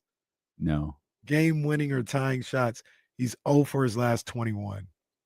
He's still LeBron, but that's just interesting. Like, damn, 21 attempts, he ain't hit one of them shots. I know, it's crazy too, because Michael hit every one. That's what they say. Like, he never missed. Find the 0 for 21 stretch with Mike. Go ahead. No, go ahead. Go look. I'm not Will, you do it. I'm not going to look for a go find that 0 for 21. Well, I can't because Mike took like 2 breaks in his career. He's like, oh, I'm gonna go play baseball. Oh, I'm gonna go be a what was he? I'm gonna go be an owner. Nah, I've decided I'm gonna play basketball. Hey man, he's a GOAT. So Mike doesn't like that Wizards run means nothing to his legacy, huh? Talk to your boy. Like those were NBA games. No. Those were NBA games. No. They act like it doesn't matter until this weekend when they wanted to post the meme of, oh, here's LeBron James in his, at 40 in the All-Star game and he's wearing street clothes. Here's Michael Jordan at 40 in his All-Star game wearing a effing Wizards jersey. Like that happened. Let me ask you guys a question. Like that man wasn't off for like 5 years prior to that. Let me ask you guys a question. Who had the better peak? We're talking careers. I mean, I'm not gonna dispute like LeBron has more longevity and he's better at his age than whatever. But at the peak of their powers, who was better? It's Mike. The league's probably Mike. The league had no shot. The league had no shot for, I'll say, 6 seasons. I'll take Bron against Patrick Ewing. Did Mike change the league? Because LeBron did. LeBron changed. What do you mean, league. like with the free agency? Like, Yeah. what do you mean? Yeah. If If LeBron James doesn't go to Miami, Kevin Durant doesn't go to Golden State. I mean, to a certain degree, and this might change the game. Sure. You discovered a fadeaway shot because like that LeBron does. Like that wasn't even a Remember we watched the highlight where Mike did the little behind the back dribble and the announcers lost their minds? Oh my God, what was that? Wow, Mike was tearing them up back then. Yeah, wow. Remember that? He changed the game. He changed the game. He birthed now. I think Kareem did too. Kareem developed a shot that most people can't do that is literally unguardable. I don't know if Kareem changed the game. I don't know if people pattern their. Shaq might have changed the game. Like there are people who have changed basketball. No, because I don't think basketball players pattern their existence on trying to do things like this. No, referees do. referees realize, all right, if you're the size of Shaquille O'Neal, Dwight Howard, DeMarcus Cousins, yeah, you just don't get foul calls. But like, there's a reason those guys led the league in technicals year after year after year. Yeah, but like, and part of it is you can't be LeBron, you know, as much as you may try, or you can't be Shaq, as much as you might try. But Mike changed the way everyone played basketball, worked on moves. Like, oh, I got to get my Jordan fadeaway. Mm-hmm. Like that's just a staple in the way everybody tried to play the game. Like, oh, I can dribble through and like fade through the lane or reverse layup and all this other stuff. Like, he changed all of that. Damn, so they didn't even know how to play basketball back then. He had to teach them. Yeah, Mike had all the competition in the world. They couldn't even play basketball back then. Yeah, Magic was ass. That Magic Johnson guy was terrible. Far better businessman than he ever was a basketball player. If we changed, it not changed the question, different question. So we say Jordan's the greatest basketball player of all time. I don't think he is, but let's say he is. If we said the greatest athlete in professional basketball, is that LeBron? Yeah, bro. I can't imagine somebody. Is LeBron the greatest athlete in professional sports? Like, I'm just talking athlete, like just pure athlete. Is he the greatest pure athlete in the history of professional sports? Like physique and all that stuff, because like Jerry what Rice, he's able to do. So that's the other one I was thinking. Who'd of. you say? Jerry Rice. Like what he LeBron's was able to stats and all do that stuff. at his size for the length of time that he did it. It's Jerry Rice. It's Jerry Rice. It's Jerry over LeBron. Yeah, easily. He did it over 1,000 yards at 42 in a much more physical sport. It's Jerry Rice. Guys, I appreciate it. It's not Bo Jackson. It's not Deion. You're having a different conversation. Like, I love that conversation. It's a terrific conversation. You're having a different one, though. Jerry was in his 40s. We're not talking about the Jim Thorpe conversation that Jesse started a few years ago. Jim Thorpe, most overrated athlete of all time. That's just and that's fine. Yeah, and that's probably different correct. day, different conversation. But Jerry Rice, if I'm not Great mistaken, shot putter, was putting up 1,000-yard receiving seasons at 40, right? Yeah, but that's what LeBron and James is doing. Yeah. But physics to do that in football though is way tougher, I feel. Well, Kenny could do it. Do what? Just go out there and catch a football. It's not even hard. He just turns around and the quarterback throws it to him. Catch a football. Hey, catch a football. Now, what I do afterwards? Can I run past? No, but I'm sorry, Kenny. I'm sorry. I'm still the athlete that can catch a football. How could Jerry Rice be the greatest if Kenny could do it? I'm sorry. Can you do what LeBron does?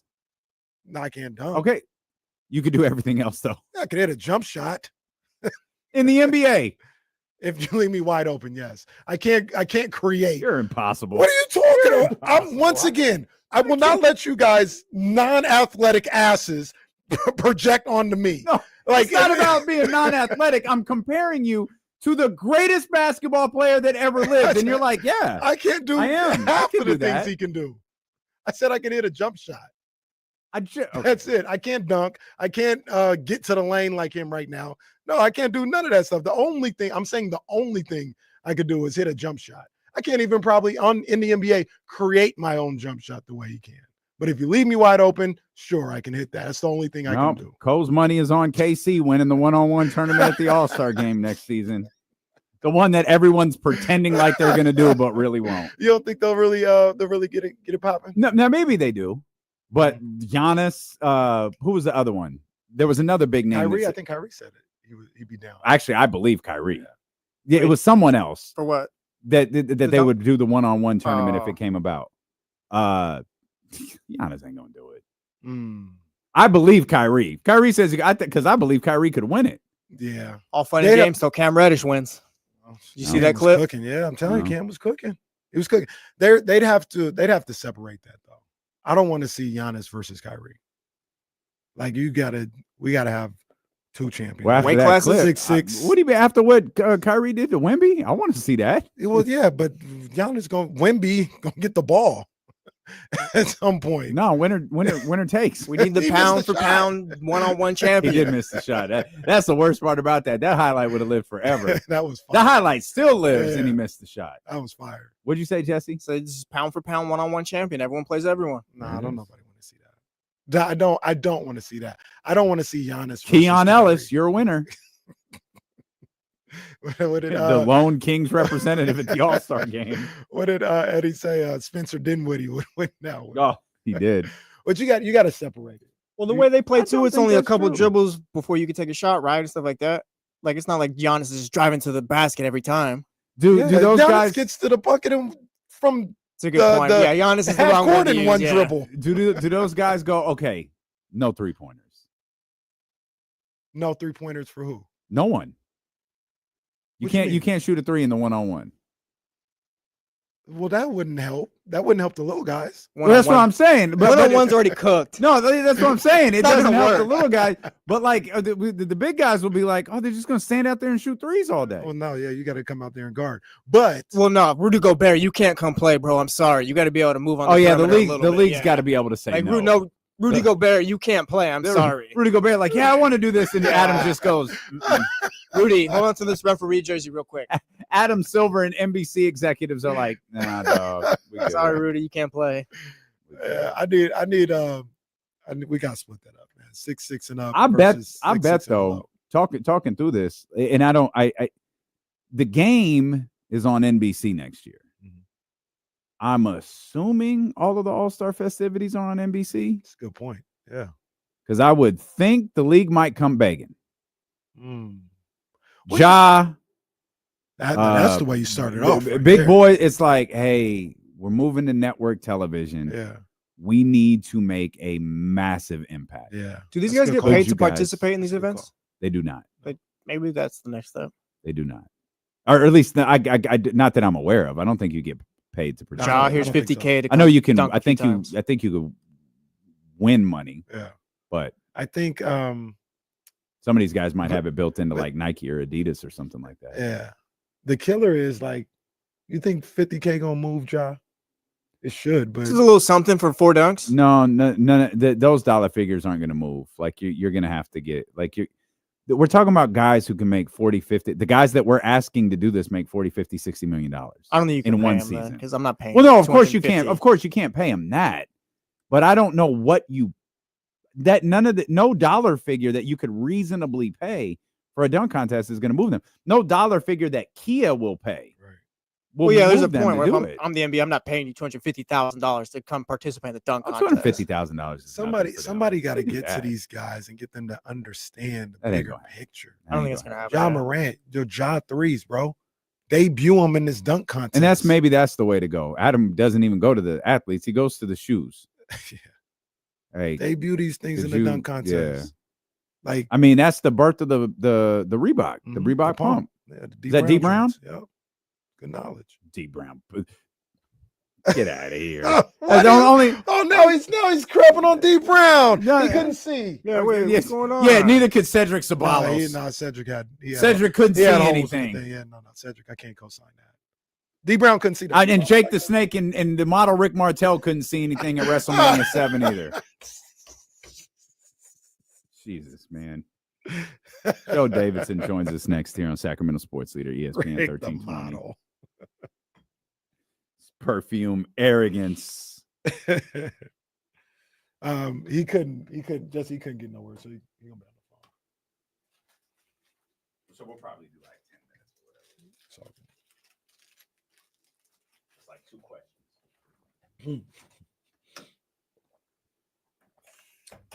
I was hyped for the fights on Saturday, but then I saw like the heavyweight one. I think is in jeopardy. Like I didn't see Dubois that. or whatever is hurt, and then the dude that Shakur's supposed to fight, he's out. Schofield's out. So you're still getting Shakur fighting. So that's good. Yeah, You still I mean it was good 3 years ago, and then Remember when Cam and Mace were oh sleeping yeah, in the Cam and Mace, they're hilarious. I was watching the one where Mace was talking to Jay Prince, I think, I didn't see that one. where he's like, yeah, I don't remember which one it was or whatever, but it was up the last week, I think. It was a few months ago. But you still get to see him fight. Virgil Ortiz is fighting. The heavyweight one would have been cool. And then the main event. This is one of the few times where I like that's earlier in the day too. See, I never Mainly liked because I'm not doing it. anything. I'm probably Saturday, not though. gonna watch the main event because I got some stuff I got to do on Saturday. Sucks. So it'll be starting at 8:30 the undercard. 8:30 a.m. Yeah, I think that's what I saw. Yeah, they're gonna be going for a while.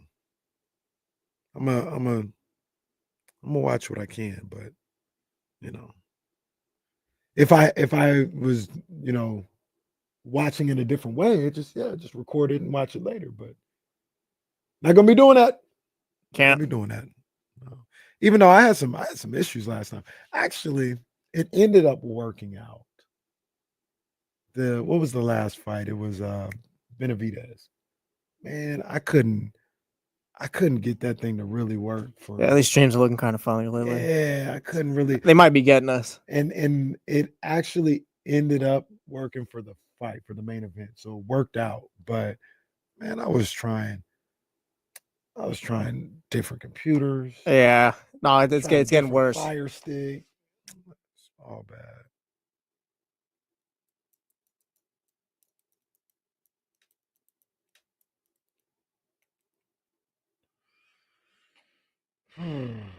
I see you watching UFC this weekend? No. Who's fighting? Woodland native Fluffy Hernandez on the co-main event. All right, Fluffy.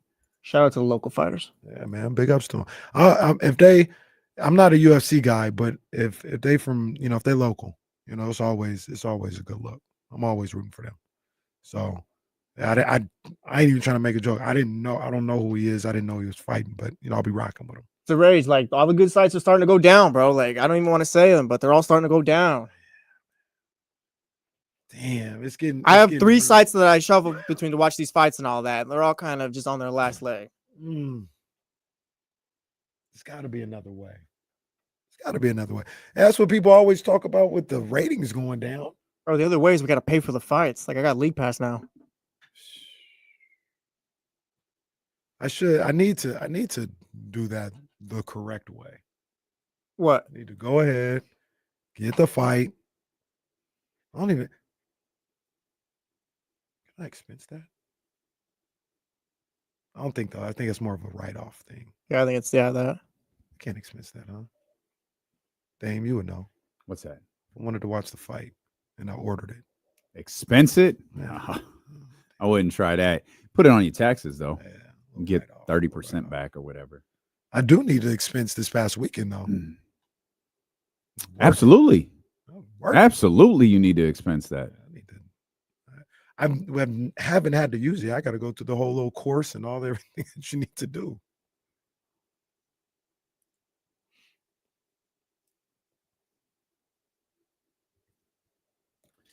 I'm just catching up on a text thread that's going on here. Joe Davidson going to join us here in just a second. Just so our man Angus, he didn't. He definitely did not. Did not. Joe Davidson going to join us here in just a heartbeat. High school hoops heating up. That's what we're talking about. Playoff season is here. Heating up. Shout out to my man. We were talking about it earlier. Shout out to my man, Coach Fields, over at Monterey Trail. They got a tough draw, man. They only got one home game. One of the top teams in the city all year long. Mm-hmm. They only got one home playoff game. And then my girls, the Lady Lions, tonight against Antelope. This is a playoff game. Business playoff game. Okay. Yeah, man. Once again, shout out to my man Aiden Rollins. I was at that Franklin Oak Ridge game last night. My man Aiden putting in work. He's probably a little closer now. It's not going to happen this year, I don't think, but he is less than 50 points away from becoming the all-time leading scorer in Franklin's history. So that is really cool. Okay. Really, really cool. Man. Are you the all-time leading scorer in McClatchy history? I am not. I didn't start getting buckets like that until I got to consume this river. And I don't think I was on any all-time list there. But when I left Cal State East Bay, I left as the number 7 all-time leading scorer in just 2 years. Damn. I think now I'm like 9, and they've got a lot more. I gotta check. I don't know if I'm top 10 anymore, but that was almost 20 years ago. So that's about 15, 17 years ago. Ball hog, man. Learn to pass, bro. No, I didn't pass, bro. Luka Doncic over here. That's why. So we didn't win no championship. So you needed a specific type of player to play with Kenny Caraway. When KC speaks of what Luka needs. He's speaking. He's speaking the gospel. That's what, Bilo and JC back there. Like, Cal State East Bay, they're just not going to win with that KC. They're just not going to win with him. Dribbles the air out of the ball, and he gets buckets, but Can you respond to Jesse's text? I don't even have Joe Davidson's phone number. No. I lost it. Joe don't love me like that. Well, that might have been one of Kenny's old screenshots. Oh yeah, that's a good point. Like if you don't like, Kenny used to send us numbers by screenshotting his contact and just shooting it our way. And he's like, there's a better strategy for this.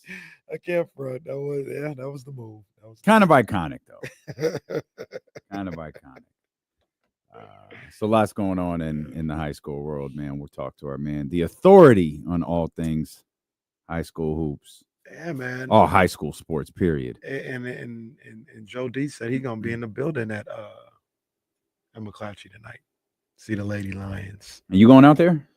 Nah, I want to, but I don't think I can, man. Oh, that's right. You said you got a lot of basketball this week, and I'm still trying to go tomorrow potentially. So yeah, I don't think it's gonna happen. But Golden One Center tomorrow night. A lot of people think it's going to be electric tomorrow night. It will be. Yeah, it absolutely will be. Jimmy Butler in there. Warriors ascending. They're winning the championship. You're going to have plenty of Warriors fans there. And then, of course, the Kings back. Let's get Joe Davidson in here. The legend from the Sacramento Bee. Joe Davidson, what's happening, baby? Damian, Kenny, what's going on, brothers? What's up, Joe D? We miss seeing your smiling face on camera. Well, it's what they say about the radio. I got a face for radio. We could just do it with this way. But no, it's always good because I'm always cutting up on what you guys are wearing or what you're not wearing. I mean, the time that Kenny showed up shirtless was just outrageous. But I get it. It's wild. Yo, this guy. It's wild. I mean, he stands up thinking that he's, nobody's watching and he's flexing. It was just outrageous. Look at the laugh guilt right there. Joe, how big of a ball hog? How big of a ball hog was KC at McClatchy? Well, it wasn't so much him being a ball hog for the McClatchy Lions back in the day. He was argumentative, combative. Sportsman. Well, and his mother once told him to tone it down, and he said, "You sit, mother," and she didn't sit. She had her arms crossed and said, "We need to talk." And he cleaned up his act. He became a sportsman after that. Darndest thing I've ever seen. I believe that whole story until the part where you say he told Cheryl to sit, because if he had done that, Cheryl would have walked out of the stands and whooped his ass right there on the floor. Well, hold on, Dave. You have witnessed watching a game with my mother, and what did you say when you said that about me and her? Oh, you guys are one and the same. Yeah, you guys are one and the same. She might be worse. Yeah, she might be worse than you, and you're a lot. She might be worse. No, but to answer your question, he was a terrific ball player. Played in college, and I know Kenny still keeps an eye on the McClatchy Lions, and the McClatchy Lions girls are a powerhouse in Division I in the Sac Joaquin section basketball race. They play tonight against Antelope, and they have a baller.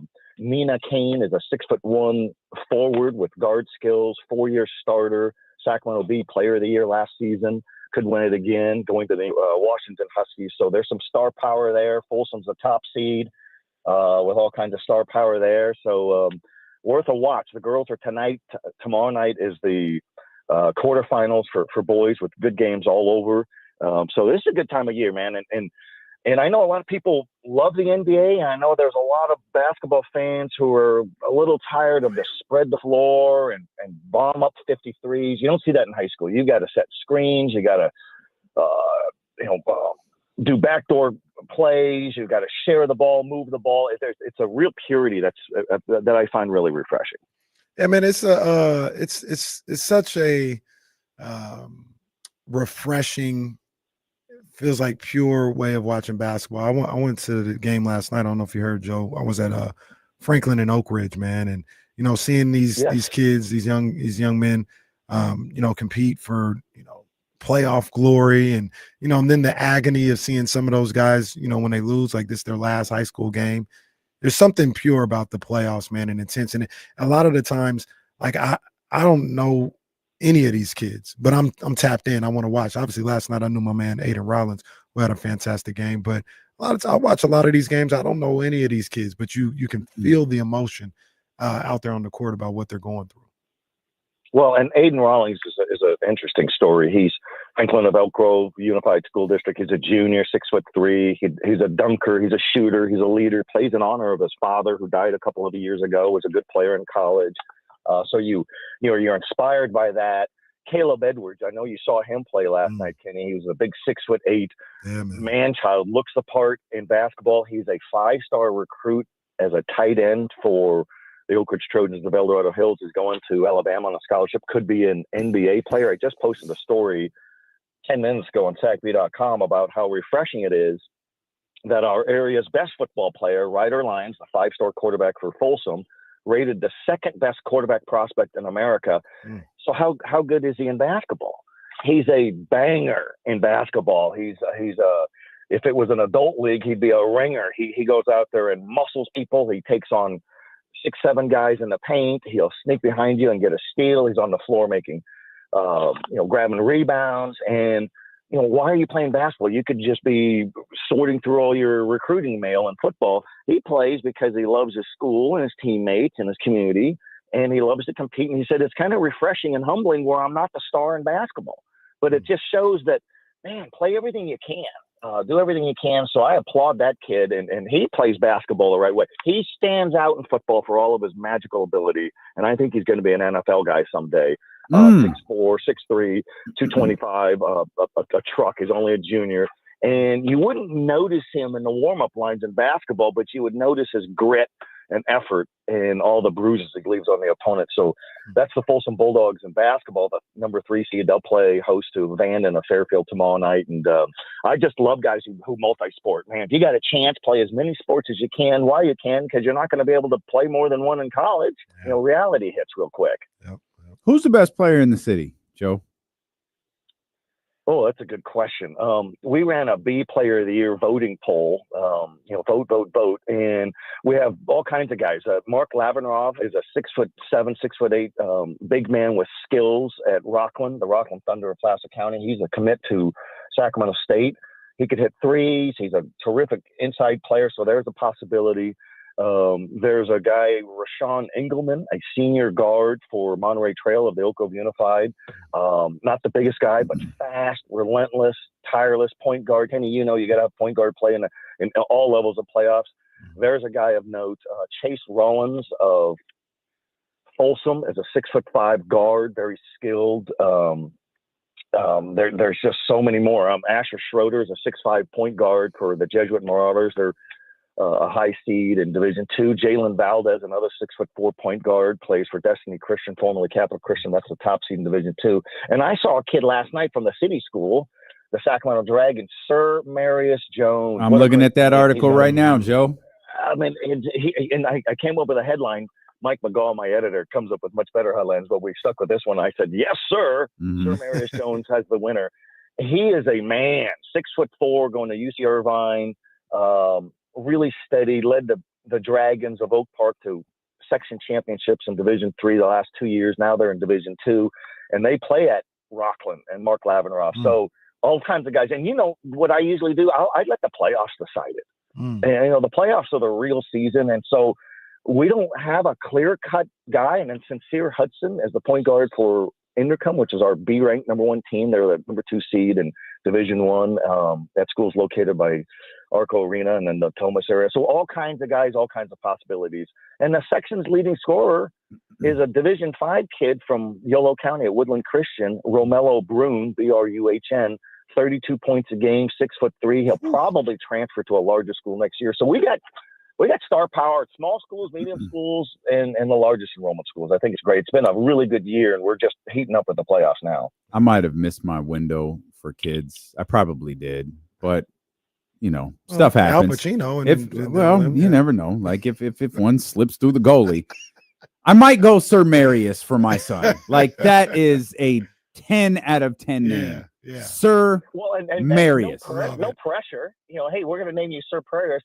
Sir Marius, so do something with your life. Exceptional student athlete. Yeah, your name forces you to be a star in your field. Yeah, like the coldest. Exactly right. The coldest. That's And right. He had a steal late in the game and a deciding free throw to beat Rui Marcano in a Division II opener. And it's like that guy's a difference maker. That's what your top players do. And kudos to him. And Sac High is not the same big enrollment school that Kenny Caraway remembered back in the Metro League years ago. It's probably down to 400 kids. They don't have a school district. They're a charter school. Kevin Johnson helped put that in some 20 years ago to help save the school from buckling under academically. Still good in football, still good in basketball, still good in girls basketball, but not the 2,000 students or the 1,500 or even 1,000. So about 400 or 500. Good academic standing with a lot of those kids, and kids go to the Ivy League, and it's just a shame that the football field is so beaten down and dilapidated.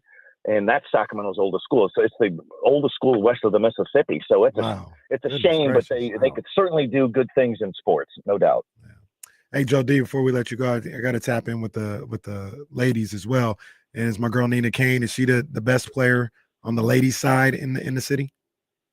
I think so. And she was our player of the year last season, and hasn't done anything to lose that. There's Ava Rollins of Folsom, who missed 2 years with knee injuries. Her twin brother is Chase Rollins, B Player of the Year candidate for the Folsom boys. And those siblings know they both like to win that. Wouldn't that be cool? We've never had twins win that. So, but yes. And, and Nina Kane is refreshing because she's got all the skill in the world, works hard, plays fundamentally sound, good basketball, has got a flair for the dramatic, and is never pleased. I should have boxed out better. I missed that free throw in the third quarter. And our coaches have to come up and say, Nina, we won by 10. We're moving on, and you did great. But she's driven and 4.3 GPA student, great point average. So, and then the Colfax girls have some Player of the Year candidates. Division III, small school up in Placer County, the only school in the Sacramento area in each of the past 2 years, boys or girls, to make it to the state finals at Golden One. That's remarkable because we get all these teams, and then they just out. They can't all survive, certainly. I can't implore people enough, guys, to go out and watch some high school basketball. It's good stuff. Games start at 7. There's no senior night. There's no junior varsity game. You'll be back in your car heading home before curfew by 8:45. Hey, Joe, it's real cool before we let you go. Sometimes, just because of the schedule that I keep and everything else like that, I'll go to the gym at about 5 a.m., on a couple of mornings. And I take my son with me so we can go in there, get some work in and all this other stuff. And numerous times I get there at 5 a.m. You know who's already in there? Nina Kane. Wow. Every time. That's driven. Yeah. That's Ryder Lyons of Folsom type. That's those are kids who are achievers. And where does it come from? I think it's from good parenting, and she's got siblings and uncles and fathers who were good athletes, and so she embraces that. Had a grandfather, great grandparents who did good things, and that is really, really cool to say. I didn't know what you were going to say. I didn't know if you said you went there and people were asking for autographs. Or that happens. Can you wipe That's not true. People People don't even know who I am when I go in there. That what happens. are we talking about? That happens everywhere he goes. This man gets chased down in parking lots. This is not true. It's not? When did that happen? I'm sorry. Didn't Jasmine tell a story about how you guys went to dinner? Oh, yes. Oh, yeah. Well, okay. I wouldn't say I got chased down. No, it's not what He I was heard. parking the car. He saw me. He said, "What's up, Casey?" Well, the only one who's chased down Kenny Caraway was his mother with her arms crossed so she could flog him for not being better. That's facts. That's facts. Your mom gets all kinds of airtime when I come on the air. I remember She loves talking it. to her and quoting her all those years ago when I quoted you in a B story, and so that's great. She's the big star. Yeah, she got the feature in the story instead of me. I was secondary. Joe got, sources close to the McClatchy Lions say this Kenny Caraway is an obnoxious brat. The sources are Cheryl and Elk Grove. That's exactly the arms crossed of Elk Grove. Who never met a referee she likes. Or a coach. That's exactly right. Joe, we appreciate you, man. Thanks as always, my friend. Always, guys. Always. We'll talk soon. And Kenny, let's get out there at 5 a.m. every day. There you go. Every day. I'm working on that. After I get about 2-3 weeks, I do it 2 times a week. Then 3-4 weeks, 3 times, and then eventually I'll get to every day. That's what we're talking about. Can't shock the body. Thanks, Joe. Oh, yes, you can. Thanks, Just guys. set the alarm. Thanks, Joe. Just wake up.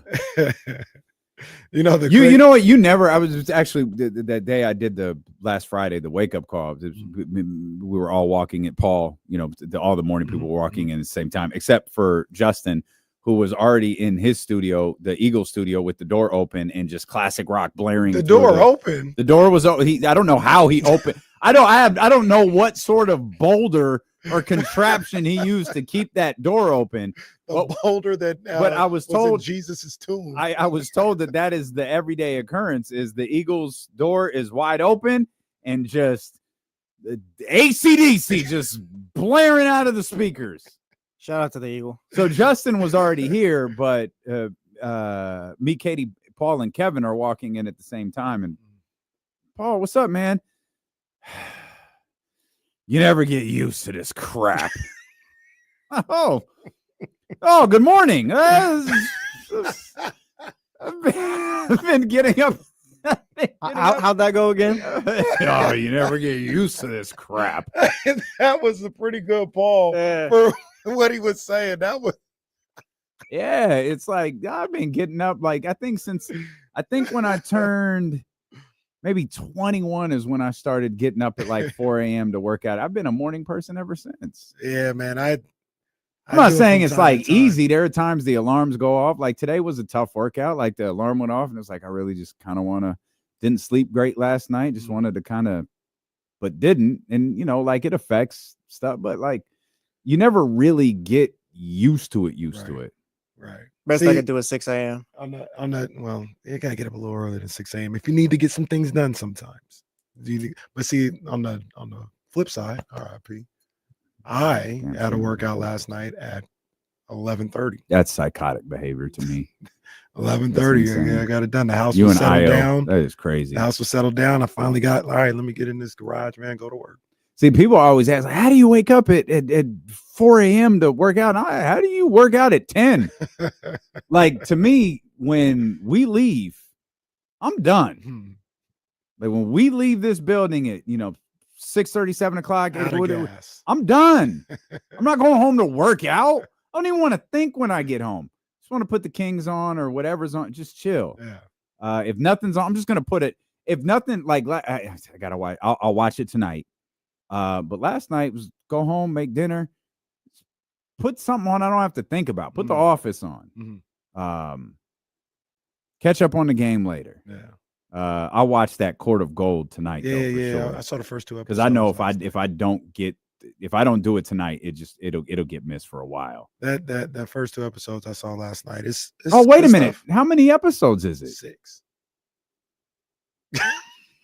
He's never watching it. It's 6 episodes. So I'm not gonna be able to get to 6 episodes tonight. 6 episodes. I thought it was like a one off. Like, nah, man. There's a Team Serbia Why does episode. everything have to be 6 episodes? I don't. Yeah, wait, there's a what? There's like a Team Serbia feature in there. No, okay, I'm not watching that. Yeah, I'm not watching that. Netflix, they be killing that though. They killed. That's their bag right now. Like I watched that OJ thing. It took me like 6 days. It was 4 episodes. I was like, man, I'm tired. The docuseries, that's their bag, and they doing a good job with this too. Doing a good job. Like I said, 2 episodes in, they doing France and. Well, wait. Well, hang on. Did they do the McMahon doc? Was that Netflix? Yeah, that was ass. Well, that was I don't garbage. know. I don't know if Netflix aired it. That was the more. Oh no, I think they got like the rights to that or something like that. Because I think that was a Netflix. Bill doc. Simmons did McMahon. He was behind it. I think they aired it. I think it was on Netflix. I don't think that was matter of fact, I'm almost certain because I know how they do these docuseries, and it wasn't like that. Think about it. Think about Starting 5. It wasn't. The production was not the same as the McMahon joint. That was a history of the WWE dog. That was so terrible. It was horrible.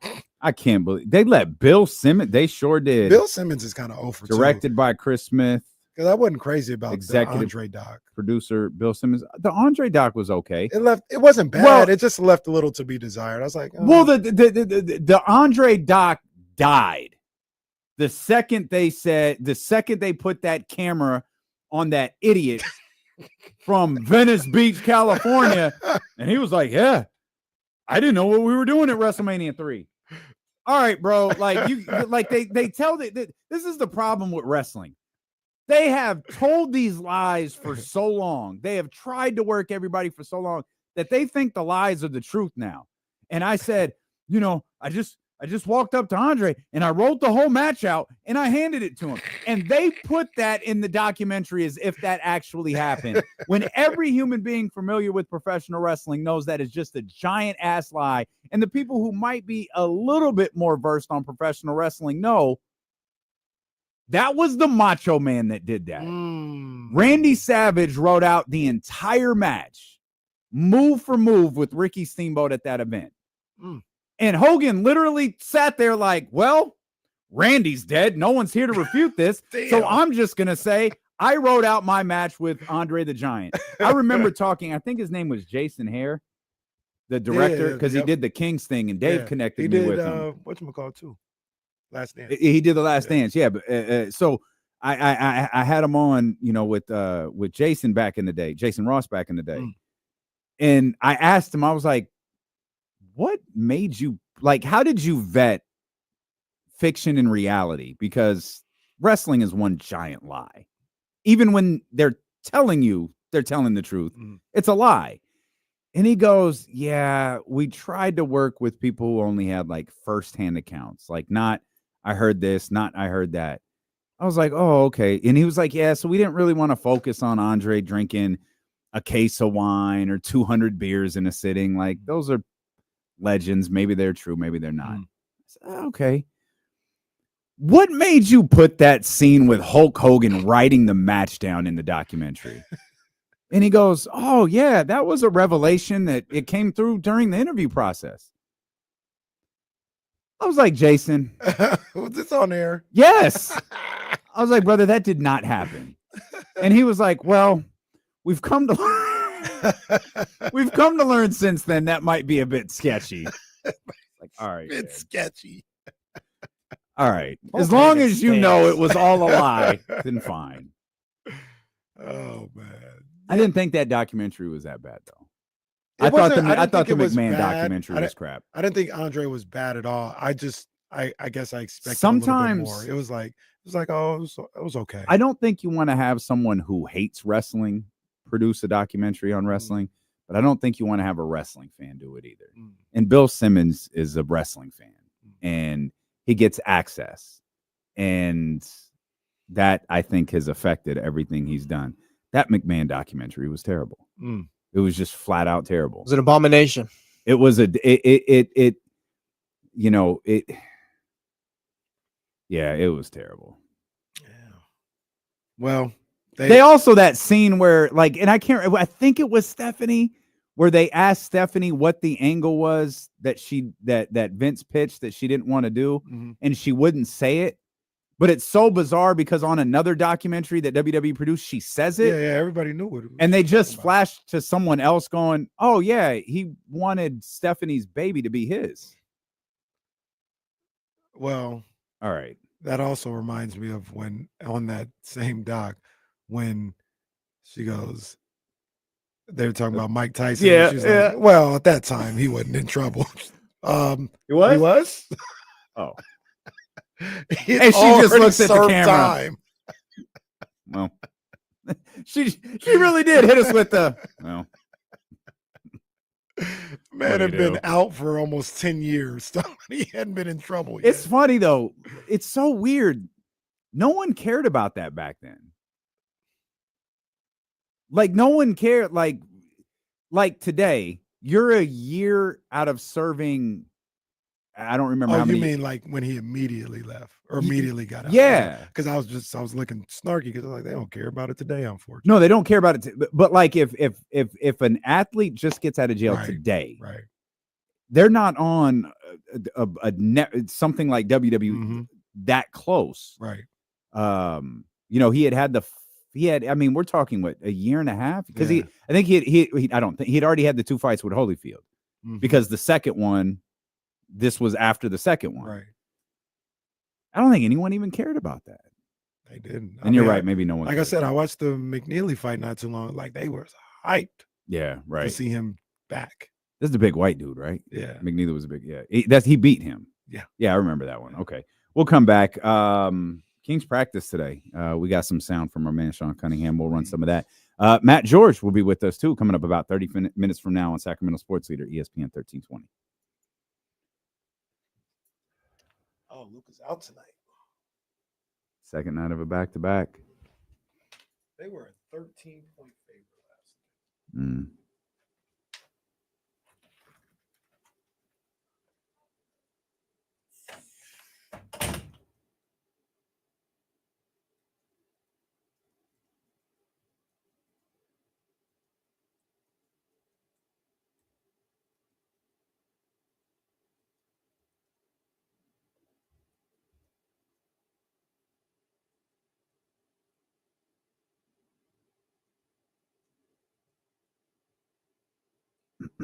Sorry, guys. Hang on.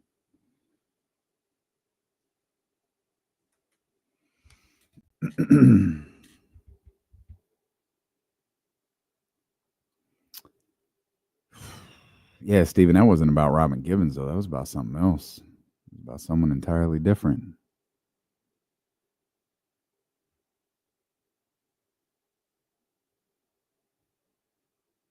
Greatest team in NBA history. Greatest franchise.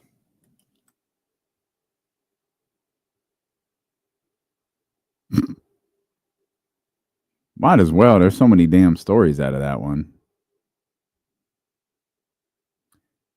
I didn't see this. What was that? It's disgusting, bro. Oh, It's disgusting. Shaq's a bad dude.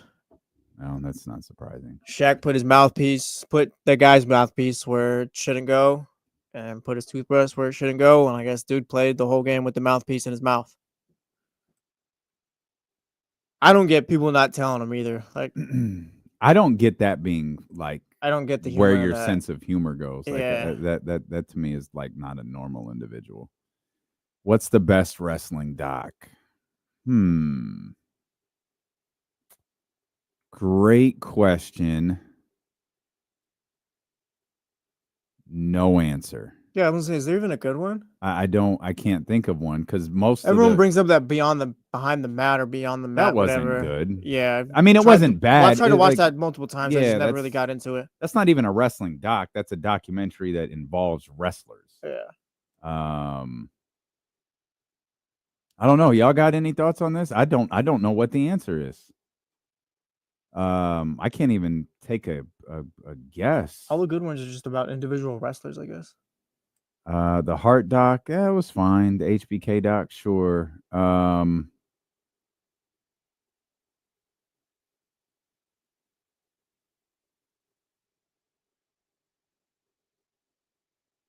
thought Mankind's was pretty good. Again, this is WWE skewed stuff.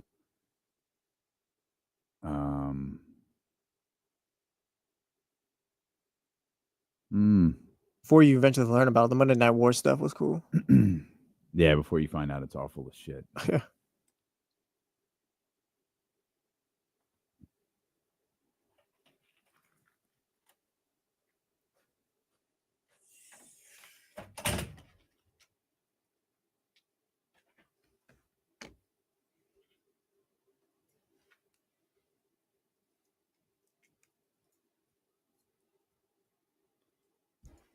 Eastern Kentucky versus Northern Florida women's basketball live right now on ESPN Plus at the half. Michael, the only thing I don't like about Dark Side of the Ring is, one, I don't think their stories are vetted really well. The one that stands out the most was the Superfly one, where they're doing this whole thing, and I think it's Sam, the guy who was the Tonga kid, and he's telling the story like on the documentary, like, yeah, I was in the car when that whole thing happened with Nancy. What? Oh, you weren't? There is no report in history, police or otherwise, that says you were in the car. What are you talking about? Why do wrestlers lie so And much? they aired that like it was like they have to know better. Like your whole, if you're telling us a documentary, your whole thing dies when a massive lie is spotted. And I was like, yeah, I'm out on these guys. And it was just it. And they just they clearly hated Vince McMahon and wanted to make him look as bad as possible. It's a good one. It's a good one. Wrestling Shadows might be a good documentary. Wrestling Shadows. Hey, two things real quick. Mm-hmm. Two things.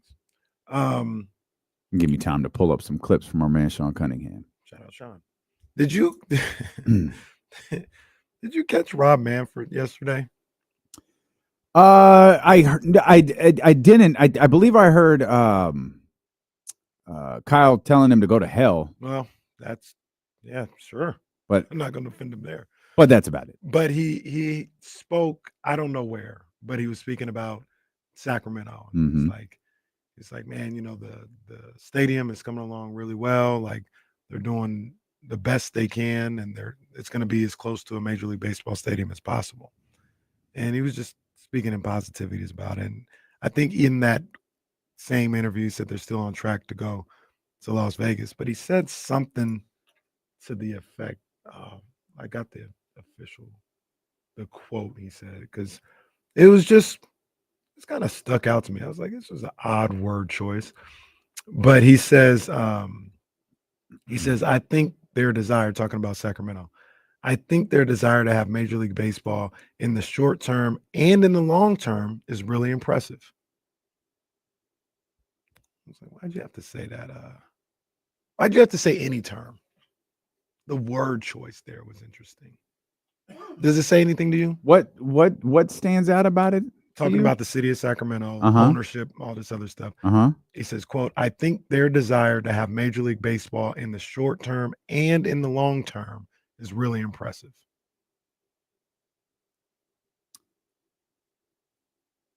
I think it's going over my head. The long-term aspect of that quote is, I don't know. It's just interesting to me. Now, when you read it, like he's just saying their desire is impressive. Not like perhaps they've made it clear to Major League Baseball that, look, if we're in this for as long as necessary, be it 2 years, 5 years, forever. Mm-hmm. I just look at something like that and I was like, well, not Brian Windhorse. But what's you need a basketball court word, the random hickory basketball court.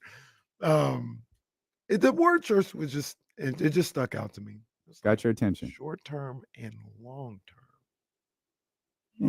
Yeah, you might be a little too conspiracy theory with this one, a little too Oliver Stone. But I hear you. Yeah. Maybe. Well, that's why I had to ask the Brody. I was like, well, are you seeing something? Because I don't know. I don't know if I'm seeing something. When Rob Manfred talks, I see nothing but like Tweety Bird circling his head. Like I see nothing. This guy does not like. If he said Sacramento, oh man, the Sacramento, they're gonna have baseball here for 1,000,000 years. I'd be like, all right, he's just being an idiot. We don't. If I wouldn't believe it, I wouldn't believe or buy into anything he says. I saw certainly put meaning behind it. Just running it past Brody, like I said. Mm-hmm. The other thing, I saw two. It was just interesting. Get in ticket prices for two different sporting events. Okay. One is this Four Nations final that's going on tonight in Boston. They said the get in is around $1,000 to get into the building to go see USA versus Canada in the final of this Four Nations. Did you catch like the clips of, I guess it was on Saturday, I think it was their round robin game where they just start fighting and stuff like that. So get in for that. Smart enough to say the clips and not say, "Did you watch?" No, I saw the clips. I definitely didn't even watch. Saw it on SportsCenter. I don't know. Are we putting it on the big TV today? I don't know. Four Nations, 4 p.m. I usually forget to turn the channel. So look, I'm looking at it right there. It's Canada versus the United States, ESPN. I normally forget to turn the channel, so it's there. But we do have basketball tonight. We do have basketball. Basketball's back. Like there's I think we got 4 o'clock basketball. Yeah, but it's Boston versus Philly. Yeah. Now Joel's playing though. I would hope so. I think Philly, all of Philly's playing. So really, it might be. Well, I got I'm gonna be honest. I'm gonna probably flip over to that. You know how you could be in charge of the remote if you can figure out how to get it to work. I gave up on that years ago. You know how I know that though? You know how I know that Joel is back? because I got some Sixers in my prize picks lineup today. Talk about it. I got my man Derek Queen. He's at Maryland.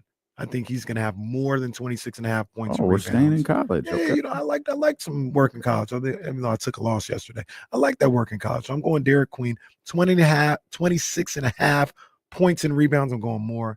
Tyrese Maxey, 25.5 points. I'm going more. Trae Young, 26.5 points against Orlando. I'm going less. Mm-hmm. Jason Tatum, less than 8 rebounds tonight. And Jaylen Brown, more than 1.5 3-pointers made. That's the prize picks lineup for your boy today. If you're trying to get your own lineup, make sure you put in that promo code KIFM when you put your first $5 lineup in. You get $50 instantly. You don't have to win or lose. Just put the promo code KIFM into the promo code box. You get $50. Well, you are struggling right now. You're like me with realty earlier. You know what's funny sometimes with Kenny is he can't figure out the end. It's like he's like right there. He's like right there at the finish line. Gotta get out. And then all of a sudden that tape moves further back. Gotta get out. And he's like, no, I gotta keep going. It's like, no, Kenny, run through the tape, Kenny. The promo code KIFM gets you $50 instantly. Must be present in certain states. PrizePicks.com for more details. Prize Picks, run your game. The hardest part about conversations are starting them and ending them. Boy, we will get lost on KSFM quick if we're not paying attention to what we're doing. Sometimes I start a thought and I don't know where it's going to finish. Oh man, you're getting old. That's what's happening. That's the other thing that's going on. I got you. Don't pay no You're attention to this, man. I got you. You know, I got you. I remember that too. On that was season 3. Season 3. Season 3. Might be a good guess because I think it was season 3. Yeah, I think it you're right on was that. when it was when he went to watched New this. York, right? He's meeting with David Wallace. Yeah. Yeah. I watched it. That's all I know. The other get in price thing that I thought was interesting. Somebody told me that the rematch for UCLA USC women's basketball get in price is $600. Salute. Man. Wow. Okay. Man. They need to start Good for holding these players back in NCAA men's basketball. They need to I'm start telling you, doing what? Holding them back. Don't let them come out. Holding them back as if they need grades to go to the draft. What are you talking about? No, so just keep them from. This is the move. Sorry, Cooper Flagg is still a freshman. I don't know what to tell you. This is the move. Keep these people in college. This is the move. Man, it's just I guess. And next just year's gonna be different with the crazy. fellas. Like when Juju, like for the third year UCLA USC. Mm-hmm. That's also we're crossing our fingers. That is also the year the regional final is at Golden One Center. Mm-hmm. Maybe getting Juju here in Sacramento. Mm-hmm. Yeah, I'm all for that. Let's do that. I'd be shocked if they weren't in the regional final. So yeah. You talk about getting prices. Have you seen that Scottsdale home that like all of the sneakerheads are talking about? I did. It's got did you watch it's got like this $300,000 custom made like Jordan room. It's filled with 325 pairs of shoes, 290 pairs. I know everyone tagged me in it because they thought it was Kenny's. No, your home. And did you watch the video? I didn't. So the house, obviously, this is a $23 million house in Scottsdale. Yeah. It's gorgeous. It is stunning. That room looks so out of place. It's not a closet, does it? No, it's not a closet. It's like it's like you're walking through the house and there's this Jordan room with the logo and it's just lined with the sneakers and the lights like at Kenny's house. And it's like I thought like, oh wow, that's cool. They say like Kobe's. So I guess the guy, what's his name? Is it Perfect Pair? So I could be. Is what? Is that the guys who owns it? Perfect Pair. I guess. I don't think so. So this is funny. If I'm saying this right, the company's name is Attitude is Free. The owner's name is, I believe, Bret Hart Sr. That's not funny. But it's HRDT. And I don't know any other way to say that than Hart. Yeah. Bret Hart. Bret Hart. Bret Hart. Bret Hart. I don't know. That's the guy's name. You said DT? Yeah, HARDT. Senior. Bret Hart. 2 T's in the Bret too. But I guess the company Attitudes Free. You find this guy on Instagram and like, you know, the thing. Kobe's been there. Like all these basketball players have been there. Like you go to, I guess guys will go there and I guess they'll work out. Like I don't know what Attitude is Free is. I didn't do enough research. I just was so fascinated at the fact this person had this gorgeous $23 million home with this insanely out of place sneaker room. Right. That's the Sir, it's a $23 million house. Put that somewhere else. That's the thing that got me is we're just here, just just no doors, nothing. No, you just walk out of the kitchen. No, take a left on the Jordan room to the bathroom. All right. That house is fantastic. No, it's incredible. Look at the video. The video is again. just the video is just stunning. It's phenomenal. Okay, so you're gonna put a bid in? It's a good question. That was actually the first thing I wanted. My first thought was, is this KC's Arizona home? And then I realized, no. I've never even been to Arizona. I realized when I saw 290 pairs of Jordans, Kenny has way more than that. It's true. So It's not that even kind of ruled him out. Yeah. So I didn't know. Maybe to answer your question, no. I don't have anything. No. Oh, and I also found out yesterday too that a Cadillac Escalade EV is closer to like 130. Okay. So Cadillac EV. So you can get 4 of those. Well, no, that you mean to tell me you said 204 was no big deal. No, I didn't say that. I didn't say that. Run the tape back. You know this show wasn't that bad. You said it's not that bad. I thought. No, you said it's not that bad. No, you added that last part. It's not that bad. There you go again. That doesn't mean I can afford it. Talking down to all us poor people. How am I supposed to yell at Dame for looking at us as lesser for our food takes when you're doing this? That doesn't mean I can afford it.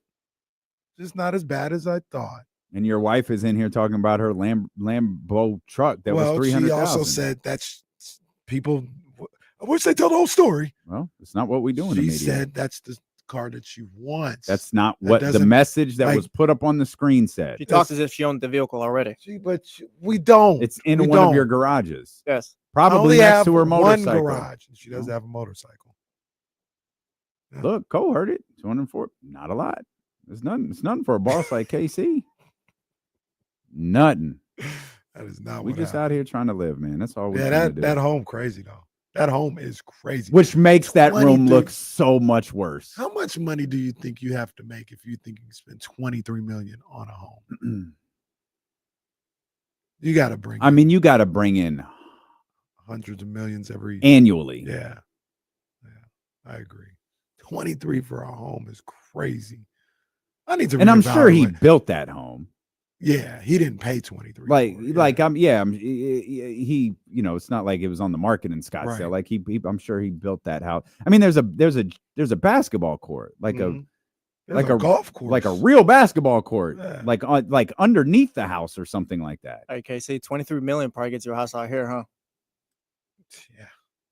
Yeah, this area for sure. I mean, that's gonna get you like a 1 bedroom, but if you have more than a 1 bedroom, but bro, for real, like you're going crazy, especially in Roseville. Yeah, or its surrounding areas. Oh, that's good. You caught that. You two, Heckle and Jekyll was trying to get their jokes off real quick, but realized I don't live in Roseville. Whatever the greater area, whatever this is, you get the point. You guys suck, man. Hear what Zach Levine had to say at practice today, courtesy of our man Sean Cunningham and Fox Sports. How was the break? It was good. Went home. I'll go ahead and stop this right here. Don't do media chewing gum. Zach Levine, you had like a week. You needed to get your hair cut, bro. We need to get you cut before tomorrow or before Friday. Or tomorrow is Friday. We need to get you cut and lined up for. That's what I'm saying. Maybe he's waiting for tomorrow. Okay. I got a guy. If you need, I got you. Yeah. Just your people know how to get a hold of me. Just say, hey, hit that media guy you guys hate because I need my haircut. So my wife and kids got to take care of some sick babies. So It was great. Was it necessary for you also to just kind of maybe even get your feet more acclimated here in the city?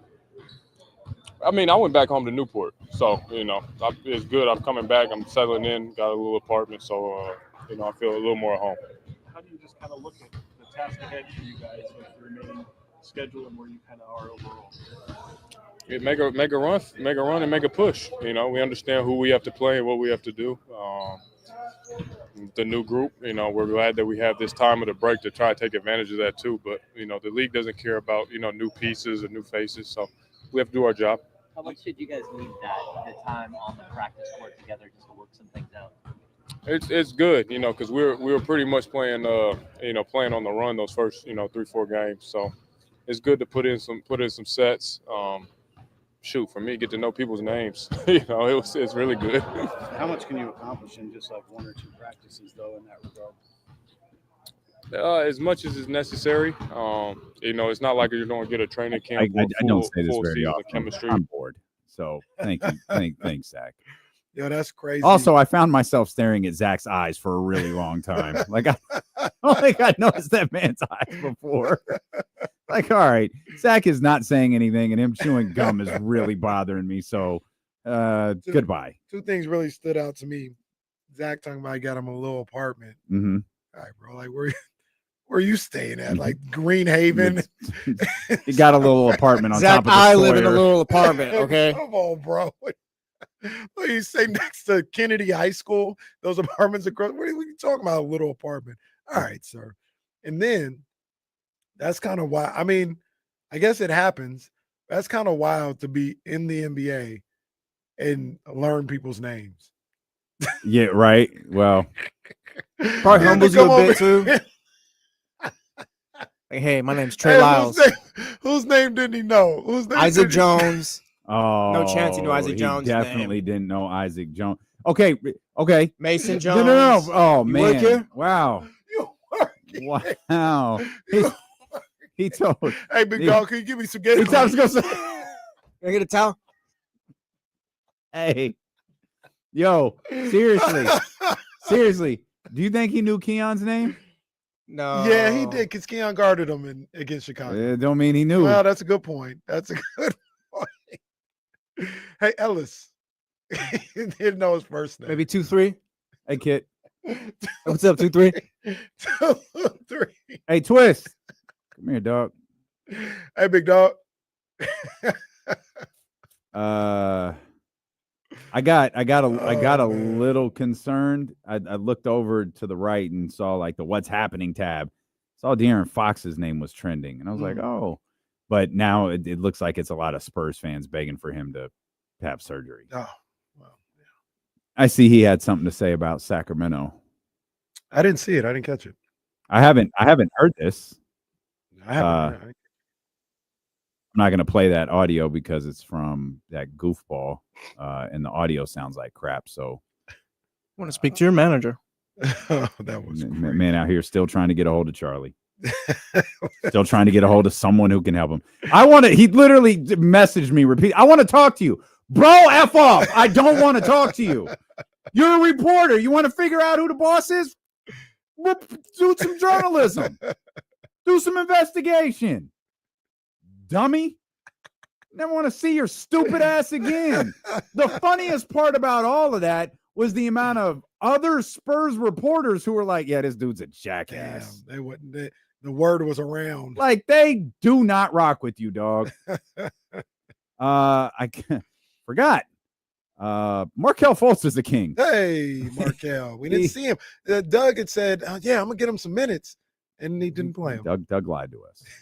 It was a close game, though. He was like, True. Doug was fighting for his life that last Fighting game. for my life. Yeah, thank you. What's it just like to have this opportunity? It's a blessing, somebody that me that, Great. had Now a I'm journey staring at that I've Markelle's had. eyes. I have a Easy. real appreciation to be able to play this game and to be able to have this opportunity. So for me, it's just a blessing to be able to be out here and have the opportunity to hoop. What's the last year been like for you? It's been amazing for me, just being able to take time for myself and get my body and mental right and really just get my body good. So for me, that's all it was for me. And now I feel good and I've been blessed enough to have this opportunity to go hoop. Zach just talked about how vocal you were right away. Is that something you just felt this team needed, or is that just who you were? That's just me, something that I've learned to do as a point guard. Also, just coming from Orlando, being with a lot of young guys, I had to just be that voice on the floor, and I feel like communication is one way to help your teammates out and let them know where you're at, and to be able to pick up and just build confidence with your teammates. So it's second nature for me. It's something that I feel like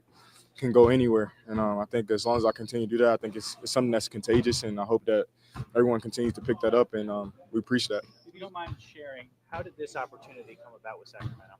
They just came to watch me work out. I mean, of course, they've been in contact with my agent. My agent does a good job of allowing me to just focus on basketball and things I need to focus on. But like I said, I've been working my tail off all year round to be ready for this opportunity when I felt right. And he's done a great job of keeping teams, ready for me and letting them know that, I've been working and not just sitting around. And when I felt right, they came to watch me work out, and it just happened to work out perfectly. You haven't played since May 5th. Yeah. How difficult is that to get up to speed, to get up to NBA conditioning and all that? One thing I've learned coming through an ACL injury, I've tried doing everything that you can to get ready to play basketball.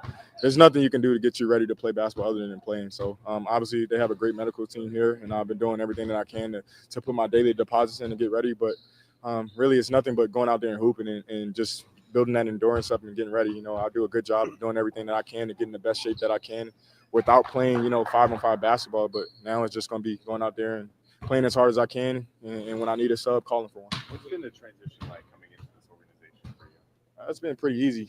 They got a great staff here, great people here that's just been helping me along the way.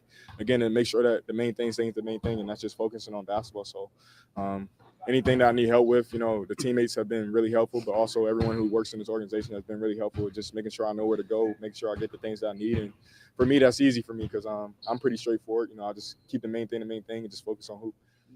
All right, Markel. I kind of like that. I felt the same way. I like Yeah. what he has, like the way he speaks, you know what I mean? And what I kept thinking about, I didn't see a whole lot of Markel Fultz interviews as a rookie, but it felt like that's somebody that he's grown up, like he's grown into a man now. He came into this league as a young man, and he's had different experiences and gone through some things, and I was really impressed with just how he speaks, in the maturity he seems to have behind his words.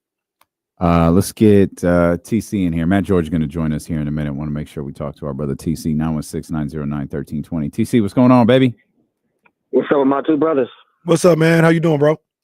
Oh, man, I'm all right, bro. Just tapping in. So, hey, I got a Niner and a King, right? So, Jesse, give me a second. You got it, boss. Niner first.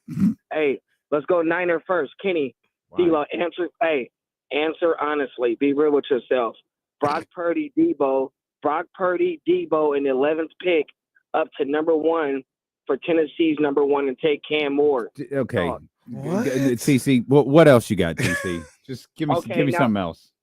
Now the Kings, I like Mark. Listen, I like how they surrounding Doug with the guys that Doug need, and I like Markel Fultz, bro. He's talking like he an OG.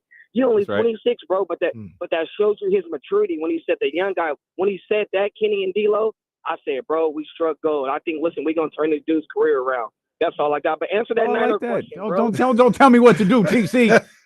It was Brock Purdy and Debo Samuel in the 11th pick. Correct, for the number 1 pick. TC. So no, that man I can't tell. Does that man hate Brock Purdy or love him? I don't know. Well, guilty by association. Yeah, he's kind of too close to Kyle. Yeah, Brock is Kyle's pick, so he definitely don't like him. Brock was successful because of Trey Lance's unsuccessful, whatever you want to call it. To answer TC's question just a little bit, no, absolutely not. And that's only because not only, but in part because I saw something yesterday, I think it was, where they said if they wait to trade or they release Debo, then the cap hits like $1 million. If they trade him, it's like 40. He's not getting traded. Oh. Like he's not getting this whole charade about find a trade partner. Yeah, he's not getting traded. I'll look during the break or whenever to, confirm what I saw. But I was like, oh, yeah, he's not getting traded at all. He'll get released. John Lynch might get fired after that trade goes through. But before just thinking about it. Yeah. Yeah, no, he's not getting traded. No, that's not the guy TC wants fired. That is not the guy. We'll come back. Matt George joins us next year on Sacramento Sports Leader, ESPN 1320.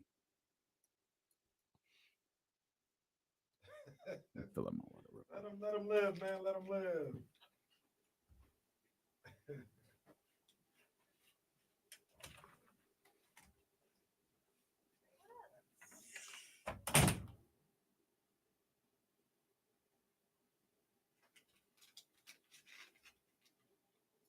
Drew Down, you don't think the Titans are doing that one? You get your franchise QB, the 11th pick, a receiver who may or may not be washed up.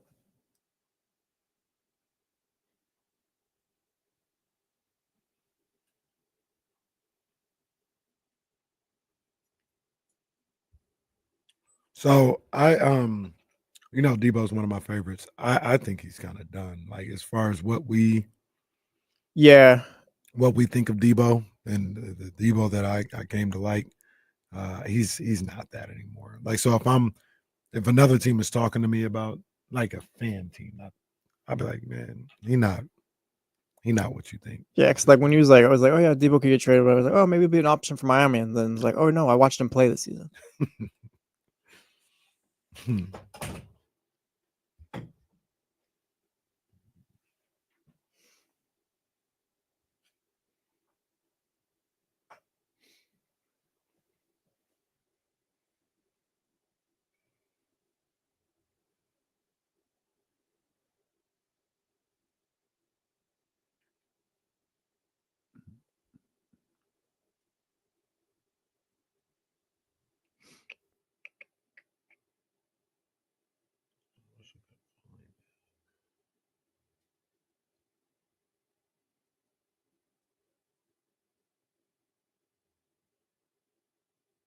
What does Debo look like if he's playing as like a real receiver, though?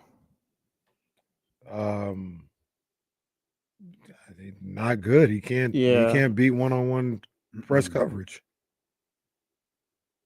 I'm not trying to blame my man or whatever, but that's what happened in the Super Bowl. Well, that's just never really been his style. Yeah, no, it's not. That's not who he is. He's never been a top like receiver like that. Yeah, here it is. Because of the way they restructured Samuel's deal over the years, the 49ers would take on $31.55 million in dead cap charges for 2025 if they traded Samuel. That number would go up to about $47 million if they traded him after March 22nd option bonus came due. Releasing Samuel before March 22nd and designating him for a post-June 1 cut is the only reasonable way for the 49ers to go here. It will result in a dead cap hit of roughly $10.75 million. So if they trade him, it's a dead cap of $47 million. If they cut him, it's $10 million. He ain't getting traded, dog. Mm-hmm.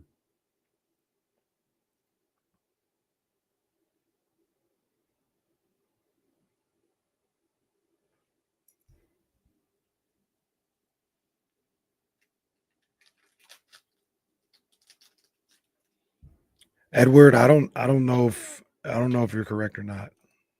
I don't know. I mean, there was one practice that the media was at, so there's that. I don't know what they did as far as practice or working on stuff. So, and Zach just said they put in some sets. They went through some sets, so they clearly got on the court.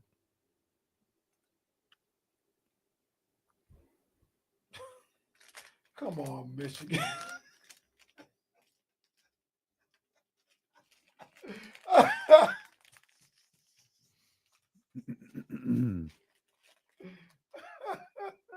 Matthew. Hey, everybody. What's up, man? Do I sound okay? You sound fine. Okay.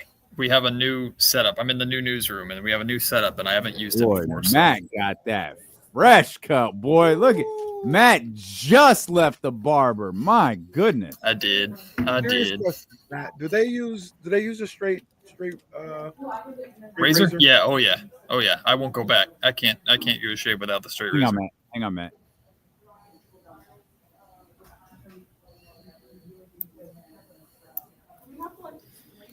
All right, we are back here with our man Matt George, live from the ABC 10 studio. Of course, he's the host of the Locked On Kings podcast as well. And Matt was a little fiery over the All-Star break, angering some Kings fans out there on Kings Twitter. What's the problem, Matthew?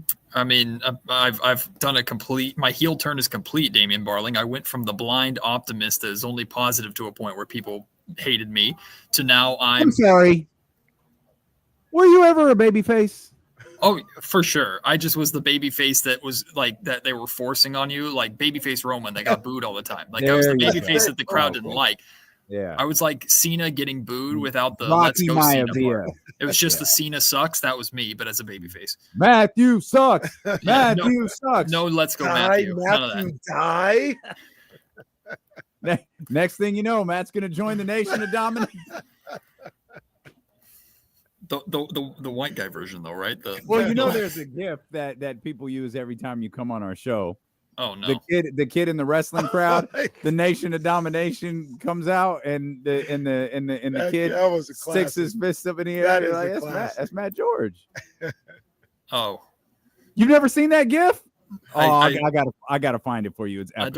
I don't know if I want to be that. GIF. Everybody tag Matt in that GIF. Y'all know which one I'm talking about. It's a classic one. It's a classic one. You'll like it. No, you'll laugh at it. You're Okay. right. You'll laugh at it. But yes. I know you want to. I know we've got practice to talk about. I want to talk about Markelle Fultz, Zach LaVine, all of that. You were a little fired up at the start of the show. No, you always piss me off because you have the best wrestling conversations when I'm not around. But Ken, I would just want to say at the start of the show, Kenny is absolutely correct. The WWE made a mistake of going with Cody long term as their champ, because I used to at least like actively search out segments every single week just to see what's going on.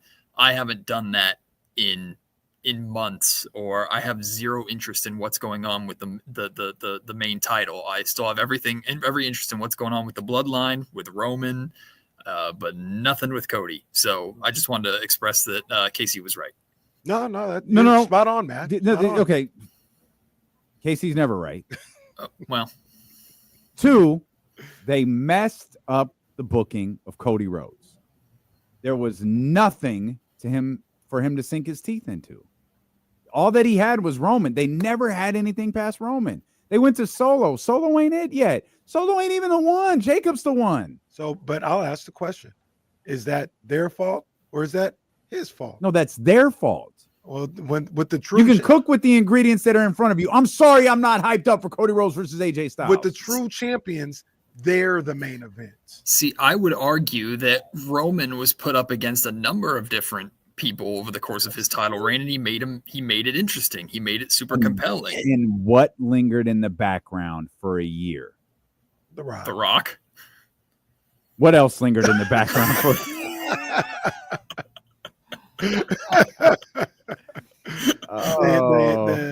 The fraction in the bloodline. The bloodline. I'm talking about Cody. Oh. Which I was never a fan of Cody beating Roman to begin with, considering all the giants that Roman vanquished. Like if Lesnar couldn't beat Roman with multiple cracks at him, but Cody Rhodes can, I was never. You're one of those guys. I'm kind of a Cody hater. Like I've realized I'm just. I hadn't noticed. I guess Cody's the Sacramento Kings right now, and I'm pessimistic Matt George that just hates on everything good going on. But yeah, I like Cody. I like his entrance. I think Cody is a heel I'm very interested in, but Cody carrying the company and Cody being the main event with the belt on him, it's not something I would do in GM mode on WWE 2K. I'd turn Cody heel and keep it moving. That's what I do. I'm into that. I'm anxious to see what they do at WrestleMania because I still think the money is Cody Roman, but I know nothing. I'm just a stupid radio show host talking about the Sacramento Kings in Sacramento, California, with Wearing a a bunch Gucci of Cody hoodie. Rhodes haters. You go home. You talk to somebody during the go home show. What? You talk to somebody during the go home show. Well, we might. That's what I'm saying. It's I right do here. want to. Apparently, I want to talk to somebody named Ricky Saints. They destroyed a 2-year bid with one stupid ass name change. In any event, Matt George Kings were at practice today. You talked about Zach with me. We just played maybe about a minute and a half of the Markelle Fultz audio, and Markel's demeanor really caught our attention. His demeanor, his delivery, he seems like he's pretty focused on the task at hand.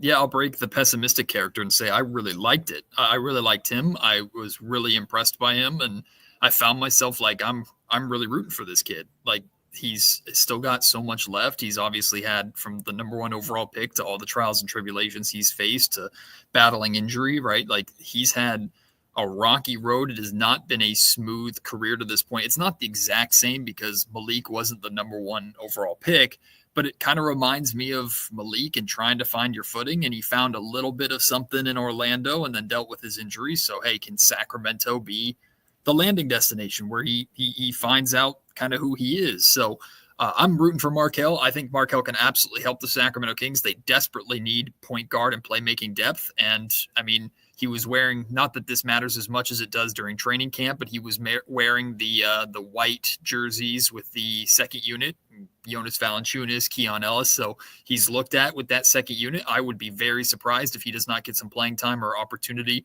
in this Warriors game. So I'm rooting for him, and I think he actually can be an impactful play. This is not just they took a flyer on some decently recognizably named free agent that isn't going to do anything for him. And it's not like no disrespect, it's not like a Jay Crowder thing. And I think Jay should have probably been playing more, but Jay at the kind of the sunset of his career, Markelle Fultz is 26? Like, he still has something that he can give.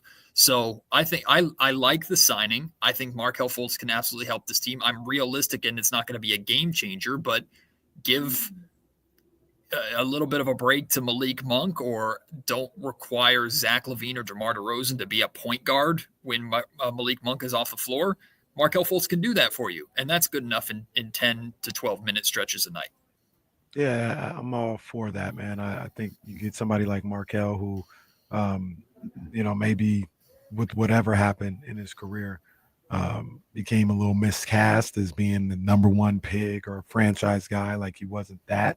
But, he might be a little overqualified to be somebody that can give you 10 minutes a night, and because of that, give you a great 10 minutes as a backup point guard. So at the very least, man, I'm anxious and I'm interested to see what he can do with his time here in Sacramento. Yeah, I think that's a really, really good way to put it, Casey, is overqualified. Now, this is a results league, right? And that's one of the things I actually asked Markelle is, like, of course, you look at the Kings and they need depth at your position, right? So you're obviously looking at that going opportunity, but you're also joining a team in the thick of a playoff race. Like, and as I was asking him this question, like, he started nodding and smiling, like, this is meaningful basketball. So not only is he returning, he's returning and is going to get a rotational spot on a team that needs to win right now. Like that, he said, that's everything you could ask for. That's everything you could dream of as a kid wanting to play. So he has the opportunity. Plus, we know Sacramento, and of course, Doug knows Sacramento. He plays hard. He makes an impact. Fans are going to embrace him immediately. Like, there's no reason to believe why that Markelle Fultz can't be a mainstay on this roster for the remainder of this season at least, and help this team hopefully fight into, at the bare minimum, a 7th or 8th spot, so the play-in is a little more appealing, or still make a push for a top 6, which is still mathematically possible. We kind of abandoned it there for a second, but you brought up Markelle and a position of need, not to going to get a twilight player. Like, you've got a player who could really help you. Is that your view, like, on the Kings, that you just feel like they don't have enough? They're just still missing at key positions to really kind of get them over the hump when, maybe Phoenix has a run in them, maybe Golden State's got a little vibe and they're getting better, and the Kings just don't have those things right now?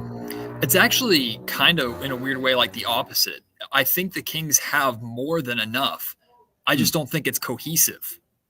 Like, it just doesn't. I don't think it works. Like, they have plenty of talent. This is arguably, I think it is. I mean, I know you lost De'Aaron Fox, but like pound for pound, this might be a more talented overall roster than the Kings had when they made the playoffs 2 years ago. Like, I just, you look at the talent across this roster, you look at the names: DeMar, former Hall of Famer; Zach LaVine, potential 30-point scorer. Keon Ellis has become, I think Keon Ellis is the best story of this Kings season again. Like, he's arguably been their most consistent player. Domantas Sabonis still a super high-end player. Get Keegan working a little bit more. Like, Malik is important now in his starting role. Like, this roster is loaded with talent that feels like you just picked a team at the YMCA. Like, when they play, I just feel like this is a team that's playing pickup together during the offseason that's just kind of feeling each other out.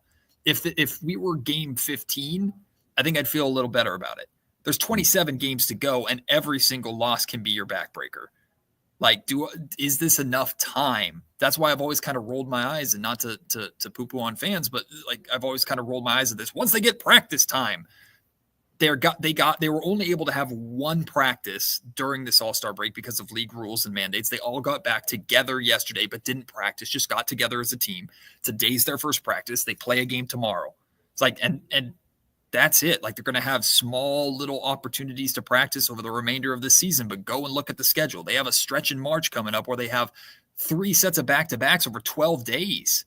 Like, practice time, what are you talking about? It's recovery days and playing. That's pretty much what this is at this point. So this group is very much going to be a trial by fire, learn on the fly. Do they have the talent to do it? Yes. Have I seen enough to make me confident that they will be able to be cohesive enough to be effective against so many teams that, I mean, even though they're adding Jimmy Butler to the Golden State Warriors, that's still Warriors basketball with Steph Curry, Draymond Green. They still know their identity, right? This Kings team's still trying to find theirs. And I think 27 games is a tough ask to find that. Mm-hmm. Yeah, that's fair. That's definitely fair. I would say, not in defense of anybody, but just speaking about it, like you talk about, they look like a team that was just put together at the YMCA. It's almost because they just got put together right like a week ago, and they're trying to, figure some things out. And the idea of practice time, even if they don't, like, they'll have some practice time, but even if they didn't, if they played 10 games together as opposed to the 3 that we saw together, they're going to learn something about each other. They're going to learn and start to get a better feel of what's going on. And that's one of the things that I look at. I don't know if it's actually going to be enough or it's going to work, but just more games on the court together outside of 3 or 4, could lend itself to just better cohesion outside of practices. You know what I'm saying? Just continuing to play with each other for, a week and a half straight, and you could see, some better things as a group. But what does that week and a half look like, though? I think that's the part that concerns me is, should they be, there's 27 games left. 10 games from now, they should be a lot more comfortable playing together. But are those 10 games, are you 3-7? Because can you survive those 10 games in order to get more cohesive and get more comfortable together, especially with that stretch that I talked about coming up in March, right? That stretch of doom that starts with the Clippers and ends with a back-to-back between Boston and OKC. Like, it's brutal. The Bulls are the easiest team you face during that stretch. You should be able to beat them, but we've said should a lot with this Kings team over the years, right? Like, it's just a very brutal stretch. When they come out of that stretch, they should be battle tested. They should be more comfortable playing together. They'll have more games under their belt. All these things can be true, but they also might be barely clinging on to the 10th seed with the the Spurs might probably out of it now. So that helps them a little bit, but the Suns might be breathing down their necks, right? Portland is playing really good basketball right now. I know Ayton's out for an extended period of time, but what if Portland wakes up and says, hey, let's go for it? I don't know if the Kings can afford the growing process together. Now, in theory, though, KC, you get through 27 games. Let's say you tread water. Let's say you finish in the 9th seed. You host that first play-in game against, it might be the Warriors again. Who knows? Mm-hmm. By that first play-in game, barring injury, this group should be a lot different than they are today. So maybe that's the optimistic way of viewing it. It's like they'll have 27 games under their belt. They get into the play-in. Now you can make a run, or towards the end of the season, if you end the final 10 games of the season playing good basketball to hit the play-in running, Now maybe you're more cohesive. Now you're hitting your stride at the right time. I just don't know if they can survive to that point. And to be fair to them, I know the opponents matter, but they're 3-2, 3-1 with like the whole group of Laravia, Valanciunas. Like they've 3-2. While they're trying to figure it out, they've won games. Sure. I know it doesn't feel that way because the last game they lost, but they're working it out on the fly and they've won games. So I think there's a lot of reasons it doesn't feel that way too. I mean, Matt mentioned it. Like Portland's 5 games worse than you. They're playing well. They were playing. I think they were on a 9 of 10 winning streak. Mm-hmm. Maybe they were on a maybe it was like a 9-game winning streak. It was something. They had won games though when they played Sacramento, and then the Pelicans. Like you lost to 2 teams who are below you in the conference standing. There aren't very many teams that are below you in the conference standings. You lost to 2 of them. So yeah, it's 3-2, but I think Kings fans might look at that and go, God damn it, this looks familiar. And I'm trying not to overreact to one loss because it's 1 of 82. But that loss going into the All-Star break, I think, could really haunt this team. Because you're looking at out of the All-Star break, I don't have the schedule up in front of me, but you have the Warriors, you have Utah, and you have who's the last one? It's a beatable team. Is it Charlotte? Charlotte. So I mean, if you win that Pelicans game, you're on a 4-game win streak. You win these 3, you're on a 7-game win streak. We saw what a 7-game win streak could do standings wise when Doug first took over. Right? They shot up the standings in the West with that 7-game win streak. Mm-hmm. So if you win these 3 out of the break, which if you want any chance at a top 6, I feel like you have to. You're feeling a lot better, regardless of what happened in that final Pelicans game. But what I've been talking to a lot of people and kind of what we've worked out. I had a conversation with Kyle Madsen about this on Locked on Kings a couple days ago. Like this team, if they really, really want to make some noise, they need a win streak, and they had a chance at one, and they just dropped the ball in this game that, like, James Ham has put this well too, like optically and standings wise, 1 game over 500 versus 3 games over 500 starting this final stretch. That's a massive difference. So I just hope we don't get to a point where we get to the end of the season, Kings are in 9th or 10th, and they're a game out of 8th or a game out of 7th, and we're going, hey, remember that one? Oh, and remember that one? Because that's what we did a lot last year with that Detroit loss at home and the Charlotte loss and the Wizards loss. Like that, those kill you. And the Kings got to be able to handle their business because now they're forced to try and go out and get those games against OKC and Boston, and they might have to win, especially the home games. They might have to win half of them in order to truly have a chance. If I told you that the Kings turn things around here in the next 27 games, and whether that means a 7th spot or better, what do you think happened? Like if I give you the end scenario, and this team got the 7th spot, and like they only have to win 1 play-in game to get into the playoffs, what happened in that time frame to make that possible? 2 things instantly come to mind. Number 1 is Keon Ellis starts, I think. And that helps clean up the first quarter issues, but I think that's less likely. Number 2 is I think Zach LaVine takes off. Like it just like Zach LaVine, what we saw that the final game of the season, the final game before the All-Star break, there was so much in that to be positive about, right? Like Zach LaVine, not only was he scoring, he had 32, 34, 10 assists. Right. So it's like, oh, there's Zach. There's that game.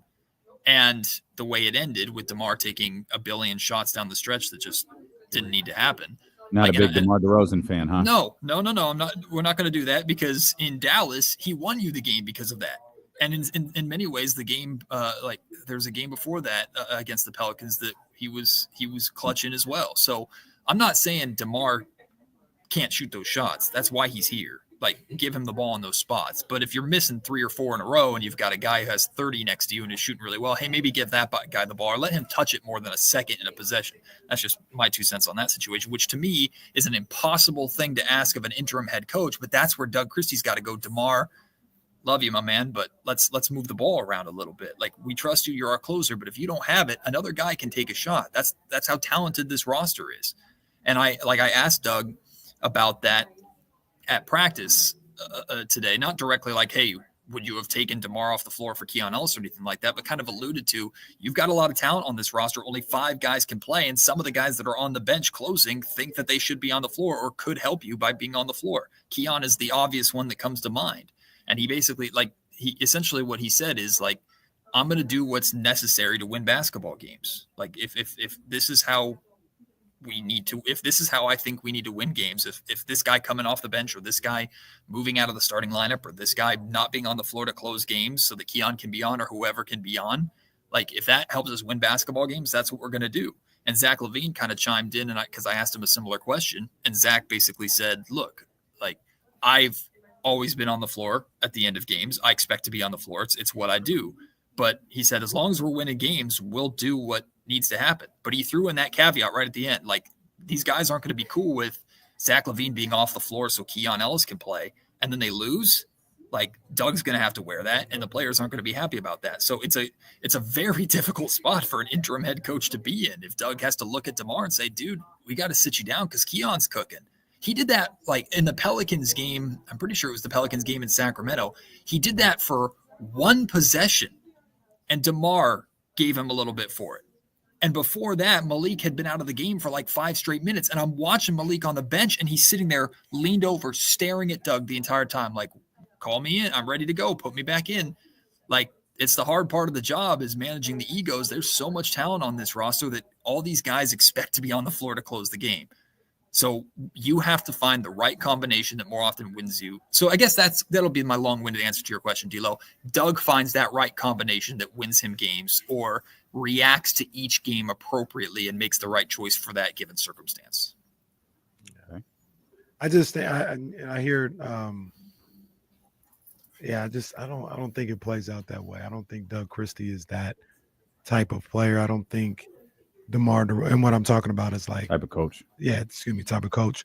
And I don't think any of those players would look at DeMar DeRozan and say, "Hey, man, pass the ball, my guy." Like, no, I said it before. They're gonna say, "You've done this a dozen times this year. You got an open shot. Take the shot.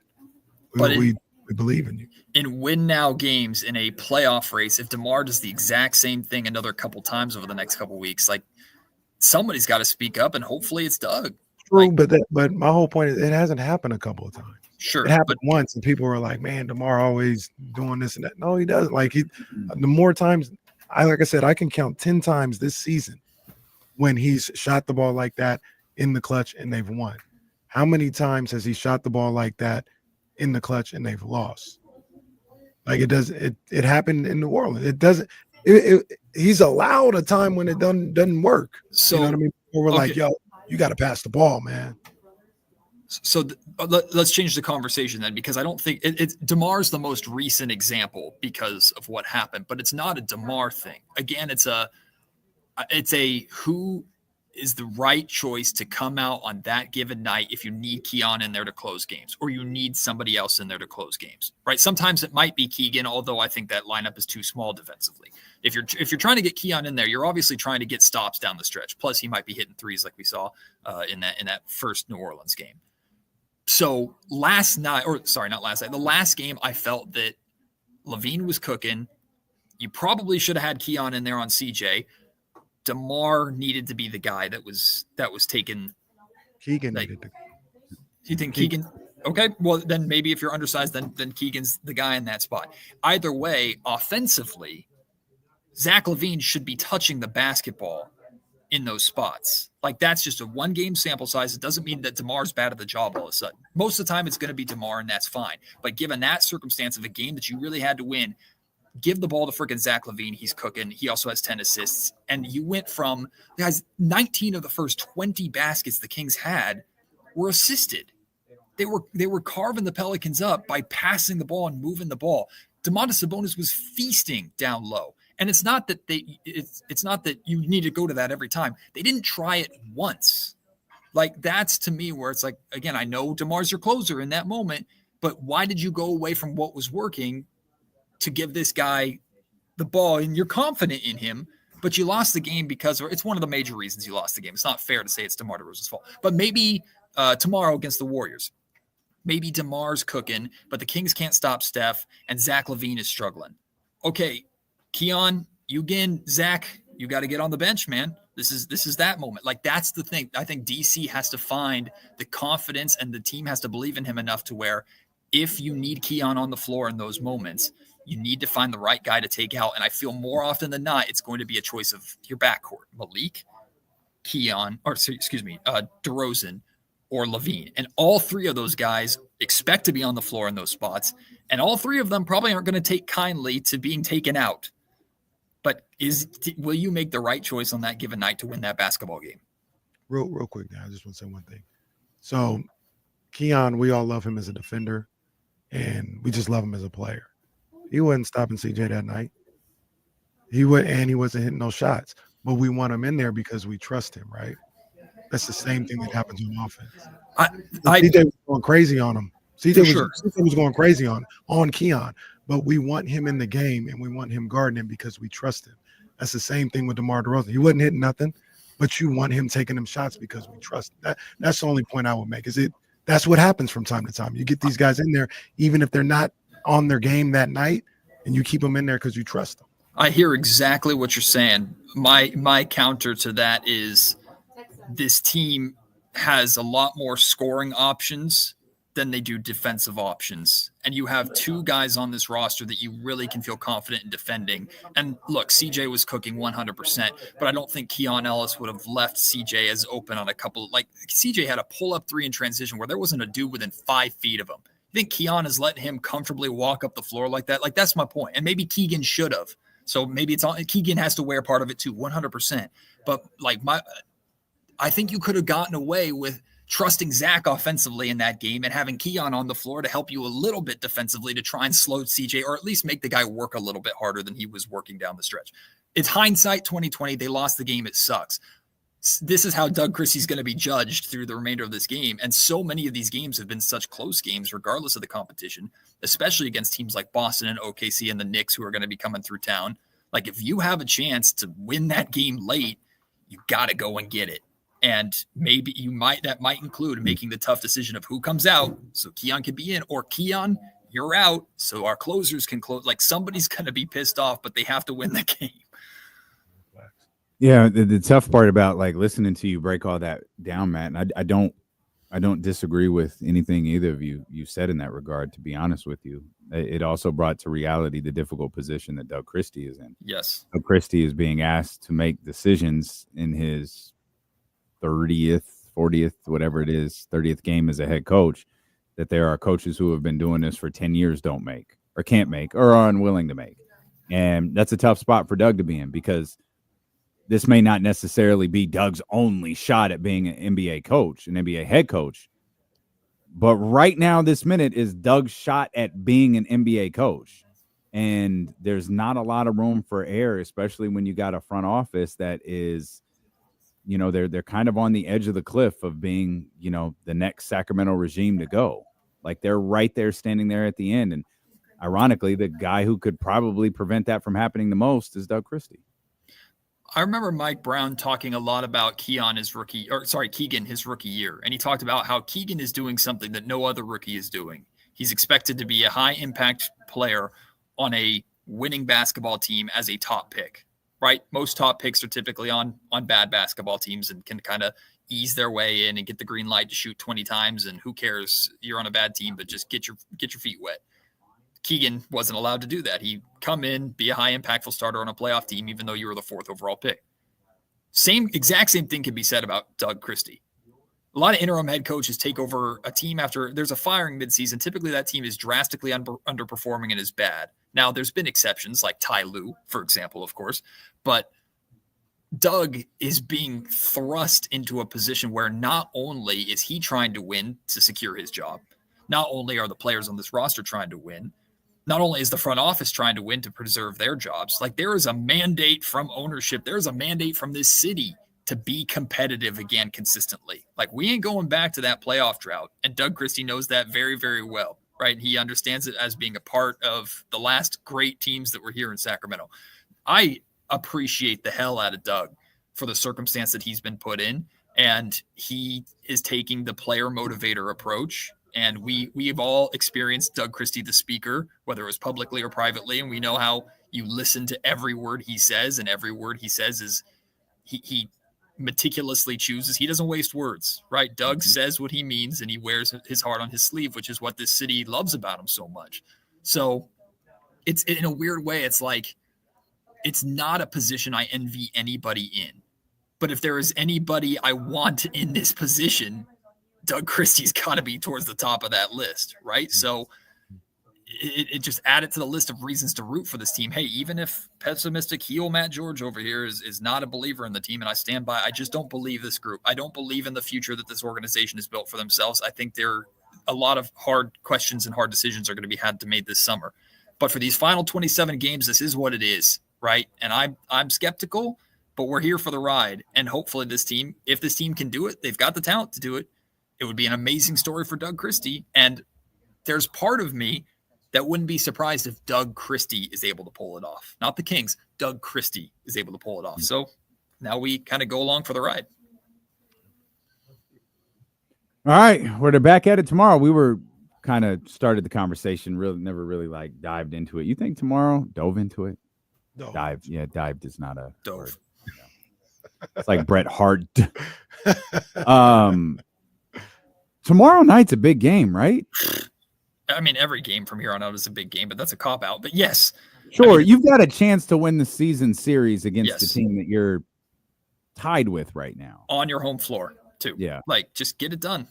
Get it done. Win this game on your home floor. It's your first crack, too. Like, you're 2-0 up on the Warriors, but you're not 2-0 up on this version of the Warriors, right? If they come in with Jimmy Butler and you beat him and go 3-0 up, you're a little less worried, right? Because even if they lose, like they lose tomorrow night, we're still 2-1 up in the series. Yeah, but you're now a game behind them in the standings.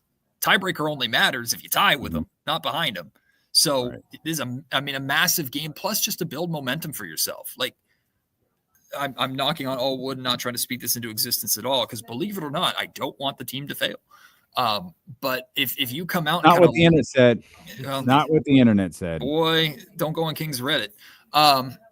But if it's good for you, wouldn't know how to find it. My idiot friends from college take screenshots and send it to me because they think it's funny. But like, if you go out against this Warriors team, given all the circumstances starting these final 27 games, and you lay an egg, like morale wise, that's going to hurt. I know the fan base is going to react poorly to that, but this game should 100% be competitive. I expect the Warriors to look different, but we also don't know what the hell the Warriors are. They change every freaking quarter, let alone every game. So go out and win that game, right? Just go out and win it, get a step forward in the right direction. These first 3 games are very important, because then you have the stretch of doom in March coming up. Yeah, got to be ready to go out there and win games, regardless of how long you've been on the same team. If you know your teammate's name or not, and you got to go out there and find a way to win games. And we'll see if this group can do it. We'll see if they do. I think they got a better chance than maybe most people think they do. But the only thing that matters is wins and losses at this point. And that was kind of what Doug said in practice today, right? This is the time of the year where we're going to play our brand of basketball. We're going to play hard, and like the teams that get going, it's not at this time of year, is not because they're amazing basketball teams and everything's been going right this season. It's just you start playing basketball at the right time and things start clicking at the right time. So, hey man, 2 years ago, the Kings came out of the All-Star break red hot, and it secured them a 3rd seed.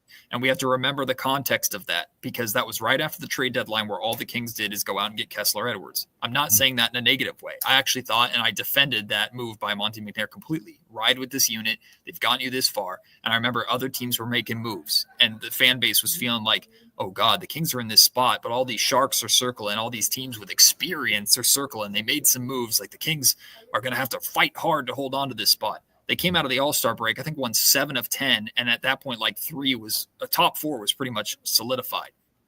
You get hot right now, a lot can change and you can secure your spot. And the Kings are right in it. That's all they can ask for, is a chance. Just make sure you control your own destiny. Don't leave it up to Minnesota winning or losing, or this team winning or losing, the Suns winning or losing to get in or to get to the spot you want. Go out and get it yourself.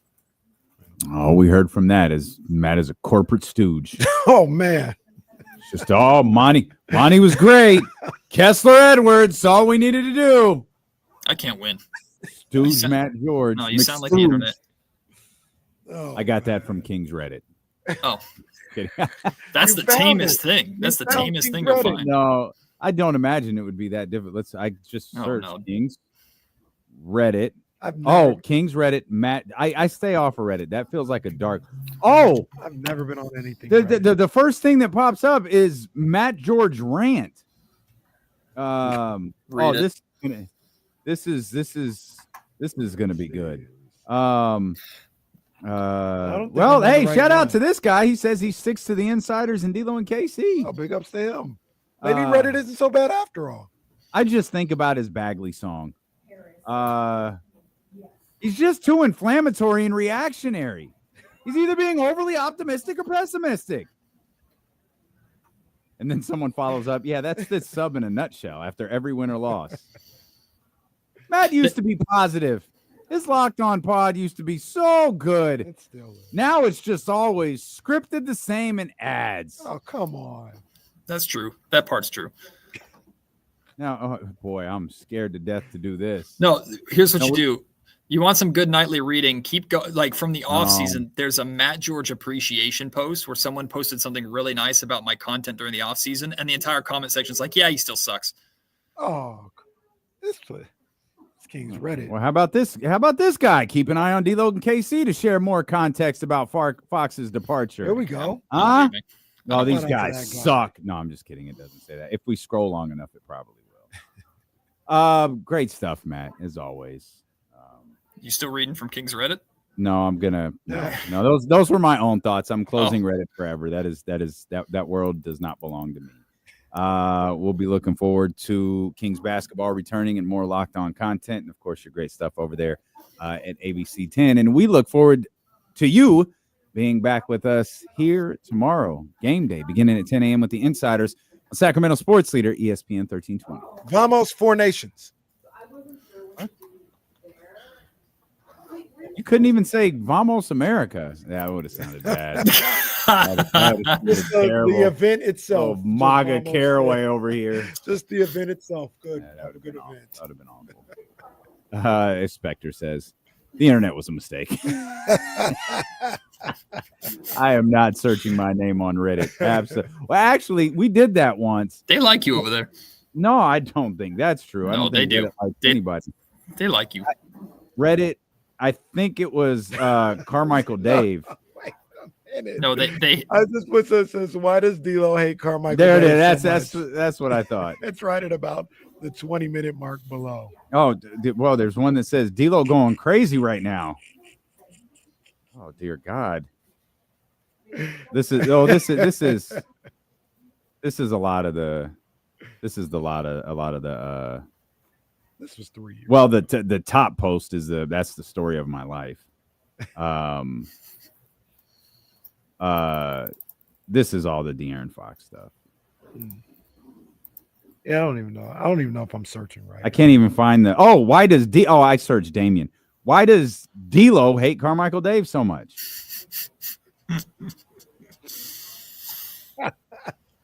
That's fine. Well, oh wow. All right. I'm okay. I'm a little too. It's a dark rabbit hole. Don't keep going. Okay. Now, oh man. So all I can see is which local sports Kings media personality is the most. And then I see Kenny Caraway and Damian Barling for short, and I'm scared to see what the rest of this says. Oh no! I'll click on it. Oh no! It's the most annoying. Oh, I'm in there like 7 times. Keep scrolling. You'll see me like 7 times. Now, to be clear, we didn't win. This was a vote. Well, where there were 1,200 votes cast. Which local sports Kings media personality is the most annoying? Carmichael Dave won with 482 votes. I gotta be 2. James Ham is second with 437. Give me the bronze. Deuce Mason is third with 156. What? And 119 people with the worst vote in history for Sean Cunningham. Son now, don't even do nothing to there, nobody. There we go. I know, Matt. Let's see. There's a couple. Matt George would get my vote. Where is this? I'm not even trying on to the find poll. guy who said. I don't even know how you find this stuff. How is I'm not Kenny on the Caraway? I genuinely don't feel like he contributes to any discussion. Where is the one about us? God damn it, Matt. Welcome. Oh, why do people hate Carmichael? Welcome to hell. I want to read the rest of what that person said about us. Oh, I found it. I found it. Okay, all right. Well, I don't know what I just found the thread. Oh. Someone said, why the fuck isn't Kyle on this list? Who's the hotter than fish grease guy? That's my vote. I can't. This is so in depth. To me, oh, here you go. Well, okay. To me, Matt George has the best takes. Thanks, Mom. That's a shoe. That's what it said. I won't read the second part. I can't wait. find the guy who hated us. I cannot find it anywhere. There's a Leo reference in here. Tim Maxwell's on here a couple times. I see Tim Maxwell. I'm like low-key offended I wasn't even on the poll. Well, Someone said Jill Adge. come on, man. First of all, go to hell. The hell? Oh well, I'm never. I did. Okay, this is a dark place. I'm out of here. I Dr. really Davidson. wanted to see what that person said about us, but I can't find it. Dr. David said Jesse started the thread.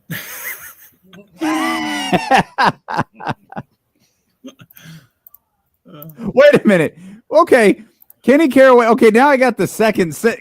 Why can't I just click on this part? Kenny Caraway and Damien Barling win for sure. They're the only dudes in the bunch who look like they've been in a fight before. What? I don't know, man. We got to go to KSFM. Bye, everybody. No, I can't use Reddit, Dirk. Get out of here. No. God damn it.